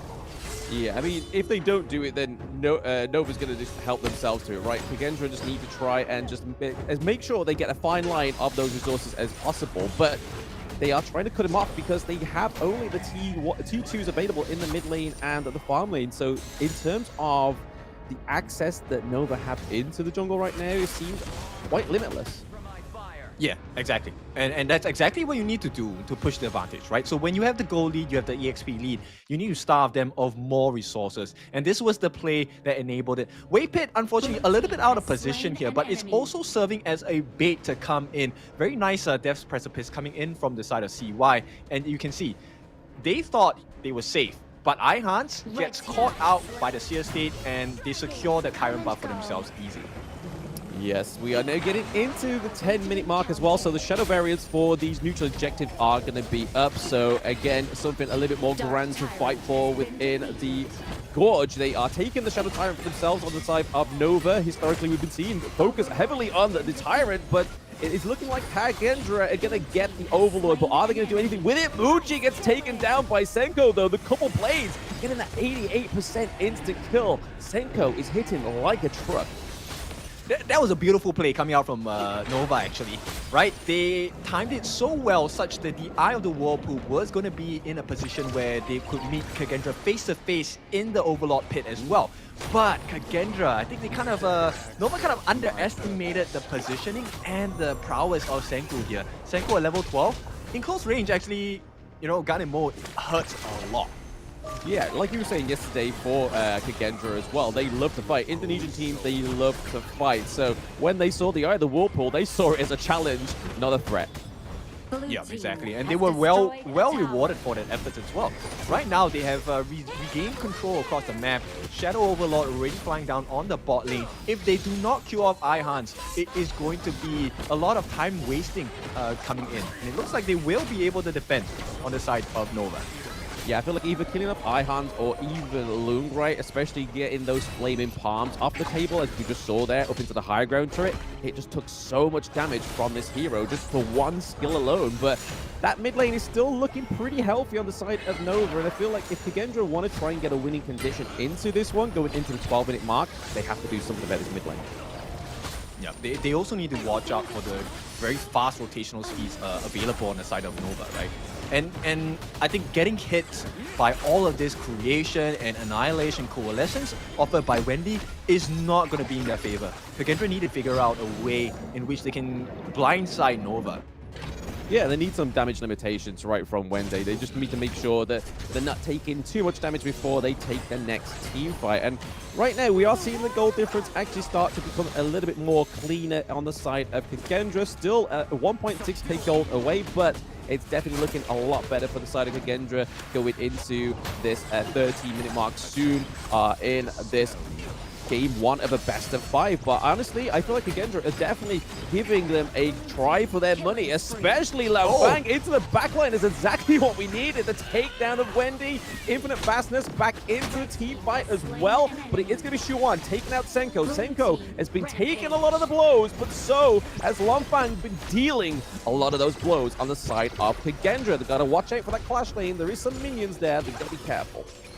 Oh, I mean, KAGENDRA, they're doing so well. They're exposing the one weakness on the side of Nova's lineup, which is that back line, right? The moment you have access to the back line, they don't mind CY jumping in as long as they don't die. And Lanfeng, very good positioning so far to abuse the fact that they have pretty much very squishy people in the backlines. Wendy, Muji, Waypit, all easily bursted down by the side of Lanfeng. Yeah, and I mean, once you've taken those guys out, then there's not a lot of damage on the side of Nova, right? Like, as soon as Nua and the Lady Sun goes down, but we're going to check a little bit of that quick replay because it was very quick how this all started. The Flaming Palms connected onto the Nua, then the Infinite Fastness just going in onto the backline to secure the kill onto the Maid as well. Just trying to run out of there the best as possible, just not quick enough for Shuan.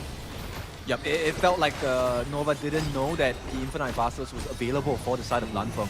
Because you know when he is aggressive, Luke always has a save mechanic, right? He's going to take to the sky. Oh yeah, absolutely. If you can transform into a dragon and be safe, you're definitely going to take that option. But I have to give it over to KAGENDRA. I feel like this is probably one of the better goalie performances we've seen in the Season 3 Invitational this far. Yeah, and Raw, even though it doesn't deal a lot of damage, the fact that he's able to use the Wind Slash to stop the entry from CY multiple times is actually having a very adverse effect on the lineup of Nova. Yeah, it's a great counter disengage, right? Like, they think that they've got the motion going for the side of Nova, but then KAGENDRA, Weiro more specifically gets it in, but it is going to be Ihans falling down here. This may be a little bit more of a tricky team fight. Waypit does go down, but it is going to be Senko taking another bullet for the side of KAGENDRA. We have minions in the mid lane. They've got to be careful on the side of KAGENDRA. They need to defend this T2, not allow any access into that base, because once they get to the high ground turrets and take down, it's going to be harder for the side of KAGENDRA to come back. Yep. Ideal situation here. Lanfeng gets the refresh on his dragon, takes to the skies once again, but there's a lot of pressure coming in. Can they get the kill? They do, right? Lanfeng is taken down and shut down by Wendy. Yeah, unfortunately there, a little bit of damage over time, was able to secure the kill onto Lung. I believe like that was probably his first death of the match. We haven't seen any statistics so far in this game, so it's hard to kind of say, but We do see the Starbreaker coming through on the side of KAGENDRA as well in terms of that anti-tank damage, but is it going to be enough? Is it a little bit too late in the game as we see that Nova are trying to take this mid high ground turret? Oh, they are unable to catch out Xuan. No punishment there. That was a very ballsy move coming in from Xuan, trying to garner the attention on the side of KAGENDRA. And now, because of all this pressure, once again, Nova access into the jungle for free.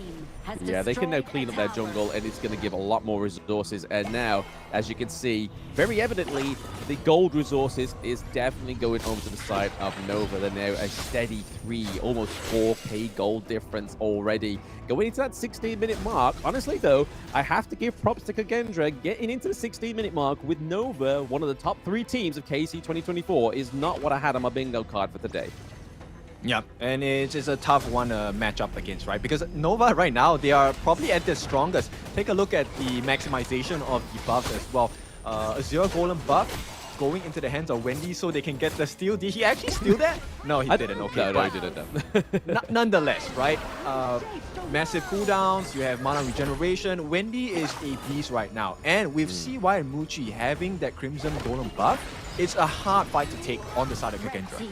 Yeah, we can kind of see the Armored Premonition coming through from the Orbran as well, so CY they caught a little Lampham. bit more tanky. Oh, yep, they did catch him. They used the Infinite Fastness. He's able to get out of there just for now, but Annihilation coming through. It does actually miss Langfan, but I think it hits Ihans there. No, but that get out of jail free card, gone. One more Infinite Fastness, there's no more escape mechanism for Lampham. Unless we see that Dolly gives it over to him, right? She just used it. Oh, just use it. Okay, then yeah, absolutely. There is a defining moment for the side of KAGENDRA. We do see nice jump. A little bit in the thick of it. It is going to be CY that gets taken down by Senko. Currently a 1-1 trade. Wendy is able to clean up Ihans just at the last minute there. But again, KAGENDRA now back on the fighting foot. Yeah, this is the best play I've seen from Ihans. Yes, he's dying a lot, but the fact that you trade Ihans for CY is a perfect situation. Now there isn't a huge tank, and Lampham does have the ability to just dive in. He still has access to his flash, right? Also infinite vastness, so pretty much he can burst almost anyone down from the lineup of Nova at this point. Yeah, I mean, other than the fact that he's able to take down CY, which is fantastic, I feel like if he just held out a little bit longer, especially for these neutral objective timers, I feel like that would have been a lot more beneficial for the side of KAGENDRA, because now the neutral objectives are going to spawn just as CY spawn, so they need to kind of run down this Overlord, which we can see right now that the focus is there for KAGENDRA pretty quickly. Yeah, I think it's a better decision that Nova is taking right now, right? They don't mind losing their Shadow Overlord because they have this fighting capability. They want the extra damage as well. So the Tyrant buff makes a lot of sense for them to take instead of trying to force out a very unconventional fight from Lampham's side, dealing with the Infinite Vastness and the refreshers coming in. Yeah, I mean, they've been focusing the Tyrant pretty much all game Nova, but it works out for them because picks like the Lady Sun, picks like the Nua is going to do so much more damage, but it is going to be Wendy that gets taken down, an insta-kill of 72% went over to the side of Lampham. Is this the aggression that they need? Senko putting in the work. The couple blades are landing and hitting differently onto the side of Nova Esports. This may be the bounce back that KAGENDRA needs. Yeah, I mean, if there's any way you want to start the series, you want to start it with a win. And KAGENDRA, they're trying to force their will onto the side of Nova. And Nova, so far, they're hanging on, but there is a true back and forth between these two teams. Oh yeah, beautifully displayed as well. Like, honestly, I wasn't expecting KAGENDRA to come in fist of blazing in this one, but they are definitely going past my expectations here, and they're doing very well. They're able to get into the high ground turret position and take 2 of them. So even before Nova touches one of their high ground turrets, KAGENDRA's like, I'll raise you 2. Okay, and this is going to be, I think, the first Tempest Dragon game that we have seen so far. Right, KAGENDRA now pushing the game up to 20 minutes, and they managed to survive against Nova. I mean, this is a little bit of luck for them, a little bit of the Irish charm, right? The Tempest Dragon couldn't have been on a better side of the gorge for the side of KAGENDRA, because that's the side where the lane is completely wiped for Nova. Yeah, exactly. And it's 2 lanes, it's not a singular lane. So right now, Weeraw has a very important job to make sure that he gives vision, Ihans as well, giving vision for the team. Right now, it's what decision do they want to make with this information. Did they try and get the green? Is the green in the eyes of KAGENDRA here, Kin? Are they looking for that Dragon Slayer steal? I don't think so. I actually think that Lamfeng's looking for a surprise kill here. He needs to find one of the members on the side of Nova. Ideally, the control, which is going to be Xuan. He goes in though. Oh yeah, I mean, it is looking like the Tempest Dragon is going to get reset there, so is the Infinite Vastness also. But we do see the Sage Sanctuary come through. Nice. It's been wiped off, so second lifeline here for Lamfeng is not going to go down just yet. So maybe not the outcome that Nova wanted. Yep, and this is a good situation for Nova. They have pretty decent control of the Tempest Dragon pit. Right now, they get the reset with the Sea of Fate as well. Ion's like he's been there, he's been circulating, he's been stalking the side of Nova, just looking for a way in. But he's got to be careful because Xuan is just behind him as well. He does flash in, he gets the knockup as well. Onto Muchi is going to be the Sage Sanctuary get worn off here. Is he going to wipe out Muchi as well? No, he battle rolls out. It's going to be a double kill going over to CY. The Infinite Fastness being used as a precautionary method to try and get into safety, but it is Lamfeng is taking damage from the Tempest. He's got to be careful. Into the backline though, they are able to take off the Sage's Sanctuary from CY. Looking a bit battered, but a 2-for-2 trade right now between KAGENDRA and Nova. Yep, Lamfeng doesn't have access to the Infinite Vastness. If they can kill off Xuan here, it's going to be big. The first life is down. First life down, it does mean that they're able to take out another member of Nova. Is this KAGENDRA looking to put a stamp on game one? Yeah, I mean, it looks like it. Lamfeng now has access to that Infinite Vastness again. He can play as aggressive as he wants to. There's not a lot of control. Xuan is down for the count as well. And CY, he's going to give it a try. He catches the vision. I don't think they have enough damage just yet. I'm on the edge of my seat. It's like, what is going to happen? Are they going to steal it? The Annihilation comes through. It is going to be Wiro getting the Tempest Dragon, and Lamfeng gets the kill onto CY. This is going to be huge for the side of KAGENDRA. They are 2 members down. Xuan back in 7 seconds. He's got to make a hell of a defensive play. Yep, CY is down. Their main tank down for 30 seconds. Let's see, in the space of 30 seconds, what damage can KAGENDRA do? They have to make something work with this. Oh yeah, they've got to put just 100% pressure onto the side of Nova Esports, and they're trying to do that. Xuan looks pretty low. They don't have any of the Vanguards just at the crystal just yet, but they are taking trades. CY is still down. Xuan goes down as well. Game 1 going over to KAGENDRA. Do you believe it? Absolute cinema. Yep, this is a big moment for KAGENDRA. Now, it starts to feel like they have a little bit of control on their fate as well. And that dream of winning against Nova, maybe not such a dream anymore. But hey, this is game number 1. Once again, congratulations to KAGENDRA. This is a result they have been looking forward to. But they need to finish the job. As for Nova, at this point, I think maybe it's just the nerves. Maybe they haven't fully gotten into the swing of things just yet. I mean, they've had, what, 2 days of having rest, right? 2 days of having to watch the competition and what their future opponents may look like. So maybe it's a little bit of fear. Maybe it is just those pre-show jitters because it's the first time being on stage. It is their debut game. And KAGENDRA, just like Alpha 7, took game 1 from their Malaysian brothers as well. Is this going to be the only win that they get? But that was a heck of a match to start that out with. Yep, exactly. To be able to push Nova to a Tempest Dragon game is already an achievement in itself, and to take the game itself is also another achievement, right? So I think full value to the coaches. I think it was a very good choice to pick up the Lung. They definitely made it work. Full returns. Everything worth the investment. Yeah, rate of interest for the side of KAGENDRA is definitely paying off there. So, well played to KAGENDRA. I feel like that is probably it's the second point on the board for the whole of the Indonesian region. And to get that as one of the top 3 teams out of KZ 2024, I think that's a huge feat for them. That's going to be a huge morale boost.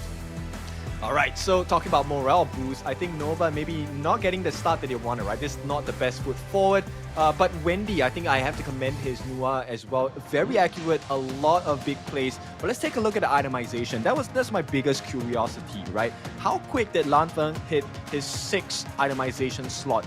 Full on damage, full greed. He did buy the Sage's Sanctuary. It was swapped out a couple of times. Axe of Torment, Eternity Blade, Master Sword, Siege Breaker, and the Daybreaker as well. I mean, that's why he was so painful. And adding on to the efficiency of that was Lu. Managed to get the good cooldown and gets the Howling Wind, allowing them to really catch Nova off guard. Yeah, I feel like between Lamfeng and Muchi, Lamfeng definitely had a much better game. Not only just in terms of gold, but obviously kills to deaths ratio as well. And seen. A 22-minute game for the side of Nova Esports is definitely something I didn't think I would see in day 3. But just looking at that though, Senko and Lamfang doing 150k damage each between them. Yeah, and moreover, I mean, it's also the addition of the wind slashers coming in from the jungler, right? Raw was doing so much work, even though it was a little bits of those short stops that he offered in the team fight. Raw did achieve so much for the team in the team fights as well. Yeah, absolutely. I mean, it was a bit of a battle of like Dolia against the Chow as well. Like, I was thinking that Waypit would actually give a lot more utility over to that one, but I feel like Lamfang definitely deserves the MVP in this one to go 30% of the damage dealt, 40% only taken, but to bait so much and take so much away from Nova, he definitely deserved this one. Yeah, putting efficiency on the board here. I think Lamfang, this is the kind of performance we were expecting out of him since day number 1. It did take him a little bit of time to get here, but he's here finally. Now, this was not a game that looked like it was in favor for KAGENDRA at the start, right? Giving away the first blood, CY was pretty fed in the first half of this match. Oh yeah, absolutely. We were seeing something of a different beast of Nova. Was like, oh man, this is going to be like not even going to get to like the Tempest Dragon at least, or even the Shadow objectives, it seems, because as it was getting to the 8-minute mark, they were already at the high ground for it into the clash lane. But no, KAGENDRA was like, just hold my beer. We're going to go 22 minutes. We're going to last another 14 minutes into this match and take the victory. At the 8-minute mark, we couldn't have guessed that. Yeah, and bear in mind, this was in a position where Wendy was very successful in finding a lot of annihilations onto Lanfeng, especially after he finished that dragon form in the Infinite Fastness as well. So it was a tremendous amount of stress, and still, KAGENDRA found a way to come back into this game. Yes, and it's exactly what they needed, right? Especially after taking a 3-0 defeat from Impunity. Having that one win on the board is definitely what they need to go through for the rest of this best of 5 to see if they can get through. But like you say, in the actual game itself, Senko was taking a lot of the deaths there as well as Ihan, but it was just setting up the greater picture, which is that Lamfang on the Loom, right? Yep, the Loom win condition definitely working out in favor, and with the fact of the synergy coming in from Lu to save him, not just providing the health and the shields with the wave breaker, right? The refreshed Celestial Melody. I think this has been one of the best performances on a Dolia we've seen so far.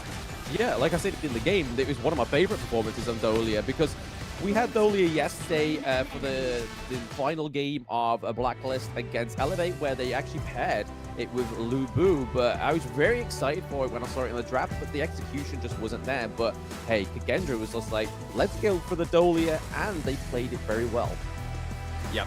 Now, let's not get too ahead of ourselves. Yes, it was a great game for KAGENDRA. That's a lot of Indonesian pride and Indonesian fighting style, which we all love to see. But that's just game number 1.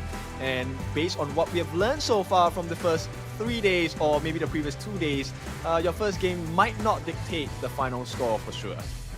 I mean, for the day 1 at least, the first game generally did kind of dictate it, but the day 2 was definitely the different kind of story. Like, we've seen a lot of game 1s or even game 2s being switched over to the sides of these teams, and then there was taken the victory. But yeah, there's still a while to go. This is not just a sprint, it's a country mile.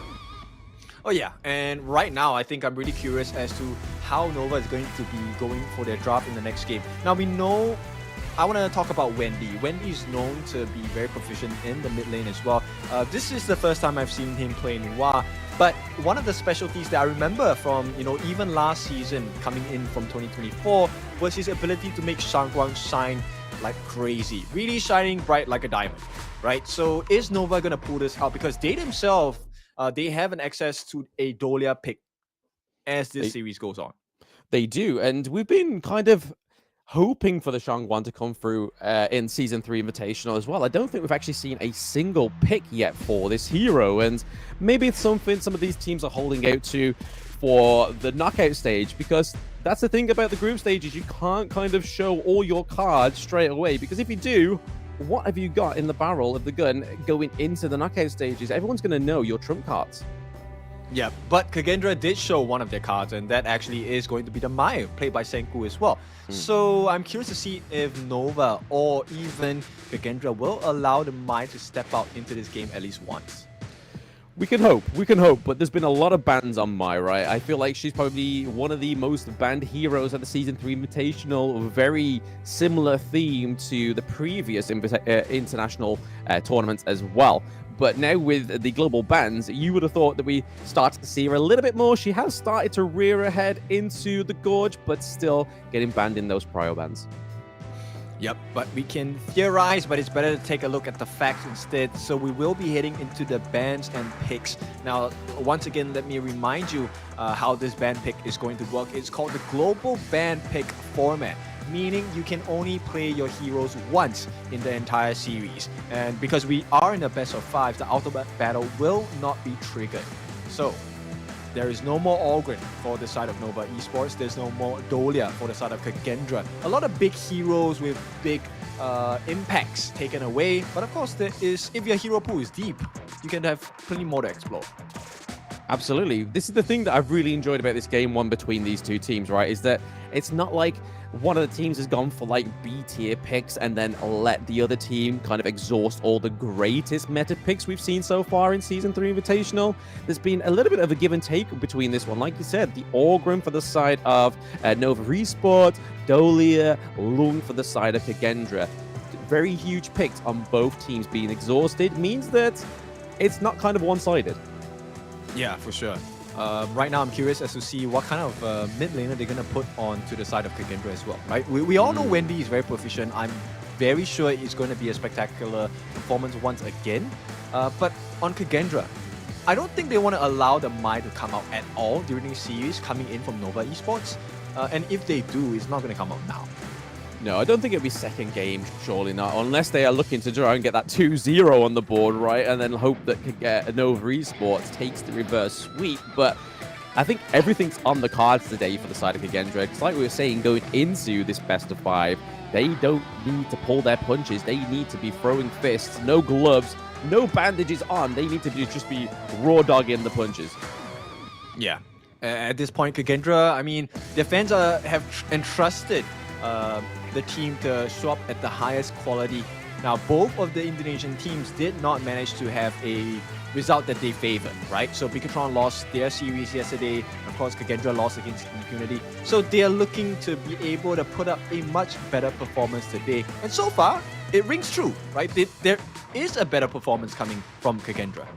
Oh, yeah, definitely. I mean, even if they just get this 1 point on the board, it's going to be still a good thing for those win differentials. If there's ever like a tiebreaker, right? A tiebreaker, yeah. Ever a actual thing that we'll see in terms of tiebreakers for this group. But I didn't think that they would actually take a 3-0 sweep against Impunity, though. Like, Impunity able to go 3-0 against KAGENDRA, but then KAGENDRA to come up against Nova and take a game from them. Like, what's changed between day 2 and day 3? I'm not sure. I think it really is coming down to the decision making. And I don't think Lanfeng was as confident that day when they were playing against Impunity. I felt like he was constantly being pressured and he didn't allow his true self to be shown. So maybe today, right, the cuffs are off. They know that, hey, it's do or die day. We can't lose this. Even if we lose, we have to make sure that we give a good fight to the side of Nova Esports.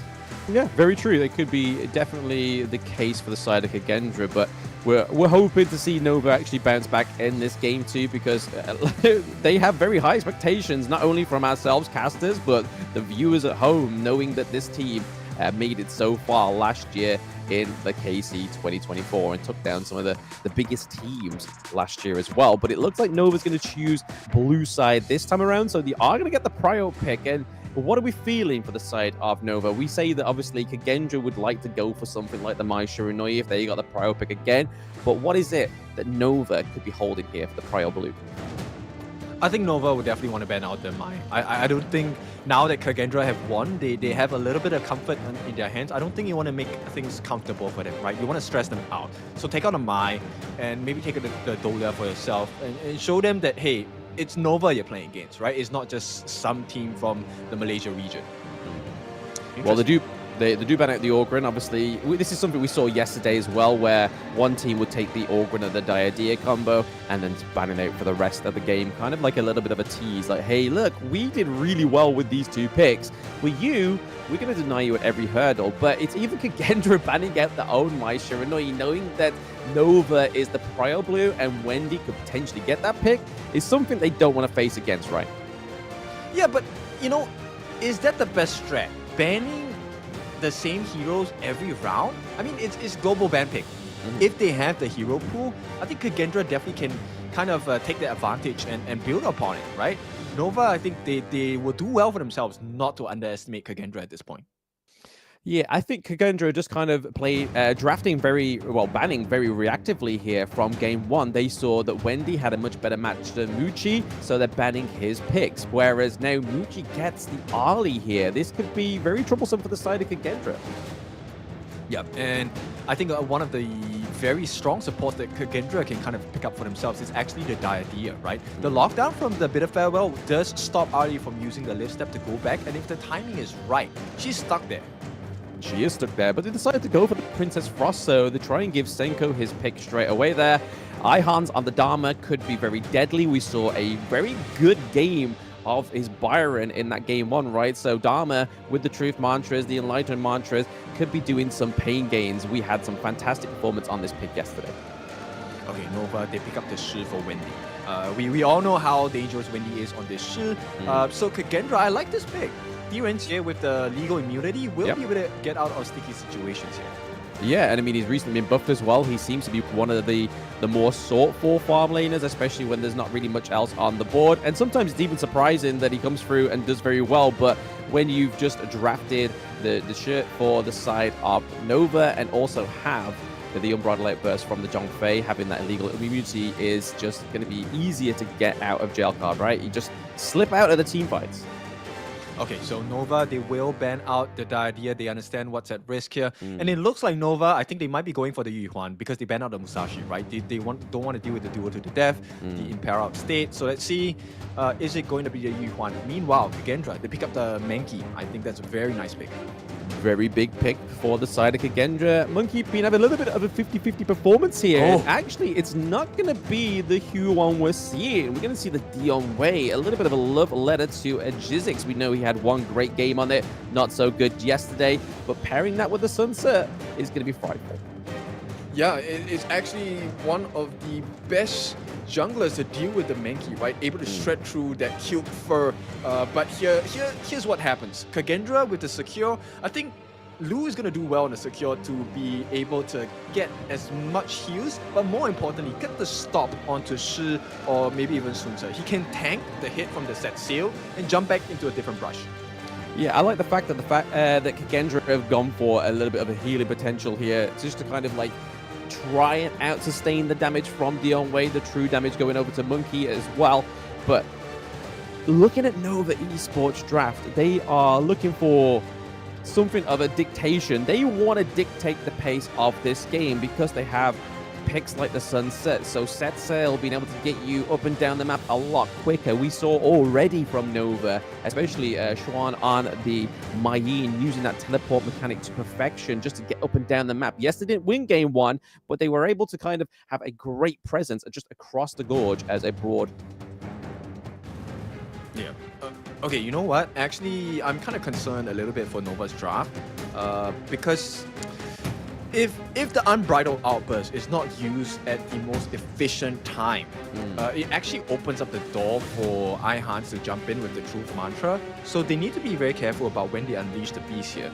And you know, a lot of the situations where the usage of the skills, Silky Beauty, Set Seal, those are also defensive measures on the side of Nova. So they can't be too trigger happy throwing out these skills. I think KAGENDRA might have the opportunity to expose a couple of weaknesses based on the timings. Yeah, they got to duck and weave, right? And thanks to Lu picking up the Sakir as well as Lamfang on the Gen.G, they've got kind of the room for error as well, because obviously the legal immunity, but then also you've got Sakir being able to kind of like dash and fly through the brushes as well. So I feel like they have it within their grasp and within their draft to actually formulate a victory over Nova in this game too. It just depends on the execution.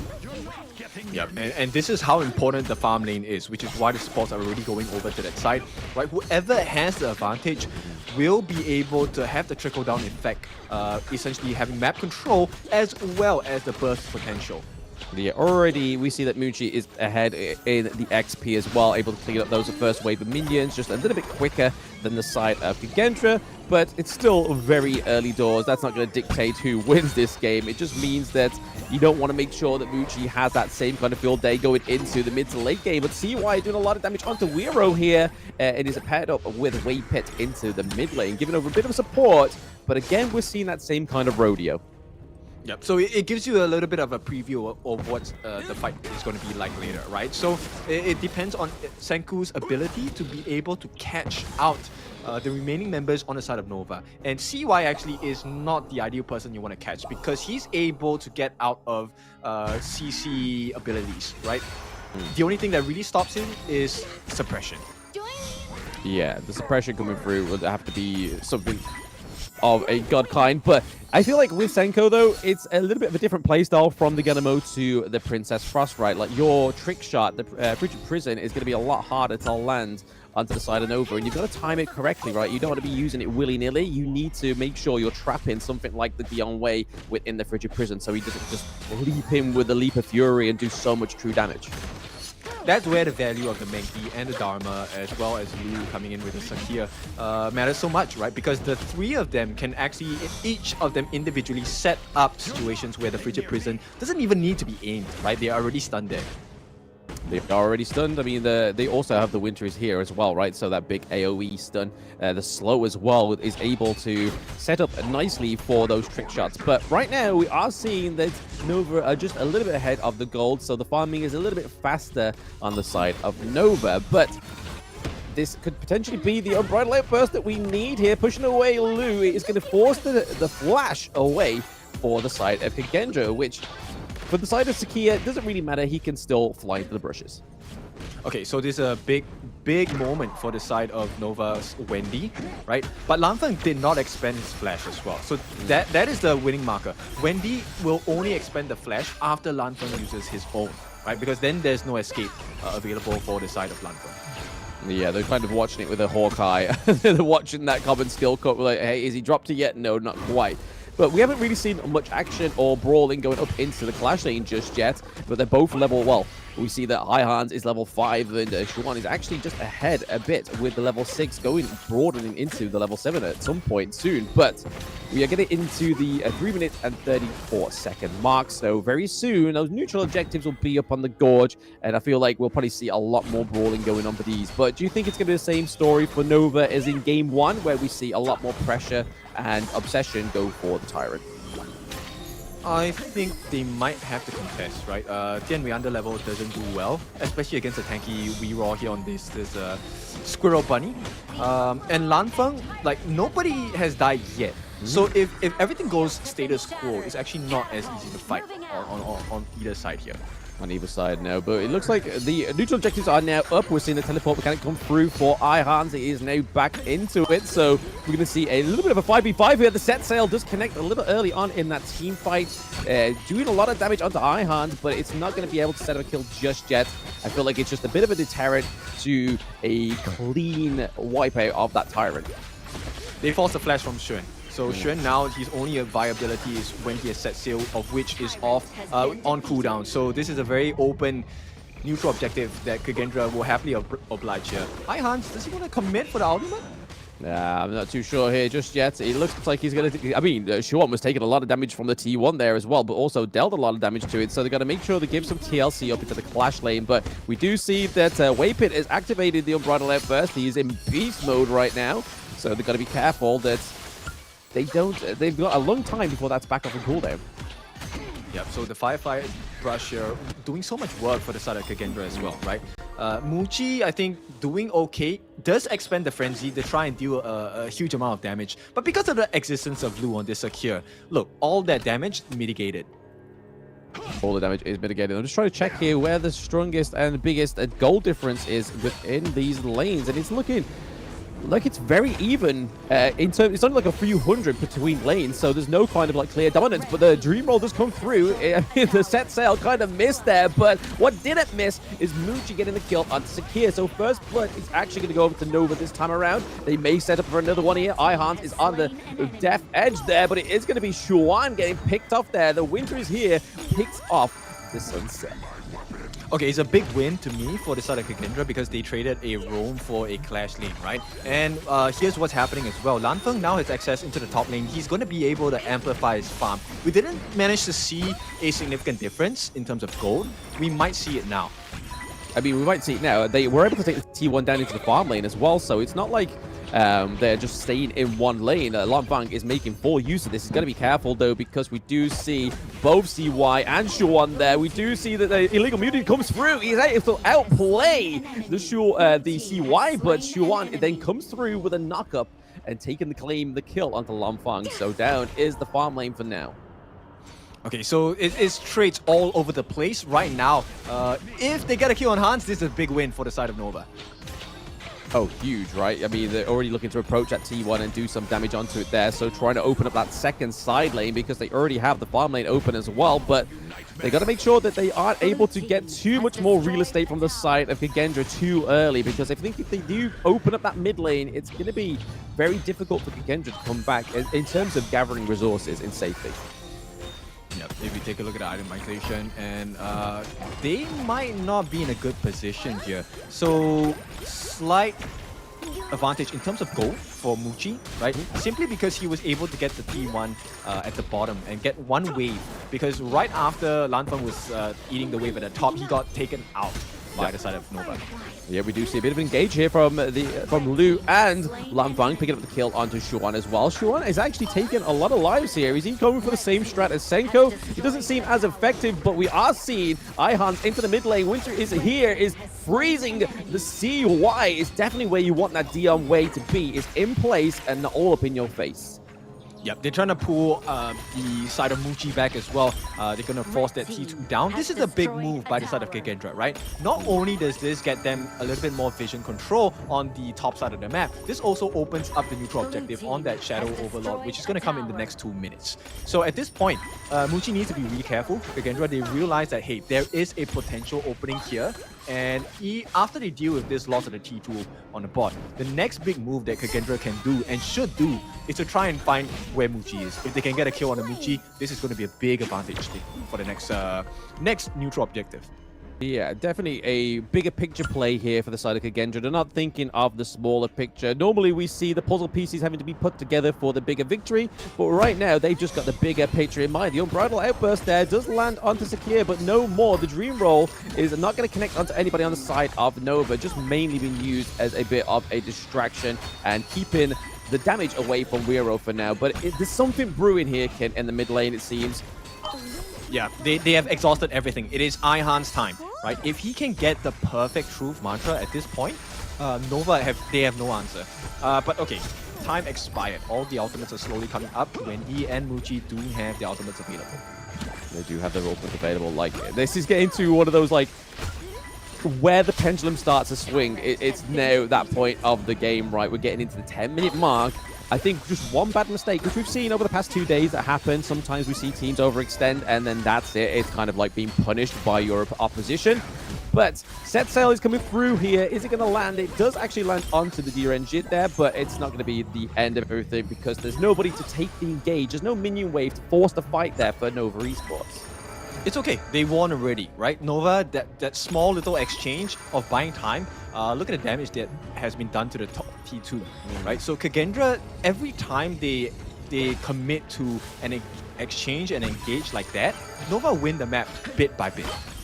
Yeah, I think that's the one thing they've got to make sure that KAGENDRA realize, right, is the fact that they're trying to kind of pull the rug from under their feet, just like a little bit at a time, just making sure they don't notice. But KAGENDRA's doing the same thing. They're getting those little wins here. The T1 down into the mid lane does fall, but the Unbridled Outburst is very effective this time, landing onto 2 of the side of KAGENDRA, meaning both the farm lane is down as well as the support. Ihans here in the brush is looking to use the Enlighten Mantra there. but it's just to kind of push away Muchi there. But right now, Muchi's trying to focus on the Shadow Tyrant, trying to get a bit more damage over to the side of his team. How did you feel that mid lane fight went? Is this kind of the beginning of the end here for KAGENDRA? Yes, definitely. It swung the doors right open into the heart of KAGENDRA, right? Right now, Nova, I think what they want to do is to get one more kill for sure at this point. We're all going to have to use his Dream Roam to get out. But more importantly, they're going to start splitting all of their members across the map and put pressure on all 3 lanes. And the moment this T1 in the mid falls, it's going to be a horrendous situation for KAGENDRA because that opens up the doors for them, for the side of Nova to start exploring, taking the Crimson Golem buff and stuff. And here, Lampang might die if he overstays his welcome. Yeah, because I mean, the one advantage they did have was that Clash lane, right, having that wide open and just waiting for the Shadow Overlord to come into place. But now, the fact that they took the L in the mid lane, but it's going to be a little bit harder here. They're able to hold on to the T1 into the mid lane for now, but it looks like it's definitely brewing around the Overlord pit.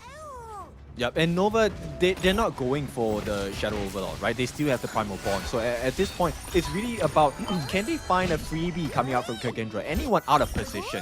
And Lampang, it's a risk. If he gets caught out now, there's no fight to be had, and that's exactly what's happening. Yep, the Unbridled Outburst does come through. Leap of Fury as well, not managing to actually wipe out Lampang. He's being used a bit of a bait, but it is going to be Zhongfei that is able to dive back on and take out the marksman on the side of KAGENDRA, which is a lot of damage already gone for KAGENDRA for now. They're really relying on Ihans to make big plays, but CY is taken down. If they can try and just make this a bit of a neutralized play here, maybe they could go for the Overlord. But it's looking like Wiro is trying to commit a little bit more. Into the backline is Muchi. He does overstep. It is Lu picking up the kill, but the set sail does land, and Xuan is hitting like a truck, but the knockup from Sakir, as well as a CC from Dharma, denies any kills for Nova in the mid lane. That's why I love this Princess Frog pick, right? It's all about the counter initiation. You know, there is a set standard. The moment that ship comes through, Xuan is always going to be at the same place at the same time. All you need to do is to get the Frigid Prison down. So the countermeasure was very smart from the side of KAGENDRA. I like this pick. Take a moment to look at what happened here. Yes, legal immunity, but Muji was actually allowed that entry point. He was able to look for Lampang specifically, get out scot-free, didn't even tank a tower hit throughout the entire process here. And I think it's the exact same greed that Muji had, which allowed him to be taken out. Yeah, unfortunately, it was just like, hey, I need to get these kills. I need to make sure I can take him off the cards, and then we can maybe, if we get a bit more wins on the board, a little bit more kills, we can then go forward and conquer. But the Overlord does go over to the side of KAGENDRA for now, so they need to make sure they make some waves with this. Yeah, KAGENDRA, this is the best position that you can have against a team like Nova, right? I think Nova maybe is still struggling to kind of keep up of the fighting style of KAGENDRA. And this is, I'll be honest, a pleasant surprise for me. I love KAGENDRA, and if they can really take a 2-0 lead against, hang on. Oh yes, there's a big setup here. The set sail does land onto Lamping, and his Ihans that get taken out as well, so there is no sort of secondary front line there for the side of KAGENDRA. It's all reliant on Wiro right now. We do see a 1-1 trade though. Is CY being taken down, so plenty of times the jungler has been wiped out. But it is making sure that Nova is getting pushed away from this team fight because their Clash lane is looking like it's been threatened by the Vanguards. Yep, this is where the Firefly Brush is going to be of absolute importance for the side of KAGENDRA, right? How fast can they heal up so they can put additional pressure onto the 3 lanes across on Nova's side? And looks like, okay, that's going to be really quick because Muchi is still alive. So they'll start working on to this Shadow Tyrant on the side of KAGENDRA. Yeah, Muji's still alive, and he's built the Daybreaker as well, right? So he's going to start doing a lot more damage, and we're kind of starting to see that now, especially with that last fight in terms of the mid lane, where he's able to go straight to the back line very greedily, but take out Lampang. He's going to be able to do that a lot quicker unless we see some of the defensive items, which we normally see on a Gen.G. Okay, so right now Wei Pit has managed to brush his rage here. Oh, they know that. Oh no, that was a cut-down moment for the side of KAGENDRA. Both the set sail and the Unbridled Outburst. That was the double whammy you did not want going into the 15-minute mark. I mean, this is the dream scenario for Waypit, right? The moment you get your Unbridled Outburst charge, you get to use it, and you get a kill, and now the map is once again open up for Nova. So KAGENDRA making a couple of very small mistakes there. I think they didn't know that Nova knew that they were there, or at least Nova were taking a very calculated guess that, hey, the important members on the side of KAGENDRA, especially the tanky boy, Reroll, is ready for the take. I mean, sometimes a shot in the dark is what you need in this fight, right? Especially when it's not quite going in your favor. But the she there, Wendy, just pulling in Senko, who's like, buddy, you're not in control of your own body. We're taking you down right now. Down goes the high ground turret for the side of KAGENDRA. So now the base is opened up, and this is definitely where KAGENDRA don't want to be in this game too, because it gets only harder and harder as you start to lose those high ground turrets, and the enemy team gets those enhanced minions. Yeah, it's a feels bad day, right? They did all the work, but the base is open, and again they get caught. Yep, they do get caught. The Unbridled Outburst is actually focused onto Li Bang, but he's able to get out of there thanks to the legal immunity. But it is going to be High Hands falling once more. We saw it in Game 1 where he was being used as the scapegoat, but right now, I feel like the Dharma is detriment to this team fight going into the late game. Yeah, it's not the ideal situation for the side of KAGENDRA, but Nova, this is exactly what they want, right? Freebies here, this is going to be the Shadow Overlord, and you can be rest assured, this Shadow Overlord definitely will result in one of the two lanes being taken down.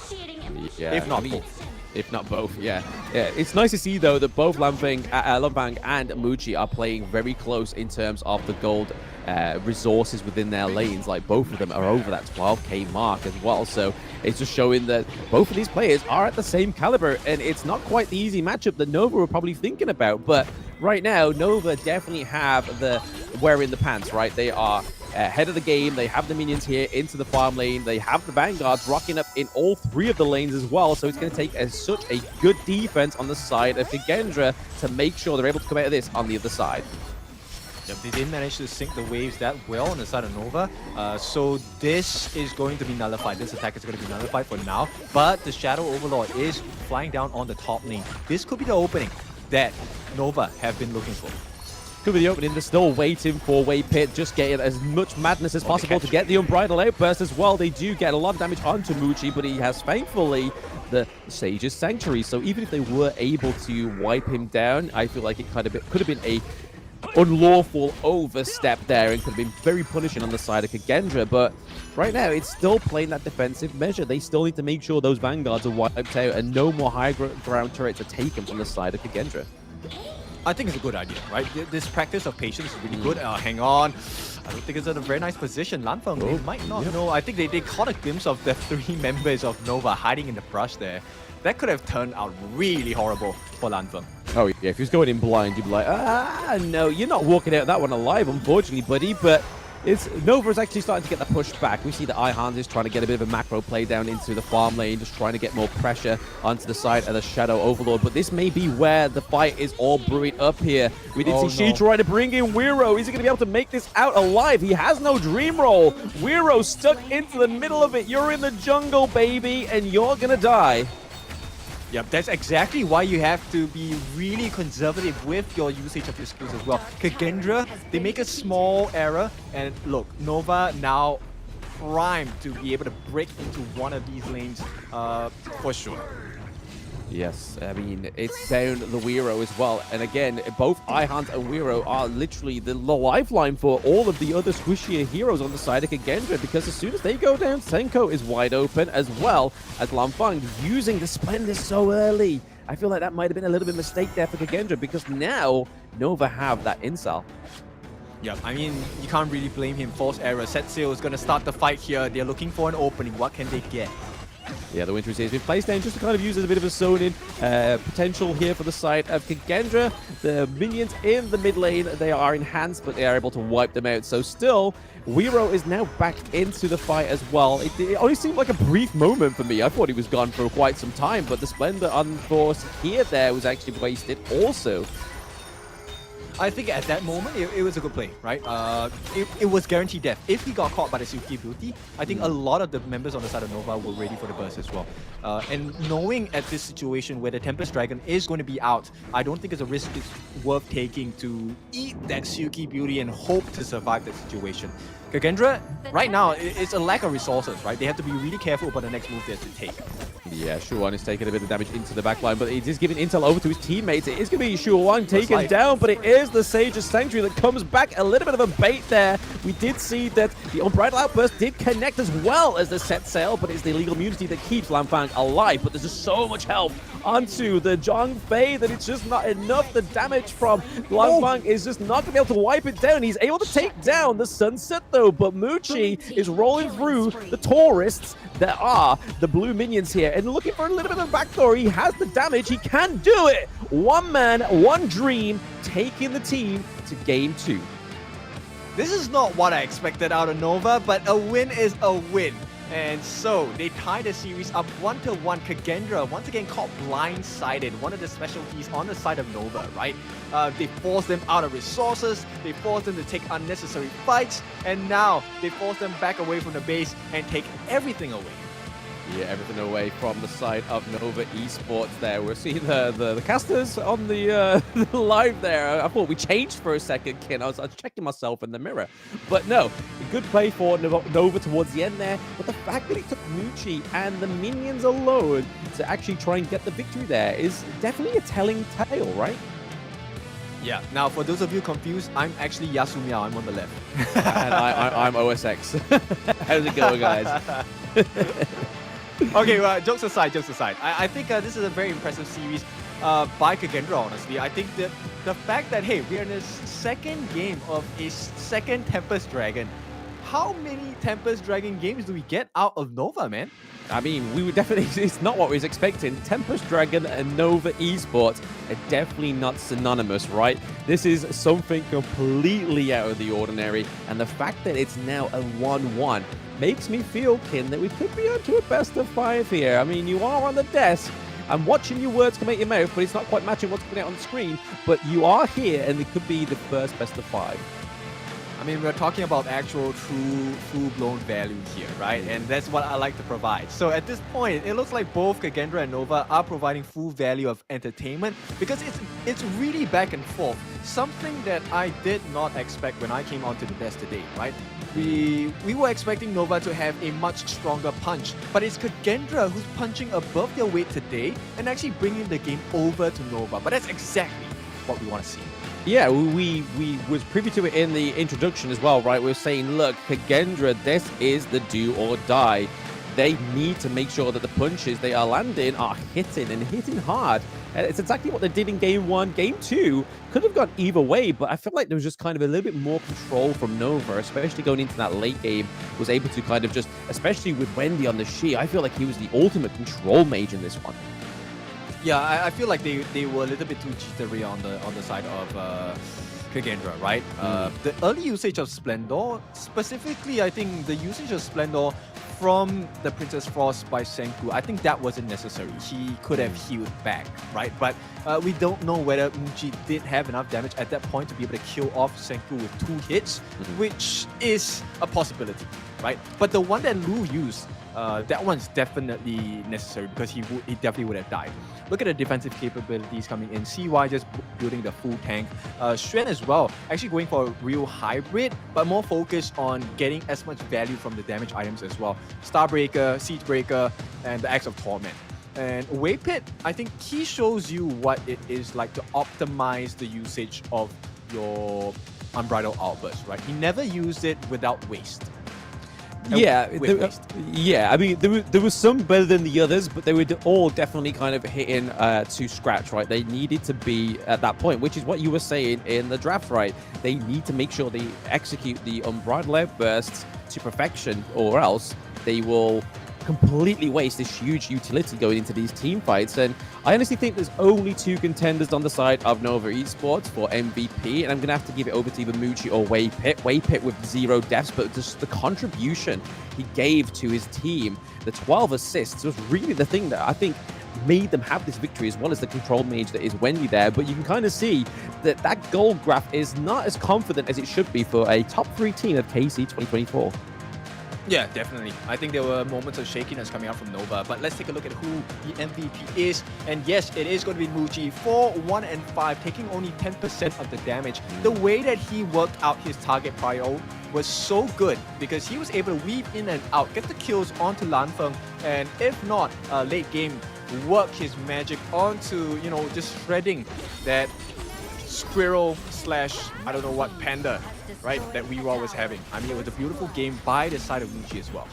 Oh yeah, absolutely. I mean, he even dictated the score for this game too, right? You saw his face card. It was 1-1. He knew this was coming the whole time. He is 10 steps ahead of KAGENDRA. So maybe we'll be seeing a bit of a clean sweep here for the side of Nova Esports, but just the second MVP of this game has to be Waypit. Just those beautiful unbridled outbursts, just to perfection, just setting up the team fights, what was needed. And when it was paired with the set sail towards the late game of this match, it was just a huge indication to where this team fight was actually going to go and how successful it's going to be for the side of Nova Esports.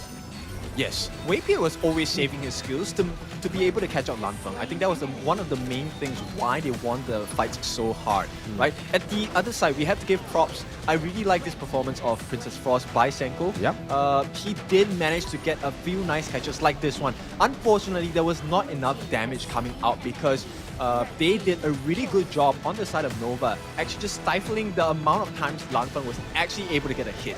But this moment, I think, was one that really defined the series because they were caught blindsided. And this game, won by Nova, is really through a sucker punch as well. Knockout out of nowhere because they were tunnel vision onto that final fight with the Tempest Dragon as well and forgot to defend the base. Yeah, no, that being caught out behind the neutral objective pit there was probably the setup to the means towards the end for the side of Nova Esports. But I do have to give over to KAGENDRA. They are definitely not going down without a fight. And you can see all in these highlights, they are in this match to win it. And I don't blame them because if they don't win it, they're gone. Yeah, I mean, we love to see the Indonesian region teams fight, so I want to see an even stronger draft coming in. There are plenty of heroes that can still achieve this effect as well.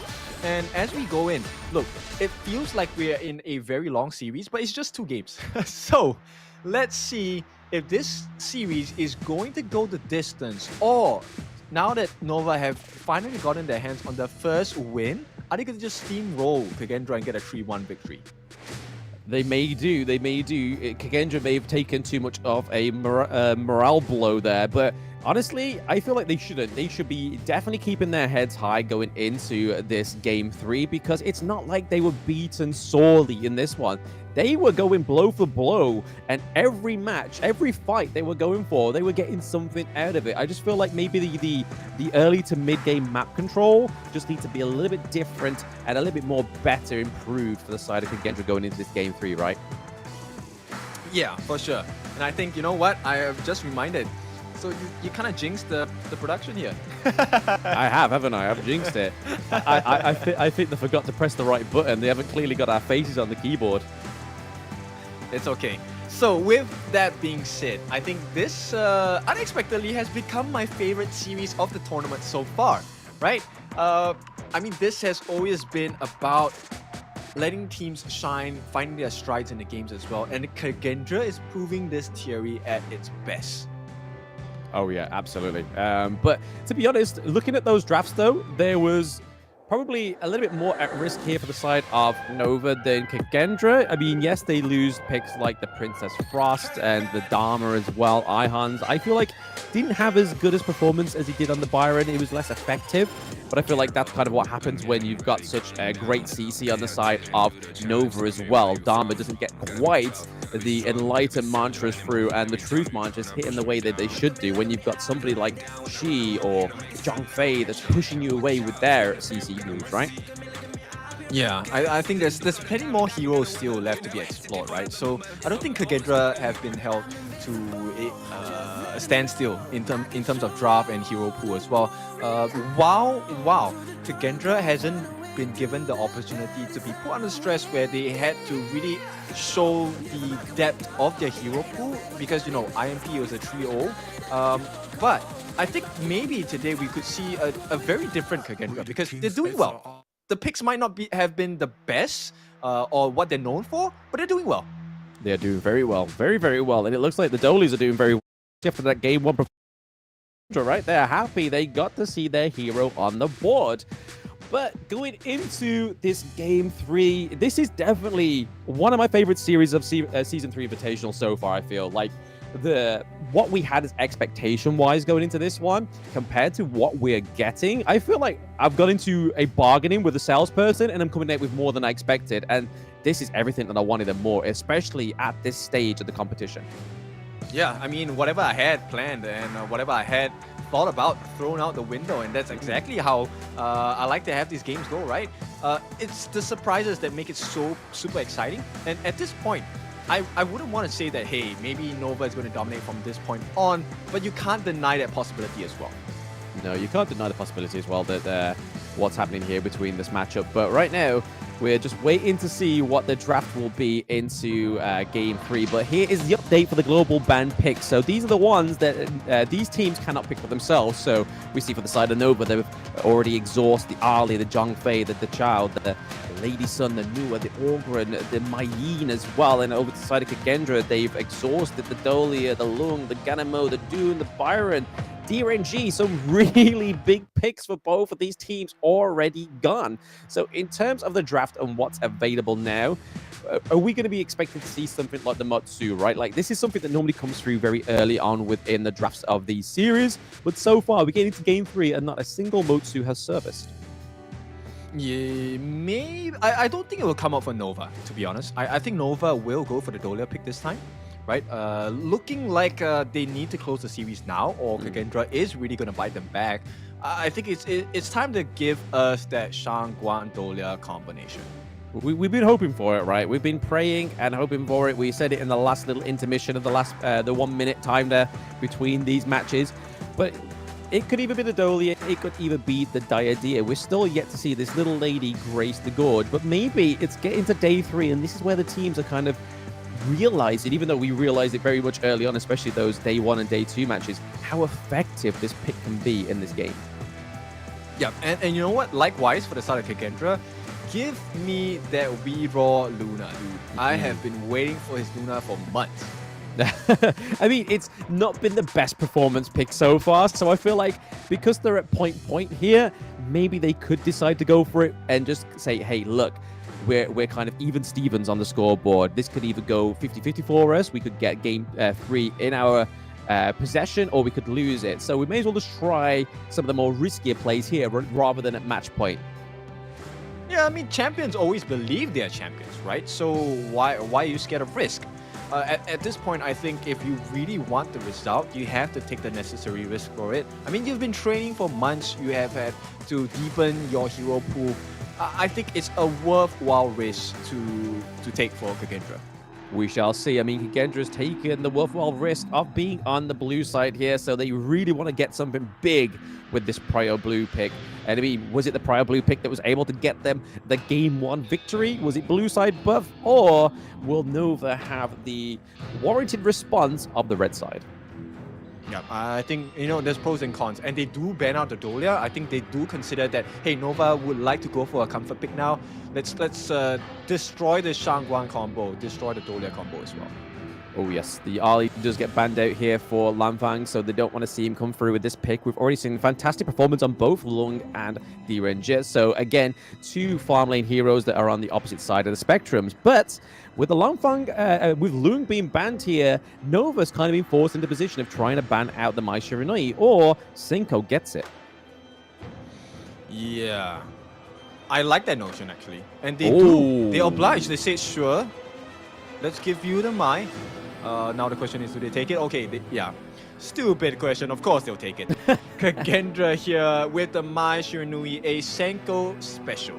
The Senko special, yeah, the double S coming through for the side of KAGENDRA. But it's the most important thing is how's Nova going to respond. It means that Xuan is going to get the Dharma. What is going to be the second pick for the side of Nova? Something that's going to have a bit of lockdown potential, surely. Maybe a little bit of suppression. Oh, the Diadea, baby.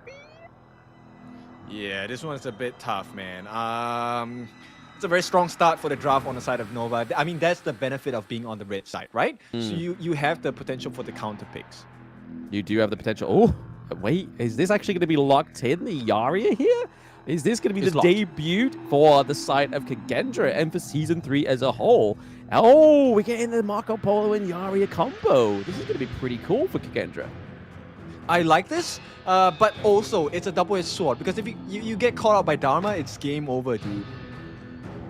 It is game over, but then again, you still have to try your best. I mean, Marco Polo is more than likely going to take the cleanse, right? So he's going to have that cleanse. It's not going to be as quick as a cooldown as the likes of the Gen.G, which we see that Muji picks up here, which is going to be obviously to counter the CC from the Mai Shiranui and the Yaria here. But it's looking like that single target CC is going to be strongly focused onto the Mai Shiranui, like the Dharma and the Diadea.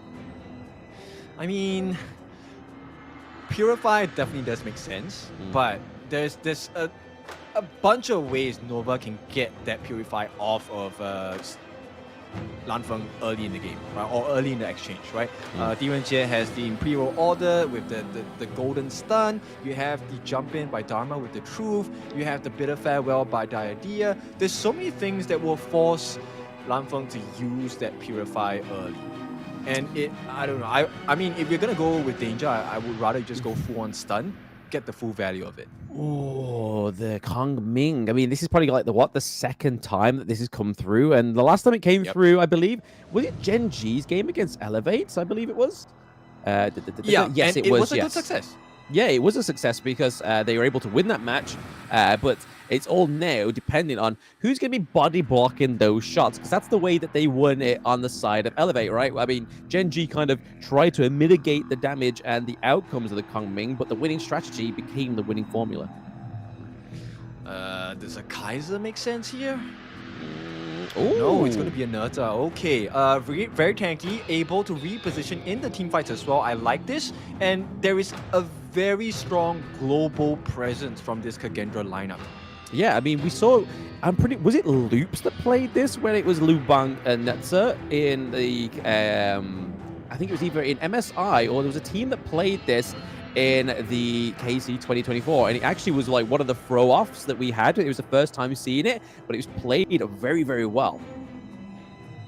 Oh yeah, for sure. But Nova, they come up with a counter of their own, the Agudo. I think it's going to take quite a bit of work because the burst potential that Mai Shiranui offers is not going to work against Agudo. Oh, absolutely not. No, yeah. I mean, the Agudo's kind of like the Black Shrew Esports pick that we saw in KC 2024, right? Like, there's not much really needed to be done with the Agudo. You just need to make sure you get those little jungle camps into it to obviously force your passive to be the best it can be.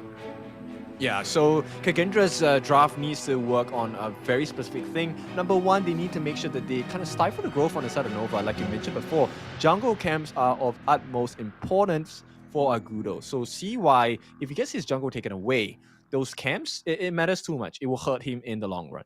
Yeah, it kind of all depends on how they dictate the pace of the early game. If they're able to kind of smash down the side lane turrets or even go for that mid-tier 1, which opens up the side of Nova Esports' jungle, then it kind of means like it's a wave goodbye, or at least a much harder effort for the side of Nova to kind of defend their jungle. Yep, and this mid lane is going to be really important because, once again, I feel like every team now knows that the Mai Shiranui is the Senko special. They make life extremely hard for him. Oh, very difficult. Very, very difficult. But we're going to be getting into Game 3 very soon now, and this is the stacked out rosters that we've been seeing. I'm glad that we get into this point now, Kin, that we're sort of starting to get those kind of last stand picks like the Nazar and the Lubang coming through, as well as the Yaria as well, something that we don't normally see paired together, but we know can be quite effective down into the farm lane with the Marco Polo. But it is going to be the cleanse that comes onto the Marco Polo because there's so much CC over the side of Nova. But it's going to be the case and point that you made, Kid, is Nova has many ways of getting that cleanse off. Yeah, and in fact, they do have quite a lot of damage to offer as well. Mushi with Waypit, like we say, Diadea offers a little bit too much damage as a roam, in my opinion. Oh, absolutely. Absolutely. But right now, we're seeing that Diadea is coming into the mid lane just to try and offer a little bit of a heads up for the Kong Ming here, because the Mai Shiranui needs to be locked down, and Diadea, I feel like, is the best woman for this job. Yep, and here we go. Mushi already winning the lane against Lanfeng, right? If you know how to position properly, it's quite hard for Lanfeng to play. Oh yeah, I mean, he's able to sort of like get in there, do a lot of damage as well. But the thing about the Marco Polo is you need that attack speed, 200% attack speed built onto him before he can start to do his effectiveness. Yeah, at the same time, he can only get the Resplendent Revolver hits like one hit, and Muji gets the sidestep out of the way. Yeah. I mean, this is where the Yari is probably going to come into effect as well, right? Just trying to like lock in Muji into place, because obviously there's only so many illegal immunities you can do, but there's going to be a 4v2 dive as well. Agudo dives in, first blood so early for Nova. They're like, guys, we were patient, we waited for you, but game 3 is going to be a different tempo. KAGENDRA still, however, gets a kill on the side of Nova as well. Yeah, I think it doesn't matter, man. At this point, Nova, they have essentially won the farm lane, right? Muji at level 3 gets the gold advantage against Lanfeng. Lanfeng now has a delay on getting that item, the Spark Force Jagger. That's going to hurt him a lot. His damage output is not going to be enough in the next coming team fight, especially when we hit the 4-minute mark. He's nowhere near the monster he needs to be. Yeah, it's definitely stunting the growth here, but we see the Lubang and then as a combo come through, the Battlefield Command has already been exhausted for now, so there's going to be a bit of a cooldown reduction on for that ability for the side of KAGENDRA, but I suppose it'll be back up in time for those neutral objectives. But like you were saying there, the stunted growth of getting that Spark Forge Dagger means that the range of the Marco Polo and the effectiveness of him is going to be stunted. Yeah, it's not a nice situation to be in, and here we go, the stun comes in. Okay, Imperial Order, I think, is actually going to be one of the very important skill sets that needs to be landed for Nova to hit their full potential here, right? Simply because it lowers both your physical and magical defense as well. So we'll see. Yeah, I mean, it's going to be very important if you land that onto something like the Nazar or the Lubang, right? Just to try and get that front line from the side of KAGENDRA, but we'll see. I mean, they've definitely maybe prepared for this. Maybe it's something that's caught KAGENDRA off guard, but this constant rotation from Agudo and Kong Ming has to be put in check by KAGENDRA. And it looks like Nazar is up for the job. We do get going into the backline there. It's going to be the kill onto Wave Pit traded for Hans. A little bit greedy, but Muji is getting that kill. So more gold going over to Muji, which is not the place you wanted to be going if you're trading kills. Yeah, right now Nova doing really well to deal with the circumstances that have been given to them, right? So with that rotation by the Battlefield Command, look at what's happening here. This means Xuan is free to push the lanes. Now there's a plenty of damage that goes on in this T1 on the top. At the same time, reroll gets called out. Oh, the Enlightened Mantras come through as well, and oh, it's the winning strategy landing right on the bonds of Nazar. Yeah, this is the best strategy to be had. Hans, he can't do anything here. He gets called out, a potential death as well, when he already at level 6. So this winning strategy is definitely going to hurt a little bit more. Right now, I think Nova can start to kickstart a faster pacing.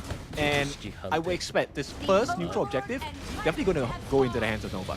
I mean, from what we've seen so far, you expect so, right? I mean, they're up about just under 2k gold difference at the 4 minutes, which has been completely different to what we've been expecting so far in this best of 5. Maybe Nova's finally woke up.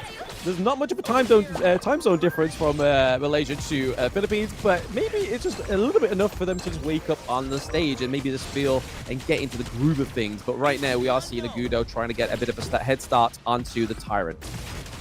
Yep, Lanfeng actually going to expose his position here. They are going to try and throw as many skills as they can to stop Lanfeng from jumping in.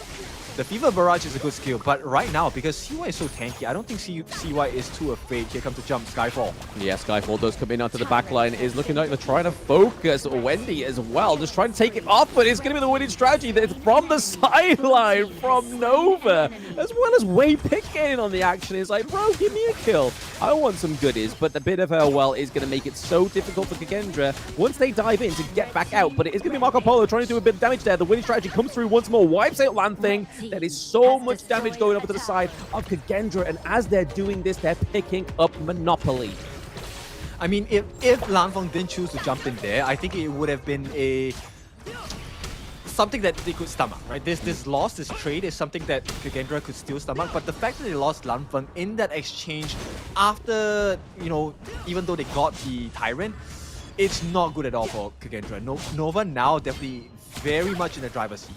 Yeah, they are in the driver's seat, and KAGENDRA is the hostage in the boot right now, screaming with mouth tape over their mouth. But it's going to be interesting to see how they try and come back from this, because that T1 in the mid lane going down so early is going to be hard for them to try and gain any pressure into the enemy jungle. Agudo trying to throw the third ball in there as well, trying to steal the Crimson Golem and successfully do so as well. Wendy, though, gets taken down a bit overzealous into the mid lane. Okay, that's a nice consolation prize coming in for KAGENDRA, right? So Wendy actually is also one of the potential entry points that they could use to win the team fight as well. Look, CY is tanky, yes, but CY alone doesn't do much damage, right? So if they can actually melt down the damage, the people that offer damage on the side of Nova, that could be the win condition that KAGENDRA can base off the win off. Yeah, I mean, it all rides on a very important team fight for the side of KAGENDRA, because right now they are definitely not having the motion of the ocean on the Gorge. It's a dominant game 3 for Nova as they push that clash lane into the T2 as well. We do see the Longfang's able to claim a little bit back off the T1 turret. He has been caught there. The Tsar is going to have the battlefield command put on top of him. The shielding does come through, but it means that Longfang has had to retreat as well, because he can't stay overextended, because all it takes is one quick shift for the focus, and then Nova comes around and takes Longfang off the Gorge. But again, T2 taken at 7 minutes is not the place where KAGENDRA want to be. Yeah, and Nova, they're perfectly comfortable to play very passive right now because their ultimates are down. But the cooldown of their ultimates are really short. Wendy, once again, has his winning strategy already. Muchi now has Imperial Order ready. Look, KAGENDRA, I think the cooldown timings might not be in their favor here. And Lanfeng actually jumps in. Oh no, he is a bit overcommitted there. Tries to set up something, and I think it's only the fact that Lu was there that he was able to escape, but CY is not happy with that disengage, and neither is Waypit and Muchi. They're looking to try and push this T2 into the farm lane whilst they get the assault onto both of these, but we do see that Wendy gets knocked up there, tries to go into the backline, and again, Wero playing Nazar pretty well, but is it well enough to get a victory over Nova? Muchi takes down Ihans, and that is going to be a 2-1 trade for KAGENDRA, which is probably the only positive thing they've had so far in this game. Yeah, right now with the T2s falling apart here, only leaving the T2 on the top, I believe. Mid lane should be down as well. So Nova, they don't mind this very slight loss. Wendy, I think, has died a couple of times already, 2 or 3 times, but it is of no matter. The tenacious nature of Wendy on this Kongming is just what they need, right? It's just the constant winning strategies coming out so that they can put pressure onto the backlines and just disallow Lanfeng from using that Fever Barrage is what is going to win them the fights. Yeah, I mean, Wendy's basically using this Kongming like Senko did use the Ganon Mo in Game 1, right? He's there to do the damage. It doesn't matter if he dies, but as long as he's done his job, maybe got a kill or 2 within the early team fight, it means that it's going to be a lot easier for the side of Nova just to come through and a steamroll with CY and the rest of the crew. Yeah, because every skill that you throw onto Wendy means it's a skill that they did not throw onto Muchi, and Muchi is your true win condition.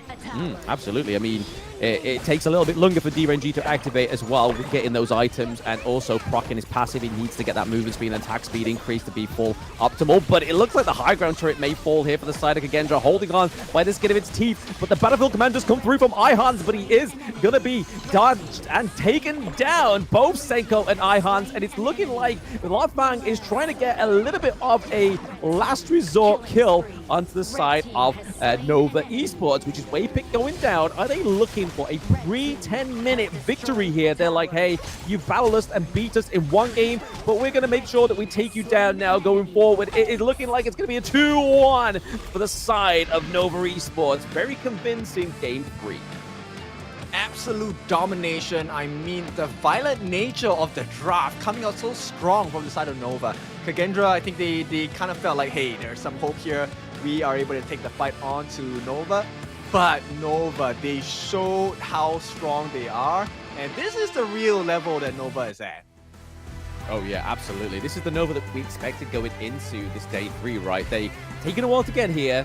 They may have just had a bit of a jet lag coming through off the plane, but oh, we're playing in Season 3 now? Oh, we're against KAGENDRA. They're 1 point up. Let's show them what we need to do to actually take our dominance in this Season 3. But that was quite the draft. 2 teams coming out with some quite different picks in that Game 3, but definitely put a staple on those picks as well. Yep, I think at this point, KAGENDRA was kind of chasing shadows, right? That game was not going to be able to... the comeback far from it. You needed Tempest Dragons plus 20 or something like that, right? It was difficult. KAGENDRA had no way back in. No way back in at all, unfortunately. It's not looking like as the Marco Polo and the Yaria combo was as effective in that one, and I believe it's all down to the fact that Nova Esports knew that they had to do something very early in this game to make sure that it didn't actually come optimal into the late game, and you can kind of see it here that between these two marksmen, there's at least a 2k gold difference, and we see that the Sky Pierce are already being built there onto the D-Ranger as well as the Doomsday and the Spark Forged Dagger. Kind of a bit of a throw in the face for Marco Polo, but here, in terms of the MVP, Kin, from the performance we've seen, who do you think on Nova gets it? I think it will be given to Muchi, right? I think he's the one that dealt the most amount of damage. But if I want to talk about like value provided to the team, I think CY or Wendy takes the cake for me. Look, the main difference between the draft here is that the way that the draft works on KAGENDRA's lineup, the damage comes over time. It takes a little bit. The only one that's able to deal burst damage is Senko. But on Nova's end, the whole MO of the draft is I'm gonna launch my attack on you, I'm gonna burst you down in less than 3 seconds. Xuan, if he gets his hands on you, you're dead. If Wendy gets his hands on you, you're dead. There is no, hey, let's take this slow, I'll wine and dine you and then I'll finish you off. Nah, no such thing. Nova just comes in heavy, and KAGENDRA is just, I think at least here, it's a big draft difference. So what you're trying to tell me there, that Game 3 motto from Nova Esports is if you look at this, you're dead. That's what I took away there from your little speech, Kin, is that there was a lot of deadliness coming from that team comp off the side of Team Nova. And it's actually going to be Wendy offering up that utility. Obviously, we saw him die 2 times, but he was still able to pick up that 6 kills and 8 assists, dealing 29% of the overall damage. And we know Wendy is no stranger to that MVP role. Yep, Wendy gives me motivation to try Kong Ming in rank. And you know what? The scores are reversed here. It's would you put execute 2, on Kong Min? That's worth a try, but yeah, not something that we will want to see. But nonetheless, Wendy, this is the performance that we were looking for, right? Ignore the depths. I think it's a small price to pay for what he is offered, because the damage that he offers, the rotation, this first movement of 4 different members. So what if Weipit dies, right? End of the day, it's all about shutting Lan Feng down, right? As long as this Marco Polo does not hit his stride, the game is in safety for the side of Nova. Yeah, it definitely seemed like that was the ulterior motive in the early game, especially with those 4-man rotations. It's not like we just saw it once and it was kind of just like a once in a blue moon, but it happened so many times it became kind of like an MO of Nova Esports in this Game 3 to shut down the Lanfang, and that's exactly what they needed to do, and they knew their mission going into this draft. But I have to give props over to Weipit as well. He's able to lock down some of these members of KAGENDRA, just making those team fights a little bit easier. The high frame heroes locked into place for the bit of how well. Yep, exactly. And of course, all the benefits going to the side of CY being the tank, right? He just needed to soak the damage. Wendy and Muchi were going to do the rest. Oh yeah, I mean, you can see CY here. It puts the clash lane just kind of like just moving around the heroes like, yeah, I'm just here, just soaking up the damage whilst my teammate just kind of like throw the winning strategy, throw the legal immunity at you as well. There's so much going through. Yep. Now, with that being said, this means Nova is going to be in the lead in this best of 5 series. And as we approach the next game in this best of 5, it is a potential closer from Nova. And Nova, I think they have been placed in situations where they were on the losing end. But somehow they always managed to figure out, hey, a comeback game, a reverse sweep. I mean, that's how they won in the Malaysia qualifiers, right? Against AG. They did, yes. They took a reverse sweep against him, and it looks like they're going to give that same kind of treatment over to KAGENDRA, giving them the well-deserved Game 1 victory. I'm not going to say it was kind of a pity, because it wasn't. We saw KAGENDRA throwing out all the punches. They were definitely... it was their own merits that got them that victory. It was no pity at all. But going into this Game 3, it was definitely a different Nova that we saw from Game 1 and Game 2. Yep, so really curious now, because now as the hero pool starts to dwindle, who else do we have left in the tank? We have seen a couple of teams pull out the Soyue in the later stages of the series. I think it's definitely something that we could consider for both ends, right? But with the way that Nova is playing, I think if they were to go with the same level of aggression, I think a Soyue makes a lot of sense because the faster a hero hits late game status, the more monstrous he'll be. And based on how Nova performed in game number 3 here, yeah, I'm giving it a Soyue as one of my preferred picks for Nova. Yeah, maybe. I mean, we may see the Soyu come through into the farm lane. We may see the Suya as well, but I feel like there's still other picks to be had. Like, we haven't really seen much Lady Chen, right? Especially within this series alone. I don't think we even saw a Lady Chen against AG and Alpha 7. No, first game we saw her, she did come through, so teams are starting to pick her, but she hasn't been the most picked, and obviously that's just down to global ban pick. You can't kind of rely on these big mid-lane heroes that we're used to from last year's esports scene, so maybe we could still see a Lady Chen come through for either KAGENDRA or Nova. Yeah, interesting to see. I mean, that's the beauty of the global ban pick format, right? So a potential surprise at every turn because you can't use the heroes that you have used before. So one chance, hit or miss, you will not be allowed to pick it again. This is only different if we are going into the knockout stages and the grand finals as well, because that's going to be a best of 7, which will trigger the ultimate battle. More information on that as we get closer to that stage of the competition. But right now, let's head back live into the venue here, where all of the different teams, they are having eyes on Nova and KAGENDRA. This is not the result, I think, that a lot of people would have expected in terms of how close the battle would have been. But we are here right now, and let's take a look at the bans and picks. Absolutely. I mean, this is the updated global ban and pick, so some of these are quite pocket picks, so it's not quite as detrimental to either of the teams, like the Kunming, the Agudo as well. We haven't been seeing them quite frequently. Obviously, the Dharma is quite a big pick, as well as the Diadea. But still, KAGENDRA still has a Diadea in the tank, but I feel like Nova are going to deny that every turn, especially going into match point here. They don't want to kind of upset the match point by giving over the Diadea to KAGENDRA, because even though it wasn't kind of as impactful as what we saw on the screen in terms of damage, but utility-wise for Nova in that game 3, it was definitely a Diadea dance-off. Yeah, and bear in mind, Lady Sun is available for KAGENDRA as well. So actually, there's quite a bit of options available for KAGENDRA to try and tie up this series as well. Nova, I think they'll do good for themselves to take out the Lady Sun, or even if they want to allow the Lady Sun to go into the hands of KAGENDRA, get rid of the Ming. That's too potent of a combination to play. Very potent, especially this late into the series as well. But we could also see the likes of, we haven't seen any.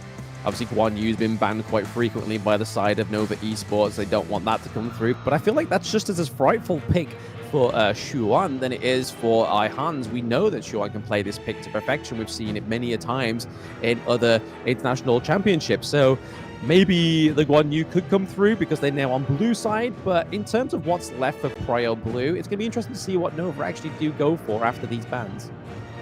Yeah, I think based on how Nova likes to play, I think a lane fits that playstyle, right? Split the fight, very early aggression. The moment you hit 4, I think it would make sense for you to use that Death at Sunset to net the first kill. Pretty decent wave clear as well, as long as you have the Sparkforged Dagger. I think based on just clashing alone, I would prefer a lane pick. But it also depends on what KAGENDRA opens at this stage. Yeah, I mean, KAGENDRA, they got Senko's Mai Shiranui, but it didn't actually play that well just because of the sheer focus down into the farm lane, kind of drawing her away from that mid lane, meaning that she couldn't kind of farm up, get those items, and a lot of denial from the Diadea as well was definitely the draft perfection from Nova Esports. They do ban out the Orgrim because that was still available for KAGENDRA. KAGENDRA going for a Lu Bang ban here. So we've got plenty open, and it looks like it's going to be the Huan. So a bit of a flex pick here. Could go in the mid lane, could go in Rome. We've seen it in Rome in the Season 3 Invitational, or it could be that jungle pick. Yep, it also throws a wrench into the thought process on the side of KAGENDRA, right? Because right now you immediately have to consider, do we want to pick up the Musashi as a potential counter, or do we want to just go full in and lock in the Ming Lady Sun combo here? They're thinking about it, but no, they're going to lock in the Yixing. They want that board on the Gorge, and it's the first time we've seen it in this series as well, so we could be seeing some great control from Senko coming on this pick. Okay, this also means, yes, exactly, a dive-heavy lineup, so I think Dun makes a lot of sense, which means this Yihuan probably would go into the mid lane, I presume. we presume, but it still could throw a spanner in the works, especially going into the second ban phase, because you're not quite sure where it's going. But now that definitely locks her into place, right? The Sakir into the support role. You're going to have the Wind Slash, and you're also going to have Sakir stock up as well. That's going to be something you've got to try and dodge. And there's only so many roles that you have with Lady Sun, but that Ming is fleshing out the first pick phase of KAGENDRA. Yeah, this game is definitely about healing, right? We have all of the healing coming in from the Unending Sorrow. Maybe if it's changed into the Melody of Peace, Nova will benefit a lot of that. The Firefly is coming in from Nova as well for Sakir is going to be of maximum value. Now the question is, can the heal factors on the side of KAGENDRA match up against Nova? Because they do have decent control, but if Ming dies in this game, if Lu dies, he's out of position. Nova is just going to walk all over them. I mean, I feel like Nova definitely have the upper advantage of the healing potential because they've got it from two different faculties, right? They've got it from the Hue one, they've got it from Sakir. So it means that once CY dives in, and if these two heroes are around him, he's going to get double the sustainability, not only from the Gal's Benediction, and not only from his passive as well, but he gets the healing from both of these heroes. Yeah, and right now, Nova, whatever that fits into the mantle now in terms of the farm lane, someone with huge burst, which, like I said, I like the Soyue. Can we get a Soyue, please? He's ordering it. He wants it. Waiter, we want the Soyue, please. Pick coming through for Nova. I mean, he doesn't leave much left open for Nova as well, right? Because they've already picked out quite a few of the big staple farm lane picks. But yeah, I feel like that long range, because they have such a solid front line right now, the dive in from the Dune really complements that pick. But they are going to go for the Marco Polo with the burst. Okay, I like it. I like this. It does kind of have the ability to bait out certain skills coming out from KAGENDRA, and they will go for the Clash lane a lane. Okay, this is beautiful. Yeah, I mean, after the ban out the Guan Yu, it's kind of like they're forcing themselves into the lane, which, like you were saying, privy to the ban draft for this game 4, is that maybe this is their big pick, because obviously the dive in with the Death on Sunsets, being able to have that wave clear if you go for the Spark Forge Dagger, is going to be a great utility for the side of Nova. And I believe this is Kaiser coming through for the first time in the Season 3 Invitational. Yes, it is. So this is really important, right? It's a game of healing, sustenance. Whoever loses in the laning phase is not going to have a good time at all. Stuns galore actually coming in from the side of Nova as well. The big concern for me here on the side of KAGENDRA's draft is they don't have a lot of hard stuns. No, they don't. They don't have a lot of hard stuns. I mean, you've kind of... The most thing you can do in terms of control is going to be World is my board, right? That's the main thing that's going to come through. You've got the slow from Kaiser. You've obviously got the knock-up as well. But other than that, it's looking like a very great team fight engaged for the side of Nova, I feel, just because of the Dune, because of the lane as well. Yeah, that's my biggest concern, right, on the side of KAGENDRA. I think they need to figure a way out on how to make this lane a very huge advantage for them, because as it stands now, great, you have in the farm lane good sustenance, very consistent heals coming out from the passive of Ming, but if you allow the game to go with no changes, a very steady growth, and you get ganked by Nova, oh no, mid-game it's gone.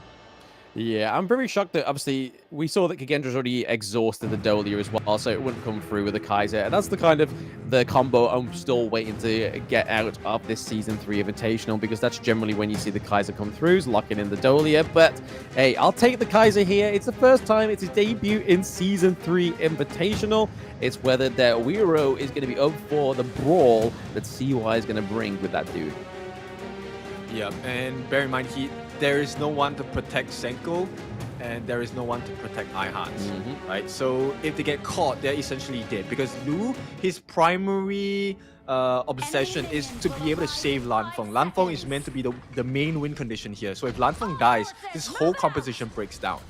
Yeah, Lanfeng's going to be given the presidential treatment, I feel, going into this one. Basically, ground zero, all eyes on Lanfeng. But then I feel like that's going to be the same kind of theme for Nova, is that they know they need to take out Lanfeng on the Lady's Song, because that's a lot of damage being taken off the cards for KAGENDRA. Yeah, and you know what? Nova have two very distinctive players to make the difference in this match. Number one coming obviously from Muchi, the corresponding farm lane on the side of Nova, but it's also Xuan because Xuan will have the ability to dive on the backlines, and that is of big concern here. Hans needs to make sure he contains Xuan in lane. Yeah, I like this. I mean, look at Muchi's common skill, right? He's gone for the stun, so we can kind of dream up a scenario here between Wendy and Muchi. He goes in with a stun, Muchi goes in with a second stun, and then you've got like the wind slash as well as the mulberry slam as well coming through. That just keeps them suspended, keeps them locked into place, and just KAGENDRA will be very stuck and status. Yep. But of course, sustenance, like I said, is one of the main strengths of KAGENDRA, right? So if they can get the proper initiation and allow Lanfeng to stay clear of damage, incoming damage all the while in team fights, it could swing the other way as well in KAGENDRA. Yeah, you can kind of see that maybe that's what they're going for with the Kaiser and like the Charlotte, right? Like Kaiser's going to be the necessary engage, or at least try and be the counter engage for the side of KAGENDRA. Then Charlotte comes from behind. Obviously, she deals a lot of damage, has the HP regen as well. But looking so far, that KAG is having a good start on this T1 into the farm lane. Yeah, Senko actually giving a lot of value by rotating down, right? He does give the farm in the mid lane over to V-Raw, which is to help him kind of match up in the farming pace that is offered on the side of CY, right? And I like this itemization coming in from the side of Xuan. He actually goes for the energy core first so that he will not be stuck in lane. He can clear the lane much faster. Yeah, with that damage over time onto the minions is definitely going to help him a lot faster to clear those waves. But right now, we are seeing a little bit of tit for tat up into the Clash lane. Oh, almost getting the Moonlight Slash land onto the Charlotte there, but nothing actually comes through for it. But it does mean that he's forcing away the Charlotte to unlock that teleport mechanic as well. Yep, so Xuan is doing a very good job, right? The Meteor kill as well, managing to land quite a bit of damage on the Hans. And this is what is scary, because if Xuan wins this Clash lane bout during the laning phase, then KAGENDRA is at risk. The back line is very much open to be invaded by Xuan with that Death at Sunset. Oh yeah, literally freeing him up is kind of like just letting your own, you're signing your own death warrant there, because he's able to just be into the team fights. He has access. He's the optimal hero on the side of Nova to get on top of that Lady Sun, right? Yeah, and if you're asking about, hey, what about iHans? iHans has to make a choice. Does he leave the lane where the minions will be pushing in, or does he clear it first? Either which is too late. Yep, this may be too late here. We do see the Death on Sunset as well. There is the Moonlight Slash coming through. It's going to be First Blood going over to Wendy. So nice rotation from the mid lane by the side of Nova. And they may not be stopping there. There may be a bit of a trade here for KAGENDRA, trying to get this T1. But thanks to Elaine's efforts earlier, Xuan was able to get that teleport mechanic, meaning that Wendy could rotate down to the bot lane and hopefully save this T1. Yep, there's a crack in the armor on the side of KAGENDRA already, and it could be exposed even more here. So right now, Hans not going to have a good time in the lane. The fact that Wendy got the performance. Yeah, I mean, I have to give pride over to KAGENDRA where it's definitely needed, is the fact that they're able to take that game one from them.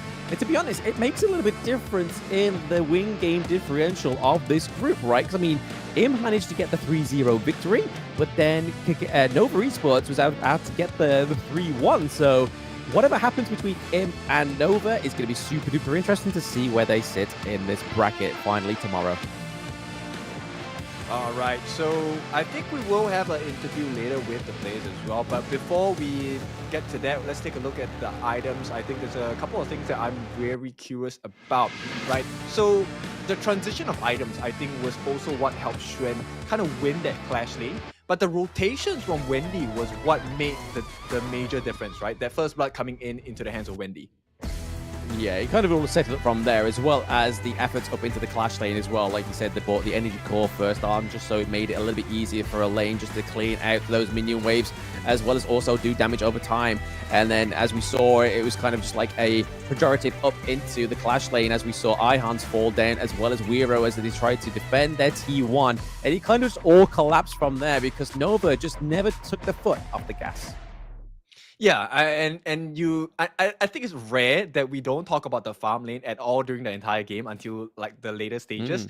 It was just Sakir, CY, Dun as well as the Wendy Yuhuan show, because stuns galore. I mean, all 5 members had their own version of what could be considered CC, right? And they played it to perfection, because you would normally expect a Kaiser to be able to survive some damage, but only when he is in his invincible warrior form. He could not even use it.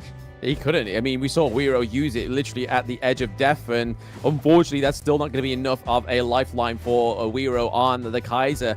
So, with Kaiser playing from the back foot, it's very hard for KAGENDRA, and Nova Esports knows that very well. They've probably played against 1,000 Kaisers in scrims and know exactly how they need the means to the ends to beat the Kaiser matchup. Yep, and you know what? Even with all of the damage and all of the pressure that they have laid down from the side of Nova, it's pretty impressive, because KAGENDRA actually managed to funnel all of their farm into Lan Feng's pocket. He was actually going toe-to-toe with the farm that was given to Muji as well. At the late game, they were both at close to 8,000 gold. Yeah, I mean, you can put all the farm into Lanfang until you literally looked at your gorge and realize you have no T1s, you have no T2s, and then you're having to use that power very defensively. And we know that Lady Sun is not the best at defense. It's all about roll it in, getting the damage, using the ultimate shell. You need to be playing very offensively. And again, Nova Esports knew that they had to cut the head of that Hydra, because if they didn't, it would be a different story for Nova Esports. All right, so once again, congratulations to the winning team here. It's going to be Nova. Right now, I think Impunity will be looking on with a shade of worry, right? It looked for a moment that KAGENDRA had something going, and I think Impunity were also hopeful that KAGENDRA could change the script for them and maybe look for a rematch as they head into the next stage of the competition. But Nova said no. Let's take a look at the itemization here. I think Muchi pretty much going to hit the late game items, going for that Daybreaker as the next form of item, and with the Fuji charge already ready up, there was a lot of form of control available from Nova. Yeah, definitely showing that they wanted the control of this game 4, and they played it with finesse, to be honest. I mean, amongst them all, they only had 4 deaths and managed to secure 15 kills from their opponent. But let's look where that damage came from the side of Nova Esports, and it was majority coming from Wendy there on the Q1, going in with the team fights, having an 80% team fight participation as well. You just, like you said in the closing part of the end of that game, that it was the Wendy, CY, Wave Pitch show just all rotating together. Yeah, and one of the things is Wendy just went full damage for this, right? Which is normally what we like to see on a E1, right? Normally, if you're picking him up, it's normally the tank build. You want to go for more utility base, but Wendy just said no. We want the damage, right? And knowing the fact that they were already ahead, the fact that damage is also going to amplify the lead that they have, so it's a very good decision. And I mean, the complementary stuns coming in. I think it has to be Wendy on the MVP, right? Yes. So it is going to be Wendy 616, taking a little bit of the 14% of hero damage dealt to the team, but dealing 29 over to the side of KAGENDRA. Yeah, like I said before, Wendy is no stranger to the MVP, so for him to get 2 out of the 4 games MVP is no surprise to me, but we're going to see exactly why going into these highlights. I mean, he got first blood, obviously, with the help of Xuan up into the Clash lane, and then we see here again, just constantly being on top of CY, being on top of Wei Pit as well, just constantly just giving that AoE stun, the heals, the untargetableness that we saw from the Unending Sorrow was just beautifully played by Wendy, the MVP. Yeah, now bear in mind, this is 4 minutes plus, it going to 5, right? This is the kind of gameplay we expected at the late game stages, but, you know, Nova just hit that late game stride really early in this game. Full-on combinations with all the stuns and the damage as well. And Muji never had too much difficulty landing the perfect Fever Barrage, because everyone was constantly running away on the side of KAGENDRA because they had to. Yeah, I mean, you can see a little bit of a proverbial square in the circle here on the gorge between both the Huan and the Yixing, and clearly the circle broke out the borders of the board. And really there, we saw up into the top lane where we saw that Ihans was trying to get out there on the run, and then it was just sort of like, when he was like, where you going, bro? I've already slowed you down, I've already done the damage, and I'm going to get the last hit, but this is the closing call here. With the Shadow Vanguard is exactly how Nova Esports was able to close out this game 4. Well, they got a consolation prize. They managed to kill off Muchi as a small token of appreciation for their participation itself. So let's take a look at the standings now. This is going to put Group C with impunity at the top of the table still because they won with a clean 3-0. Nova second in the place one because of the 3-1 scoreline, having give one win away to KAGENDRA. Likewise, Group D will be looking at Nongshim and BTR. BTR will be going up against Rough War Era in the 4th day, which is going to be tomorrow. And we'll see who takes that second place spot in Group D as well. Yeah, I mean, it's nicely placed, right? Because, I mean, BTR against Rough War Era is the fight for second place. So that's going to be super duper interesting. Obviously, Nongshim has no more matches anymore. They are done for, same as, I mean, done for in a good way, whereas done for in a bad way for KAGENDRA. KAGENDRA, unfortunately, will be going home as well as Alpha 7. So we're already seeing those teams starting to fall away at the waist, unfortunately. Yeah, so we'll transfer all of the hope from Indonesian fans going to Group D here, where BTR needs to get the win against Rough World Era. No pressure. Yeah, no pressure at all. No pressure at all. Just give it all over to one representative rather than having two now. Yeah, and playing in the hometown of Rough World Era as well. No Yes, pressure. Once no again. pressure at all. But here we go. Here's the interview. Joining us on stage with me, Juju, and also our friend Bruce. Of course, it's going to be the winner, none other than Xuan of Nova Esports mid laner. Alongside, it's going to be Wendy, the Clash laner of Nova Esports. Well, we have a lot of questions because they are right now on top of the hot spot, the most fearsome team out there. Right. So let's start here with Wendy, my man. You good? Yeah, he is. He likes to smile a lot. It's okay. But the question is, a lot of the people here, especially the audience watching the Invitational Season 3, think Nova Esports is one of the favorites and probably one of the strongest teams. A lot of people believe that. Does the team think that to be the case? Why or why not? Chu, please translate for us. 你们自己感觉现在大多数的观众们感觉到你们是最强的一队啊，你自己感觉到什么？我觉得我们得谦虚一点嘛，因为我们现在的实力还没有足够的去零封对手。They personally feel like they're not up to par that they wanted yet. So they feel like they still can't perfect what's need to be perfected so far. Still a lot of improvement, room of improvement. Oh, there's a lot of humility there, but that win was very convincing. Great job there, Wendy. Okay, next up, Xuan. He likes to smile, by the way. Xuan, you guys are going to face against Impunity, which has been performing brilliantly yesterday as well. Now, what do you think of Impunity for your next matchup? Impunity very strong.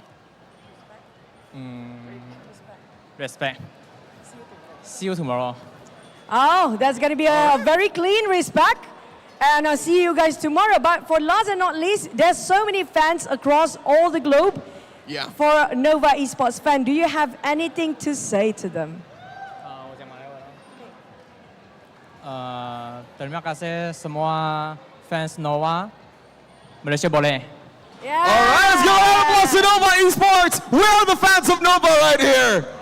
See, there's a lot ready to cheer you on. Wendy, Xuan, thank you so much for being here with the interview. And that wraps up our second series for today. Stay tuned. Coming up next is the third series for the day. Don't go away. Honor Kings Invitational Season 3. We'll be right back.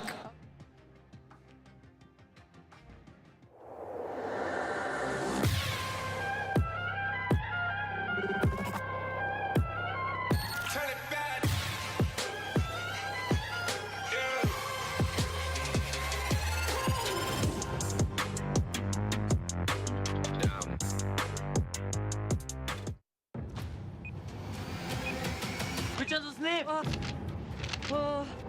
I found it. The real wire. Don't need the real wire.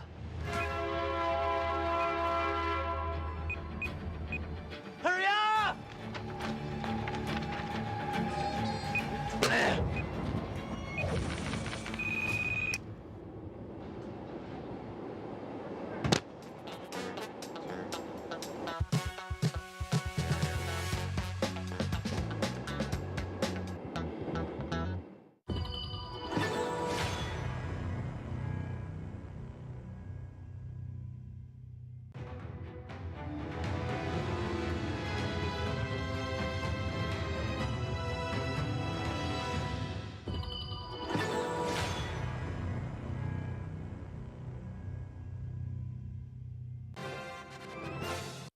Defeat.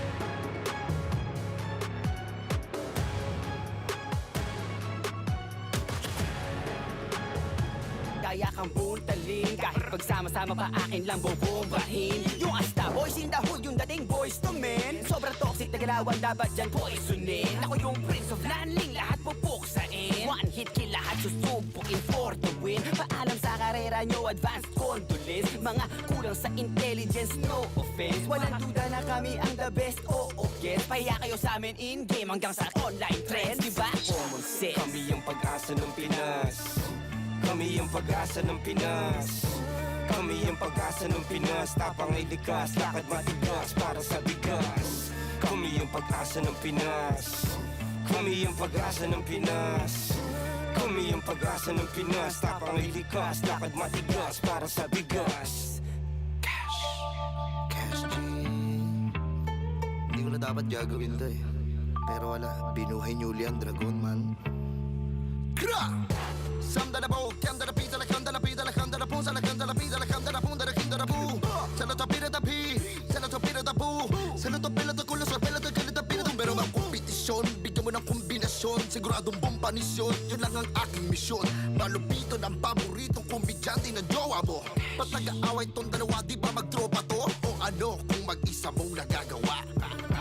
Pag nagsama ka mas malakas. Ibis maghilaan pababa, bakit di na lang tayo maghatakan ng pataas? Kasi tayo ang pag-asa ng Pinas. Tayo ang pag-asa ng Pinas. Tayo ang pag-asa ng Pinas. Tapang ay likas, lakad matigas para sa bigas. Tayo ang pag-asa ng Pinas. Tayo ang pag-asa ng Pinas. Tayo ang pag-asa ng Pinas. Tapang ay likas, lakad matigas para sa bigas. Honor of kings is what we fight for.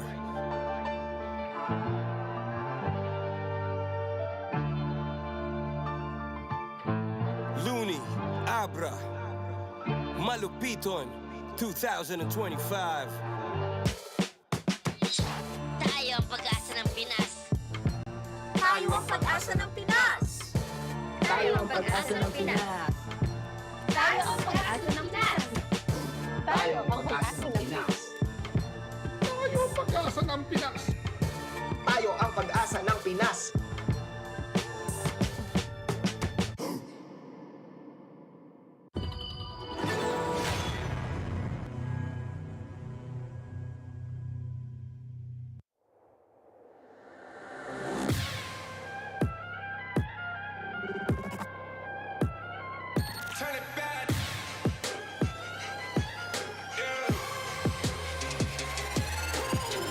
Gear out, a weapon getting ready, counting down.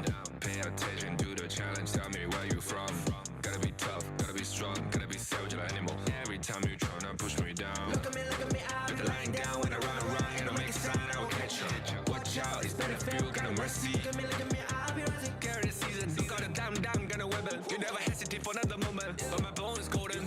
I'm invincible, just let him know I can show you all the glory I own. To the drunk, go find a way to the palace. I'm waiting here. Go, live from how can we go? It ain't a river turning back. Storm is coming, tired of your cold. It's my kingdom, fire growing up. We the kings, it's our honor showtime.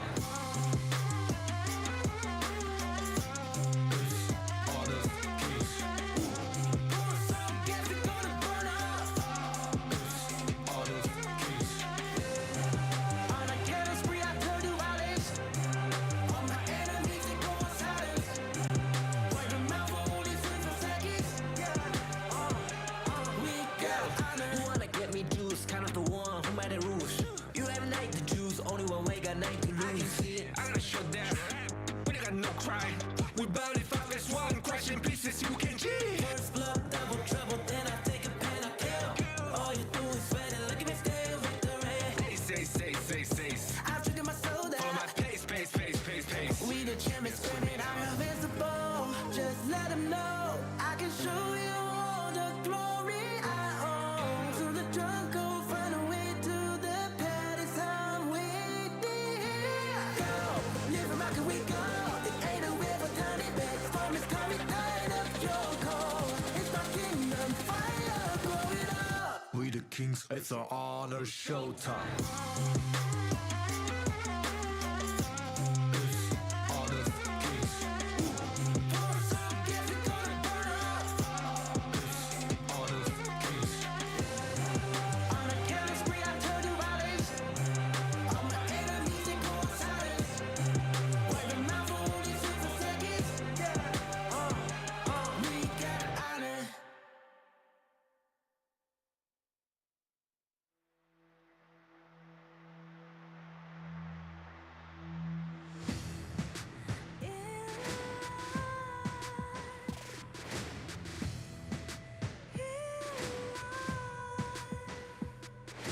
What's a life without its worth? Compromising with what hurts inside. When you let fear decide your fate, you don't choose which path to take in life. I'm finally letting go of everything that still holds me. I'm against all odds, but I won't give up, 'cause it's my time to shine. Standing in the spotlight, and no one let me down. Destiny is calling high. I'm not afraid to fight for everything I love. Victory's on my side.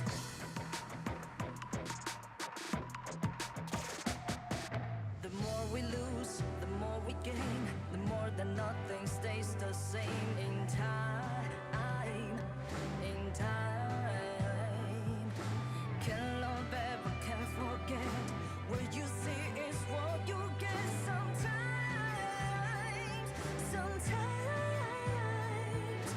Gonna show the world tonight the light that shines inside us. We're against the odds, but we won't give up, 'cause it's our time to shine. Standing in the spotlight, can no one back us down.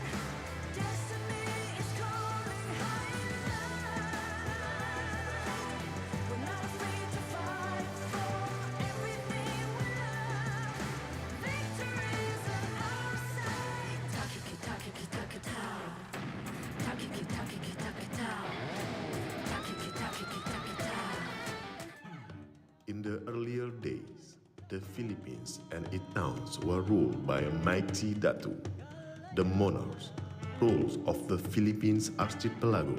To become a Datu, one must have wisdom, exceptional leadership, and physical prowess to win battles and climb his honor. Nakarating na ako sa world stage, ngunit hindi pinalad makalaro ng kahit isang laro. Ngayon ang pagkakataon ko para ipakita sa mundo ang aking tunay na galing. It's been so long since we've been here. Let's remind the world who we are again this time. Nós aprendemos muitas coisas com as nossas experiências internacionais. Dessa vez, vamos ganhar tudo.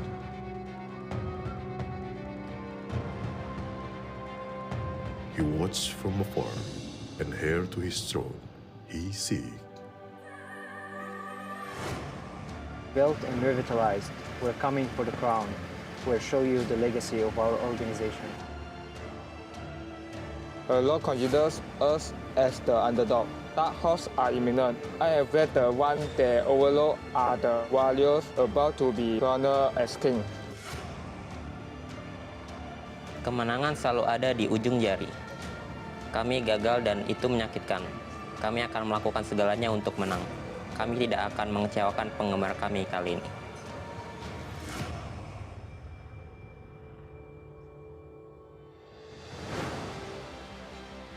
We aren't called elevate for nothing. We rise, we ascend, we never look down. We have rebooted this team. We are coming for the crown, even though we are new.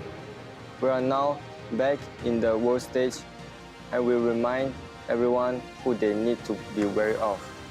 We are coming for the crown. Our country has always won the title. It won't be different this time. Come and try if you want. We the White Cup, brush but smart. The cards we play will be unpredictable. Time to show them what warriors are made of. To represent your country is an honor. To serve as its most outstanding warrior. We promise to never disappoint. We will win and make our homeland proud.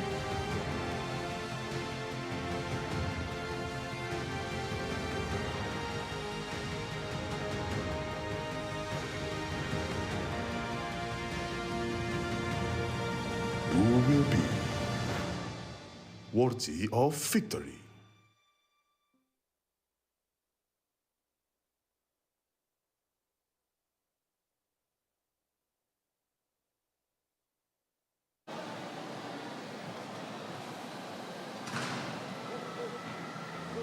Welcome back, ladies and gentlemen, to Honor of Kings Invitational Season 3.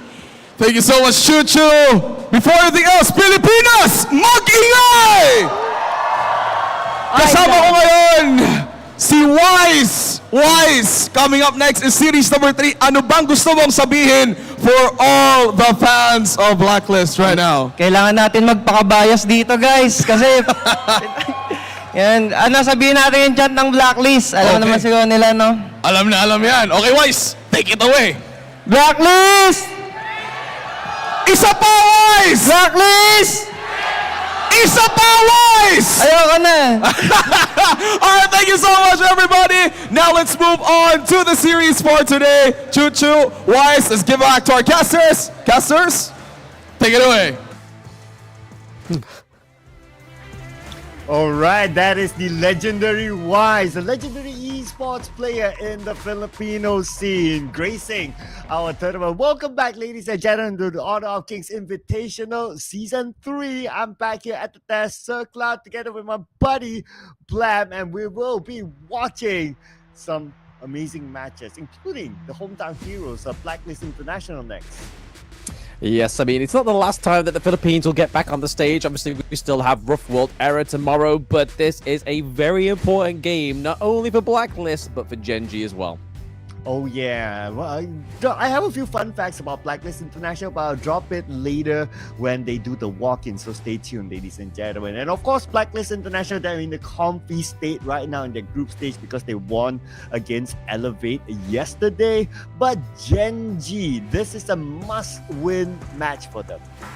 It is a must-win match, and it's a very fine line that they have to walk to get over and try and stay in the competition. They have to at least win the 3-0 in this one, so there can't be a round that drops for the side of Gen.G.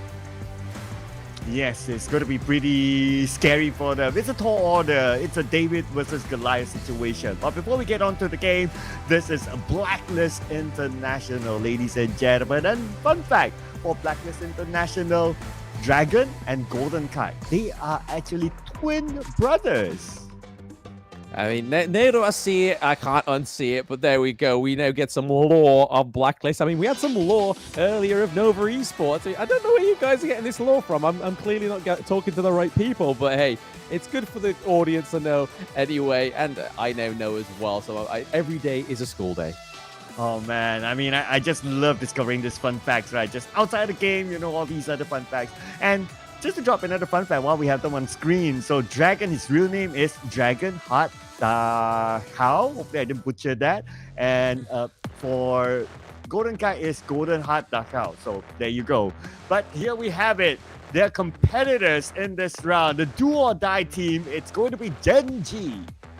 Yeah, I feel like day 3 should just be renamed as Do or Die because, I mean, Alpha 7 have dropped. They've died. Not actually died, but metaphorically in game, as well as KAGENDRA. And now Gen.G is the last ones, especially today, to prove themselves that they will rise above and hopefully get into second place for this group. Oh yeah, this is a must-win game for them. It's quite a tall order facing up against the hometown heroes, the team that came out first seeding from the Filipino qualifiers, and they are even playing in front of their home crowd, feeding from the energy. And this is Blacklist International and their lineup: Dragon, Yami, Jushi, Chaz, and Golden Kai. Yes, this is the team that brought Elevate to their knees at a 3-1 defeat, and they did it quite effortlessly. Like, there was no real lengthy matches in that one. I believe it was only one of the games that went through around about 18 minutes, so there was no Tempest Dragon, no way to earn that dollar. But here is Gen.G looking to earn that dollar. It is Inua, Wawa, Ray, Rock, and Clue, hailing all the way from the MENA region, representing Morocco in this tournament. Yes, and for Rock, he has experience playing in the KPL before this. So this guy will be a very important figure for the team, not only bringing in his own personal experience into the game, but also helping his teammates out on how to get out of this sticky situation right now, going up against the top seeding team from the Filipino qualifiers, Gen.G Esports. They must do it. They must do it, but I feel like what they mustn't do this time around, what they did against Elevate, was that Ray was taken out of the jungle, and then obviously a Rock was put into the jungle, because Ray did not look that confident in the farm role, so they need to keep him in the jungle. He is a fantastic jungler, so they should just keep Rock into the farm lane, give him some good picks, give him some prio picks, and hopefully lead you to victory. Yeah, and speaking about picks, right? So since this is going to be the first game, we're going to, of course, reset all the picks again. Every hero is up for grabs. But the most standout hero is definitely Mai. I doubt we'll get to see Mai being played out. It will most probably be one of the earlier picks. But some of the earlier picked heroes that teams offer like the choose is like the Ogren, the Dharma, or even the Yuhuan, or maybe even the Long. Yeah, I mean, even the Diadea, right? We saw Clue play the Diadea of Game 1. That was the only victory that they got over Elevate, which is where they actually didn't have a single farm lane as well. So they did switch Rock into the jungle, but they also gave Ray the jungle role as well. So they had the Doom, they had the pay, but they did actually serve it up very nicely. And for those that I was actually watching the video back, as I do, for research purposes, obviously, the people were saying that the pay and having a no farm lane is a whole KPL strategy from a few years ago. So definitely a bit of a shadow of the past that Rock is bringing into the flavor of Gen.G. And I think a little bit more of that is needed, especially for that 3-0 win. And it worked out for them, right? When they did that, of course, there were a lot of surprises the moment he did that. And everyone was like, hey, how are you supposed to play the pay in that sort of role? But he made it work. And those are the kind of drafts that we like to see, right? Like drafts that kind of like put us off and just shows us that, oh, okay, this game is that versatile. You can almost play any hero in any role. Yeah, I mean, we've been seeing a little bit more flavor within the drafts for the rest of day 3, right? So we saw the likes of Suya into the mid lane. We've seen some Alessio as well. Obviously, things don't quite do as well. But then, obviously, on the last series we just had, we had the likes of Kong Ming come through, as well as the Dion Wei as well. So a lot of different picks, like the Marco Polo and the Yaria combo. So clearly, these are the picks that the teams pull out when they need to the most. So when they're not throwing punches, they need to bring out these kind of picks to throw off their enemy team. Yeah, we've been seeing a decent amount of Marco Polo picks today as well. So that could be one of the hot picks of the day. Of course, this is the global band pick season, ladies and gentlemen. So you might pick it once and you can't pick it later. And from what I observed, even from the previous game, the game where Nova played as well, the hero pool is definitely a big challenge for all these teams. Now, without further ado, we'll be jumping into the draft for game number 1 between Blacklist International and Gen.G. And when it comes to the bands, of course, we're going to see the Mai out.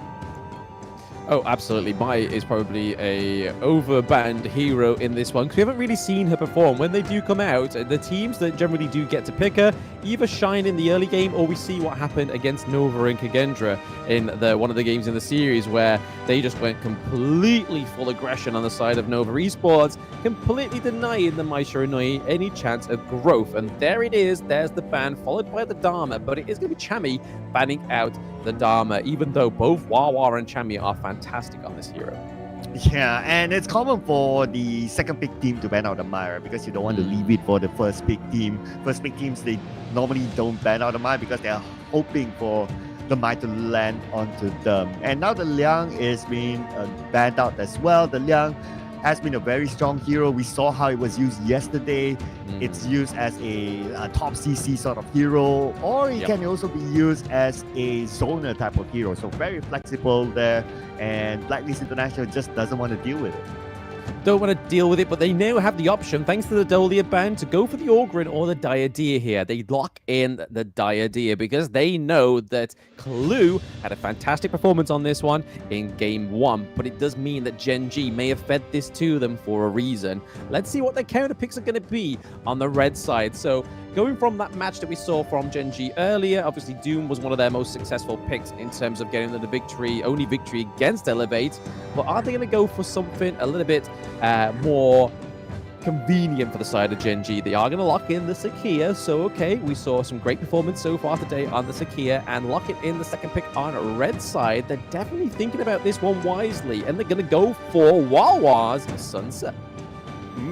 Okay, Sanche in. So that means that we might expect big engagements here by Gen.G. Of course, supported by Sake, who can provide the healing, sustainability when it comes to team fights. So that will be very, very helpful in many situations. And even situations where they need to escape or disengage from team fights. Long, also another hot pick here in this tournament, being picked up by Blacklist International. So Long and the idea on the laning phase will be pretty strong. Yeah, pretty strong indeed. And then Chami rounding it out with the Mai-In. I honestly thought that they were going to actually lock in the Orgrim for Blacklist here, because we know that their game 1 against Elevate, they locked in the combo of Diadea and Orgrim, but it's still up for grabs here for Gen.G. But no, they're looking like they're going to go for the pay that they had in game 1. So we're more than likely going to be seeing Roche into the jungle role. I'd be very surprised if we see Ray on the pay. Well, I mean, they have done it before, so it could potentially happen. And this is what might throw Blacklist off, right? It's like, okay, are they going to pick a farm lane? Are they not going to pick a farm lane next? Because it is still open. And Gen.G is playing this sort of mind games with this sort of draft, right? So that is going to be real interesting. And they had success with pay on the farm lane, so I wouldn't be surprised if they actually go for that again. Yeah, I mean, I'm warming up to the idea, but they've just banned out the Dune, which is going to be a little bit of a spanner in the works, because that's one of the picks that actually accompanied the pay pick. But I'm kind of warming up to the idea because of how the coach of Gen.G looked over to the side of Blacklist and said kind of like, hey, checkmate, let's see if you know what we're going for. And the Yixing is banned out, another hot and popular hero with the World is My Board, locking in multiple heroes at the same time, especially with the fact that he can lock in the Mayen from being overly mobile and able to escape over the walls and so on and so forth. But the Mayen is still a very mobile hero and able to come up with the split pusher, so they have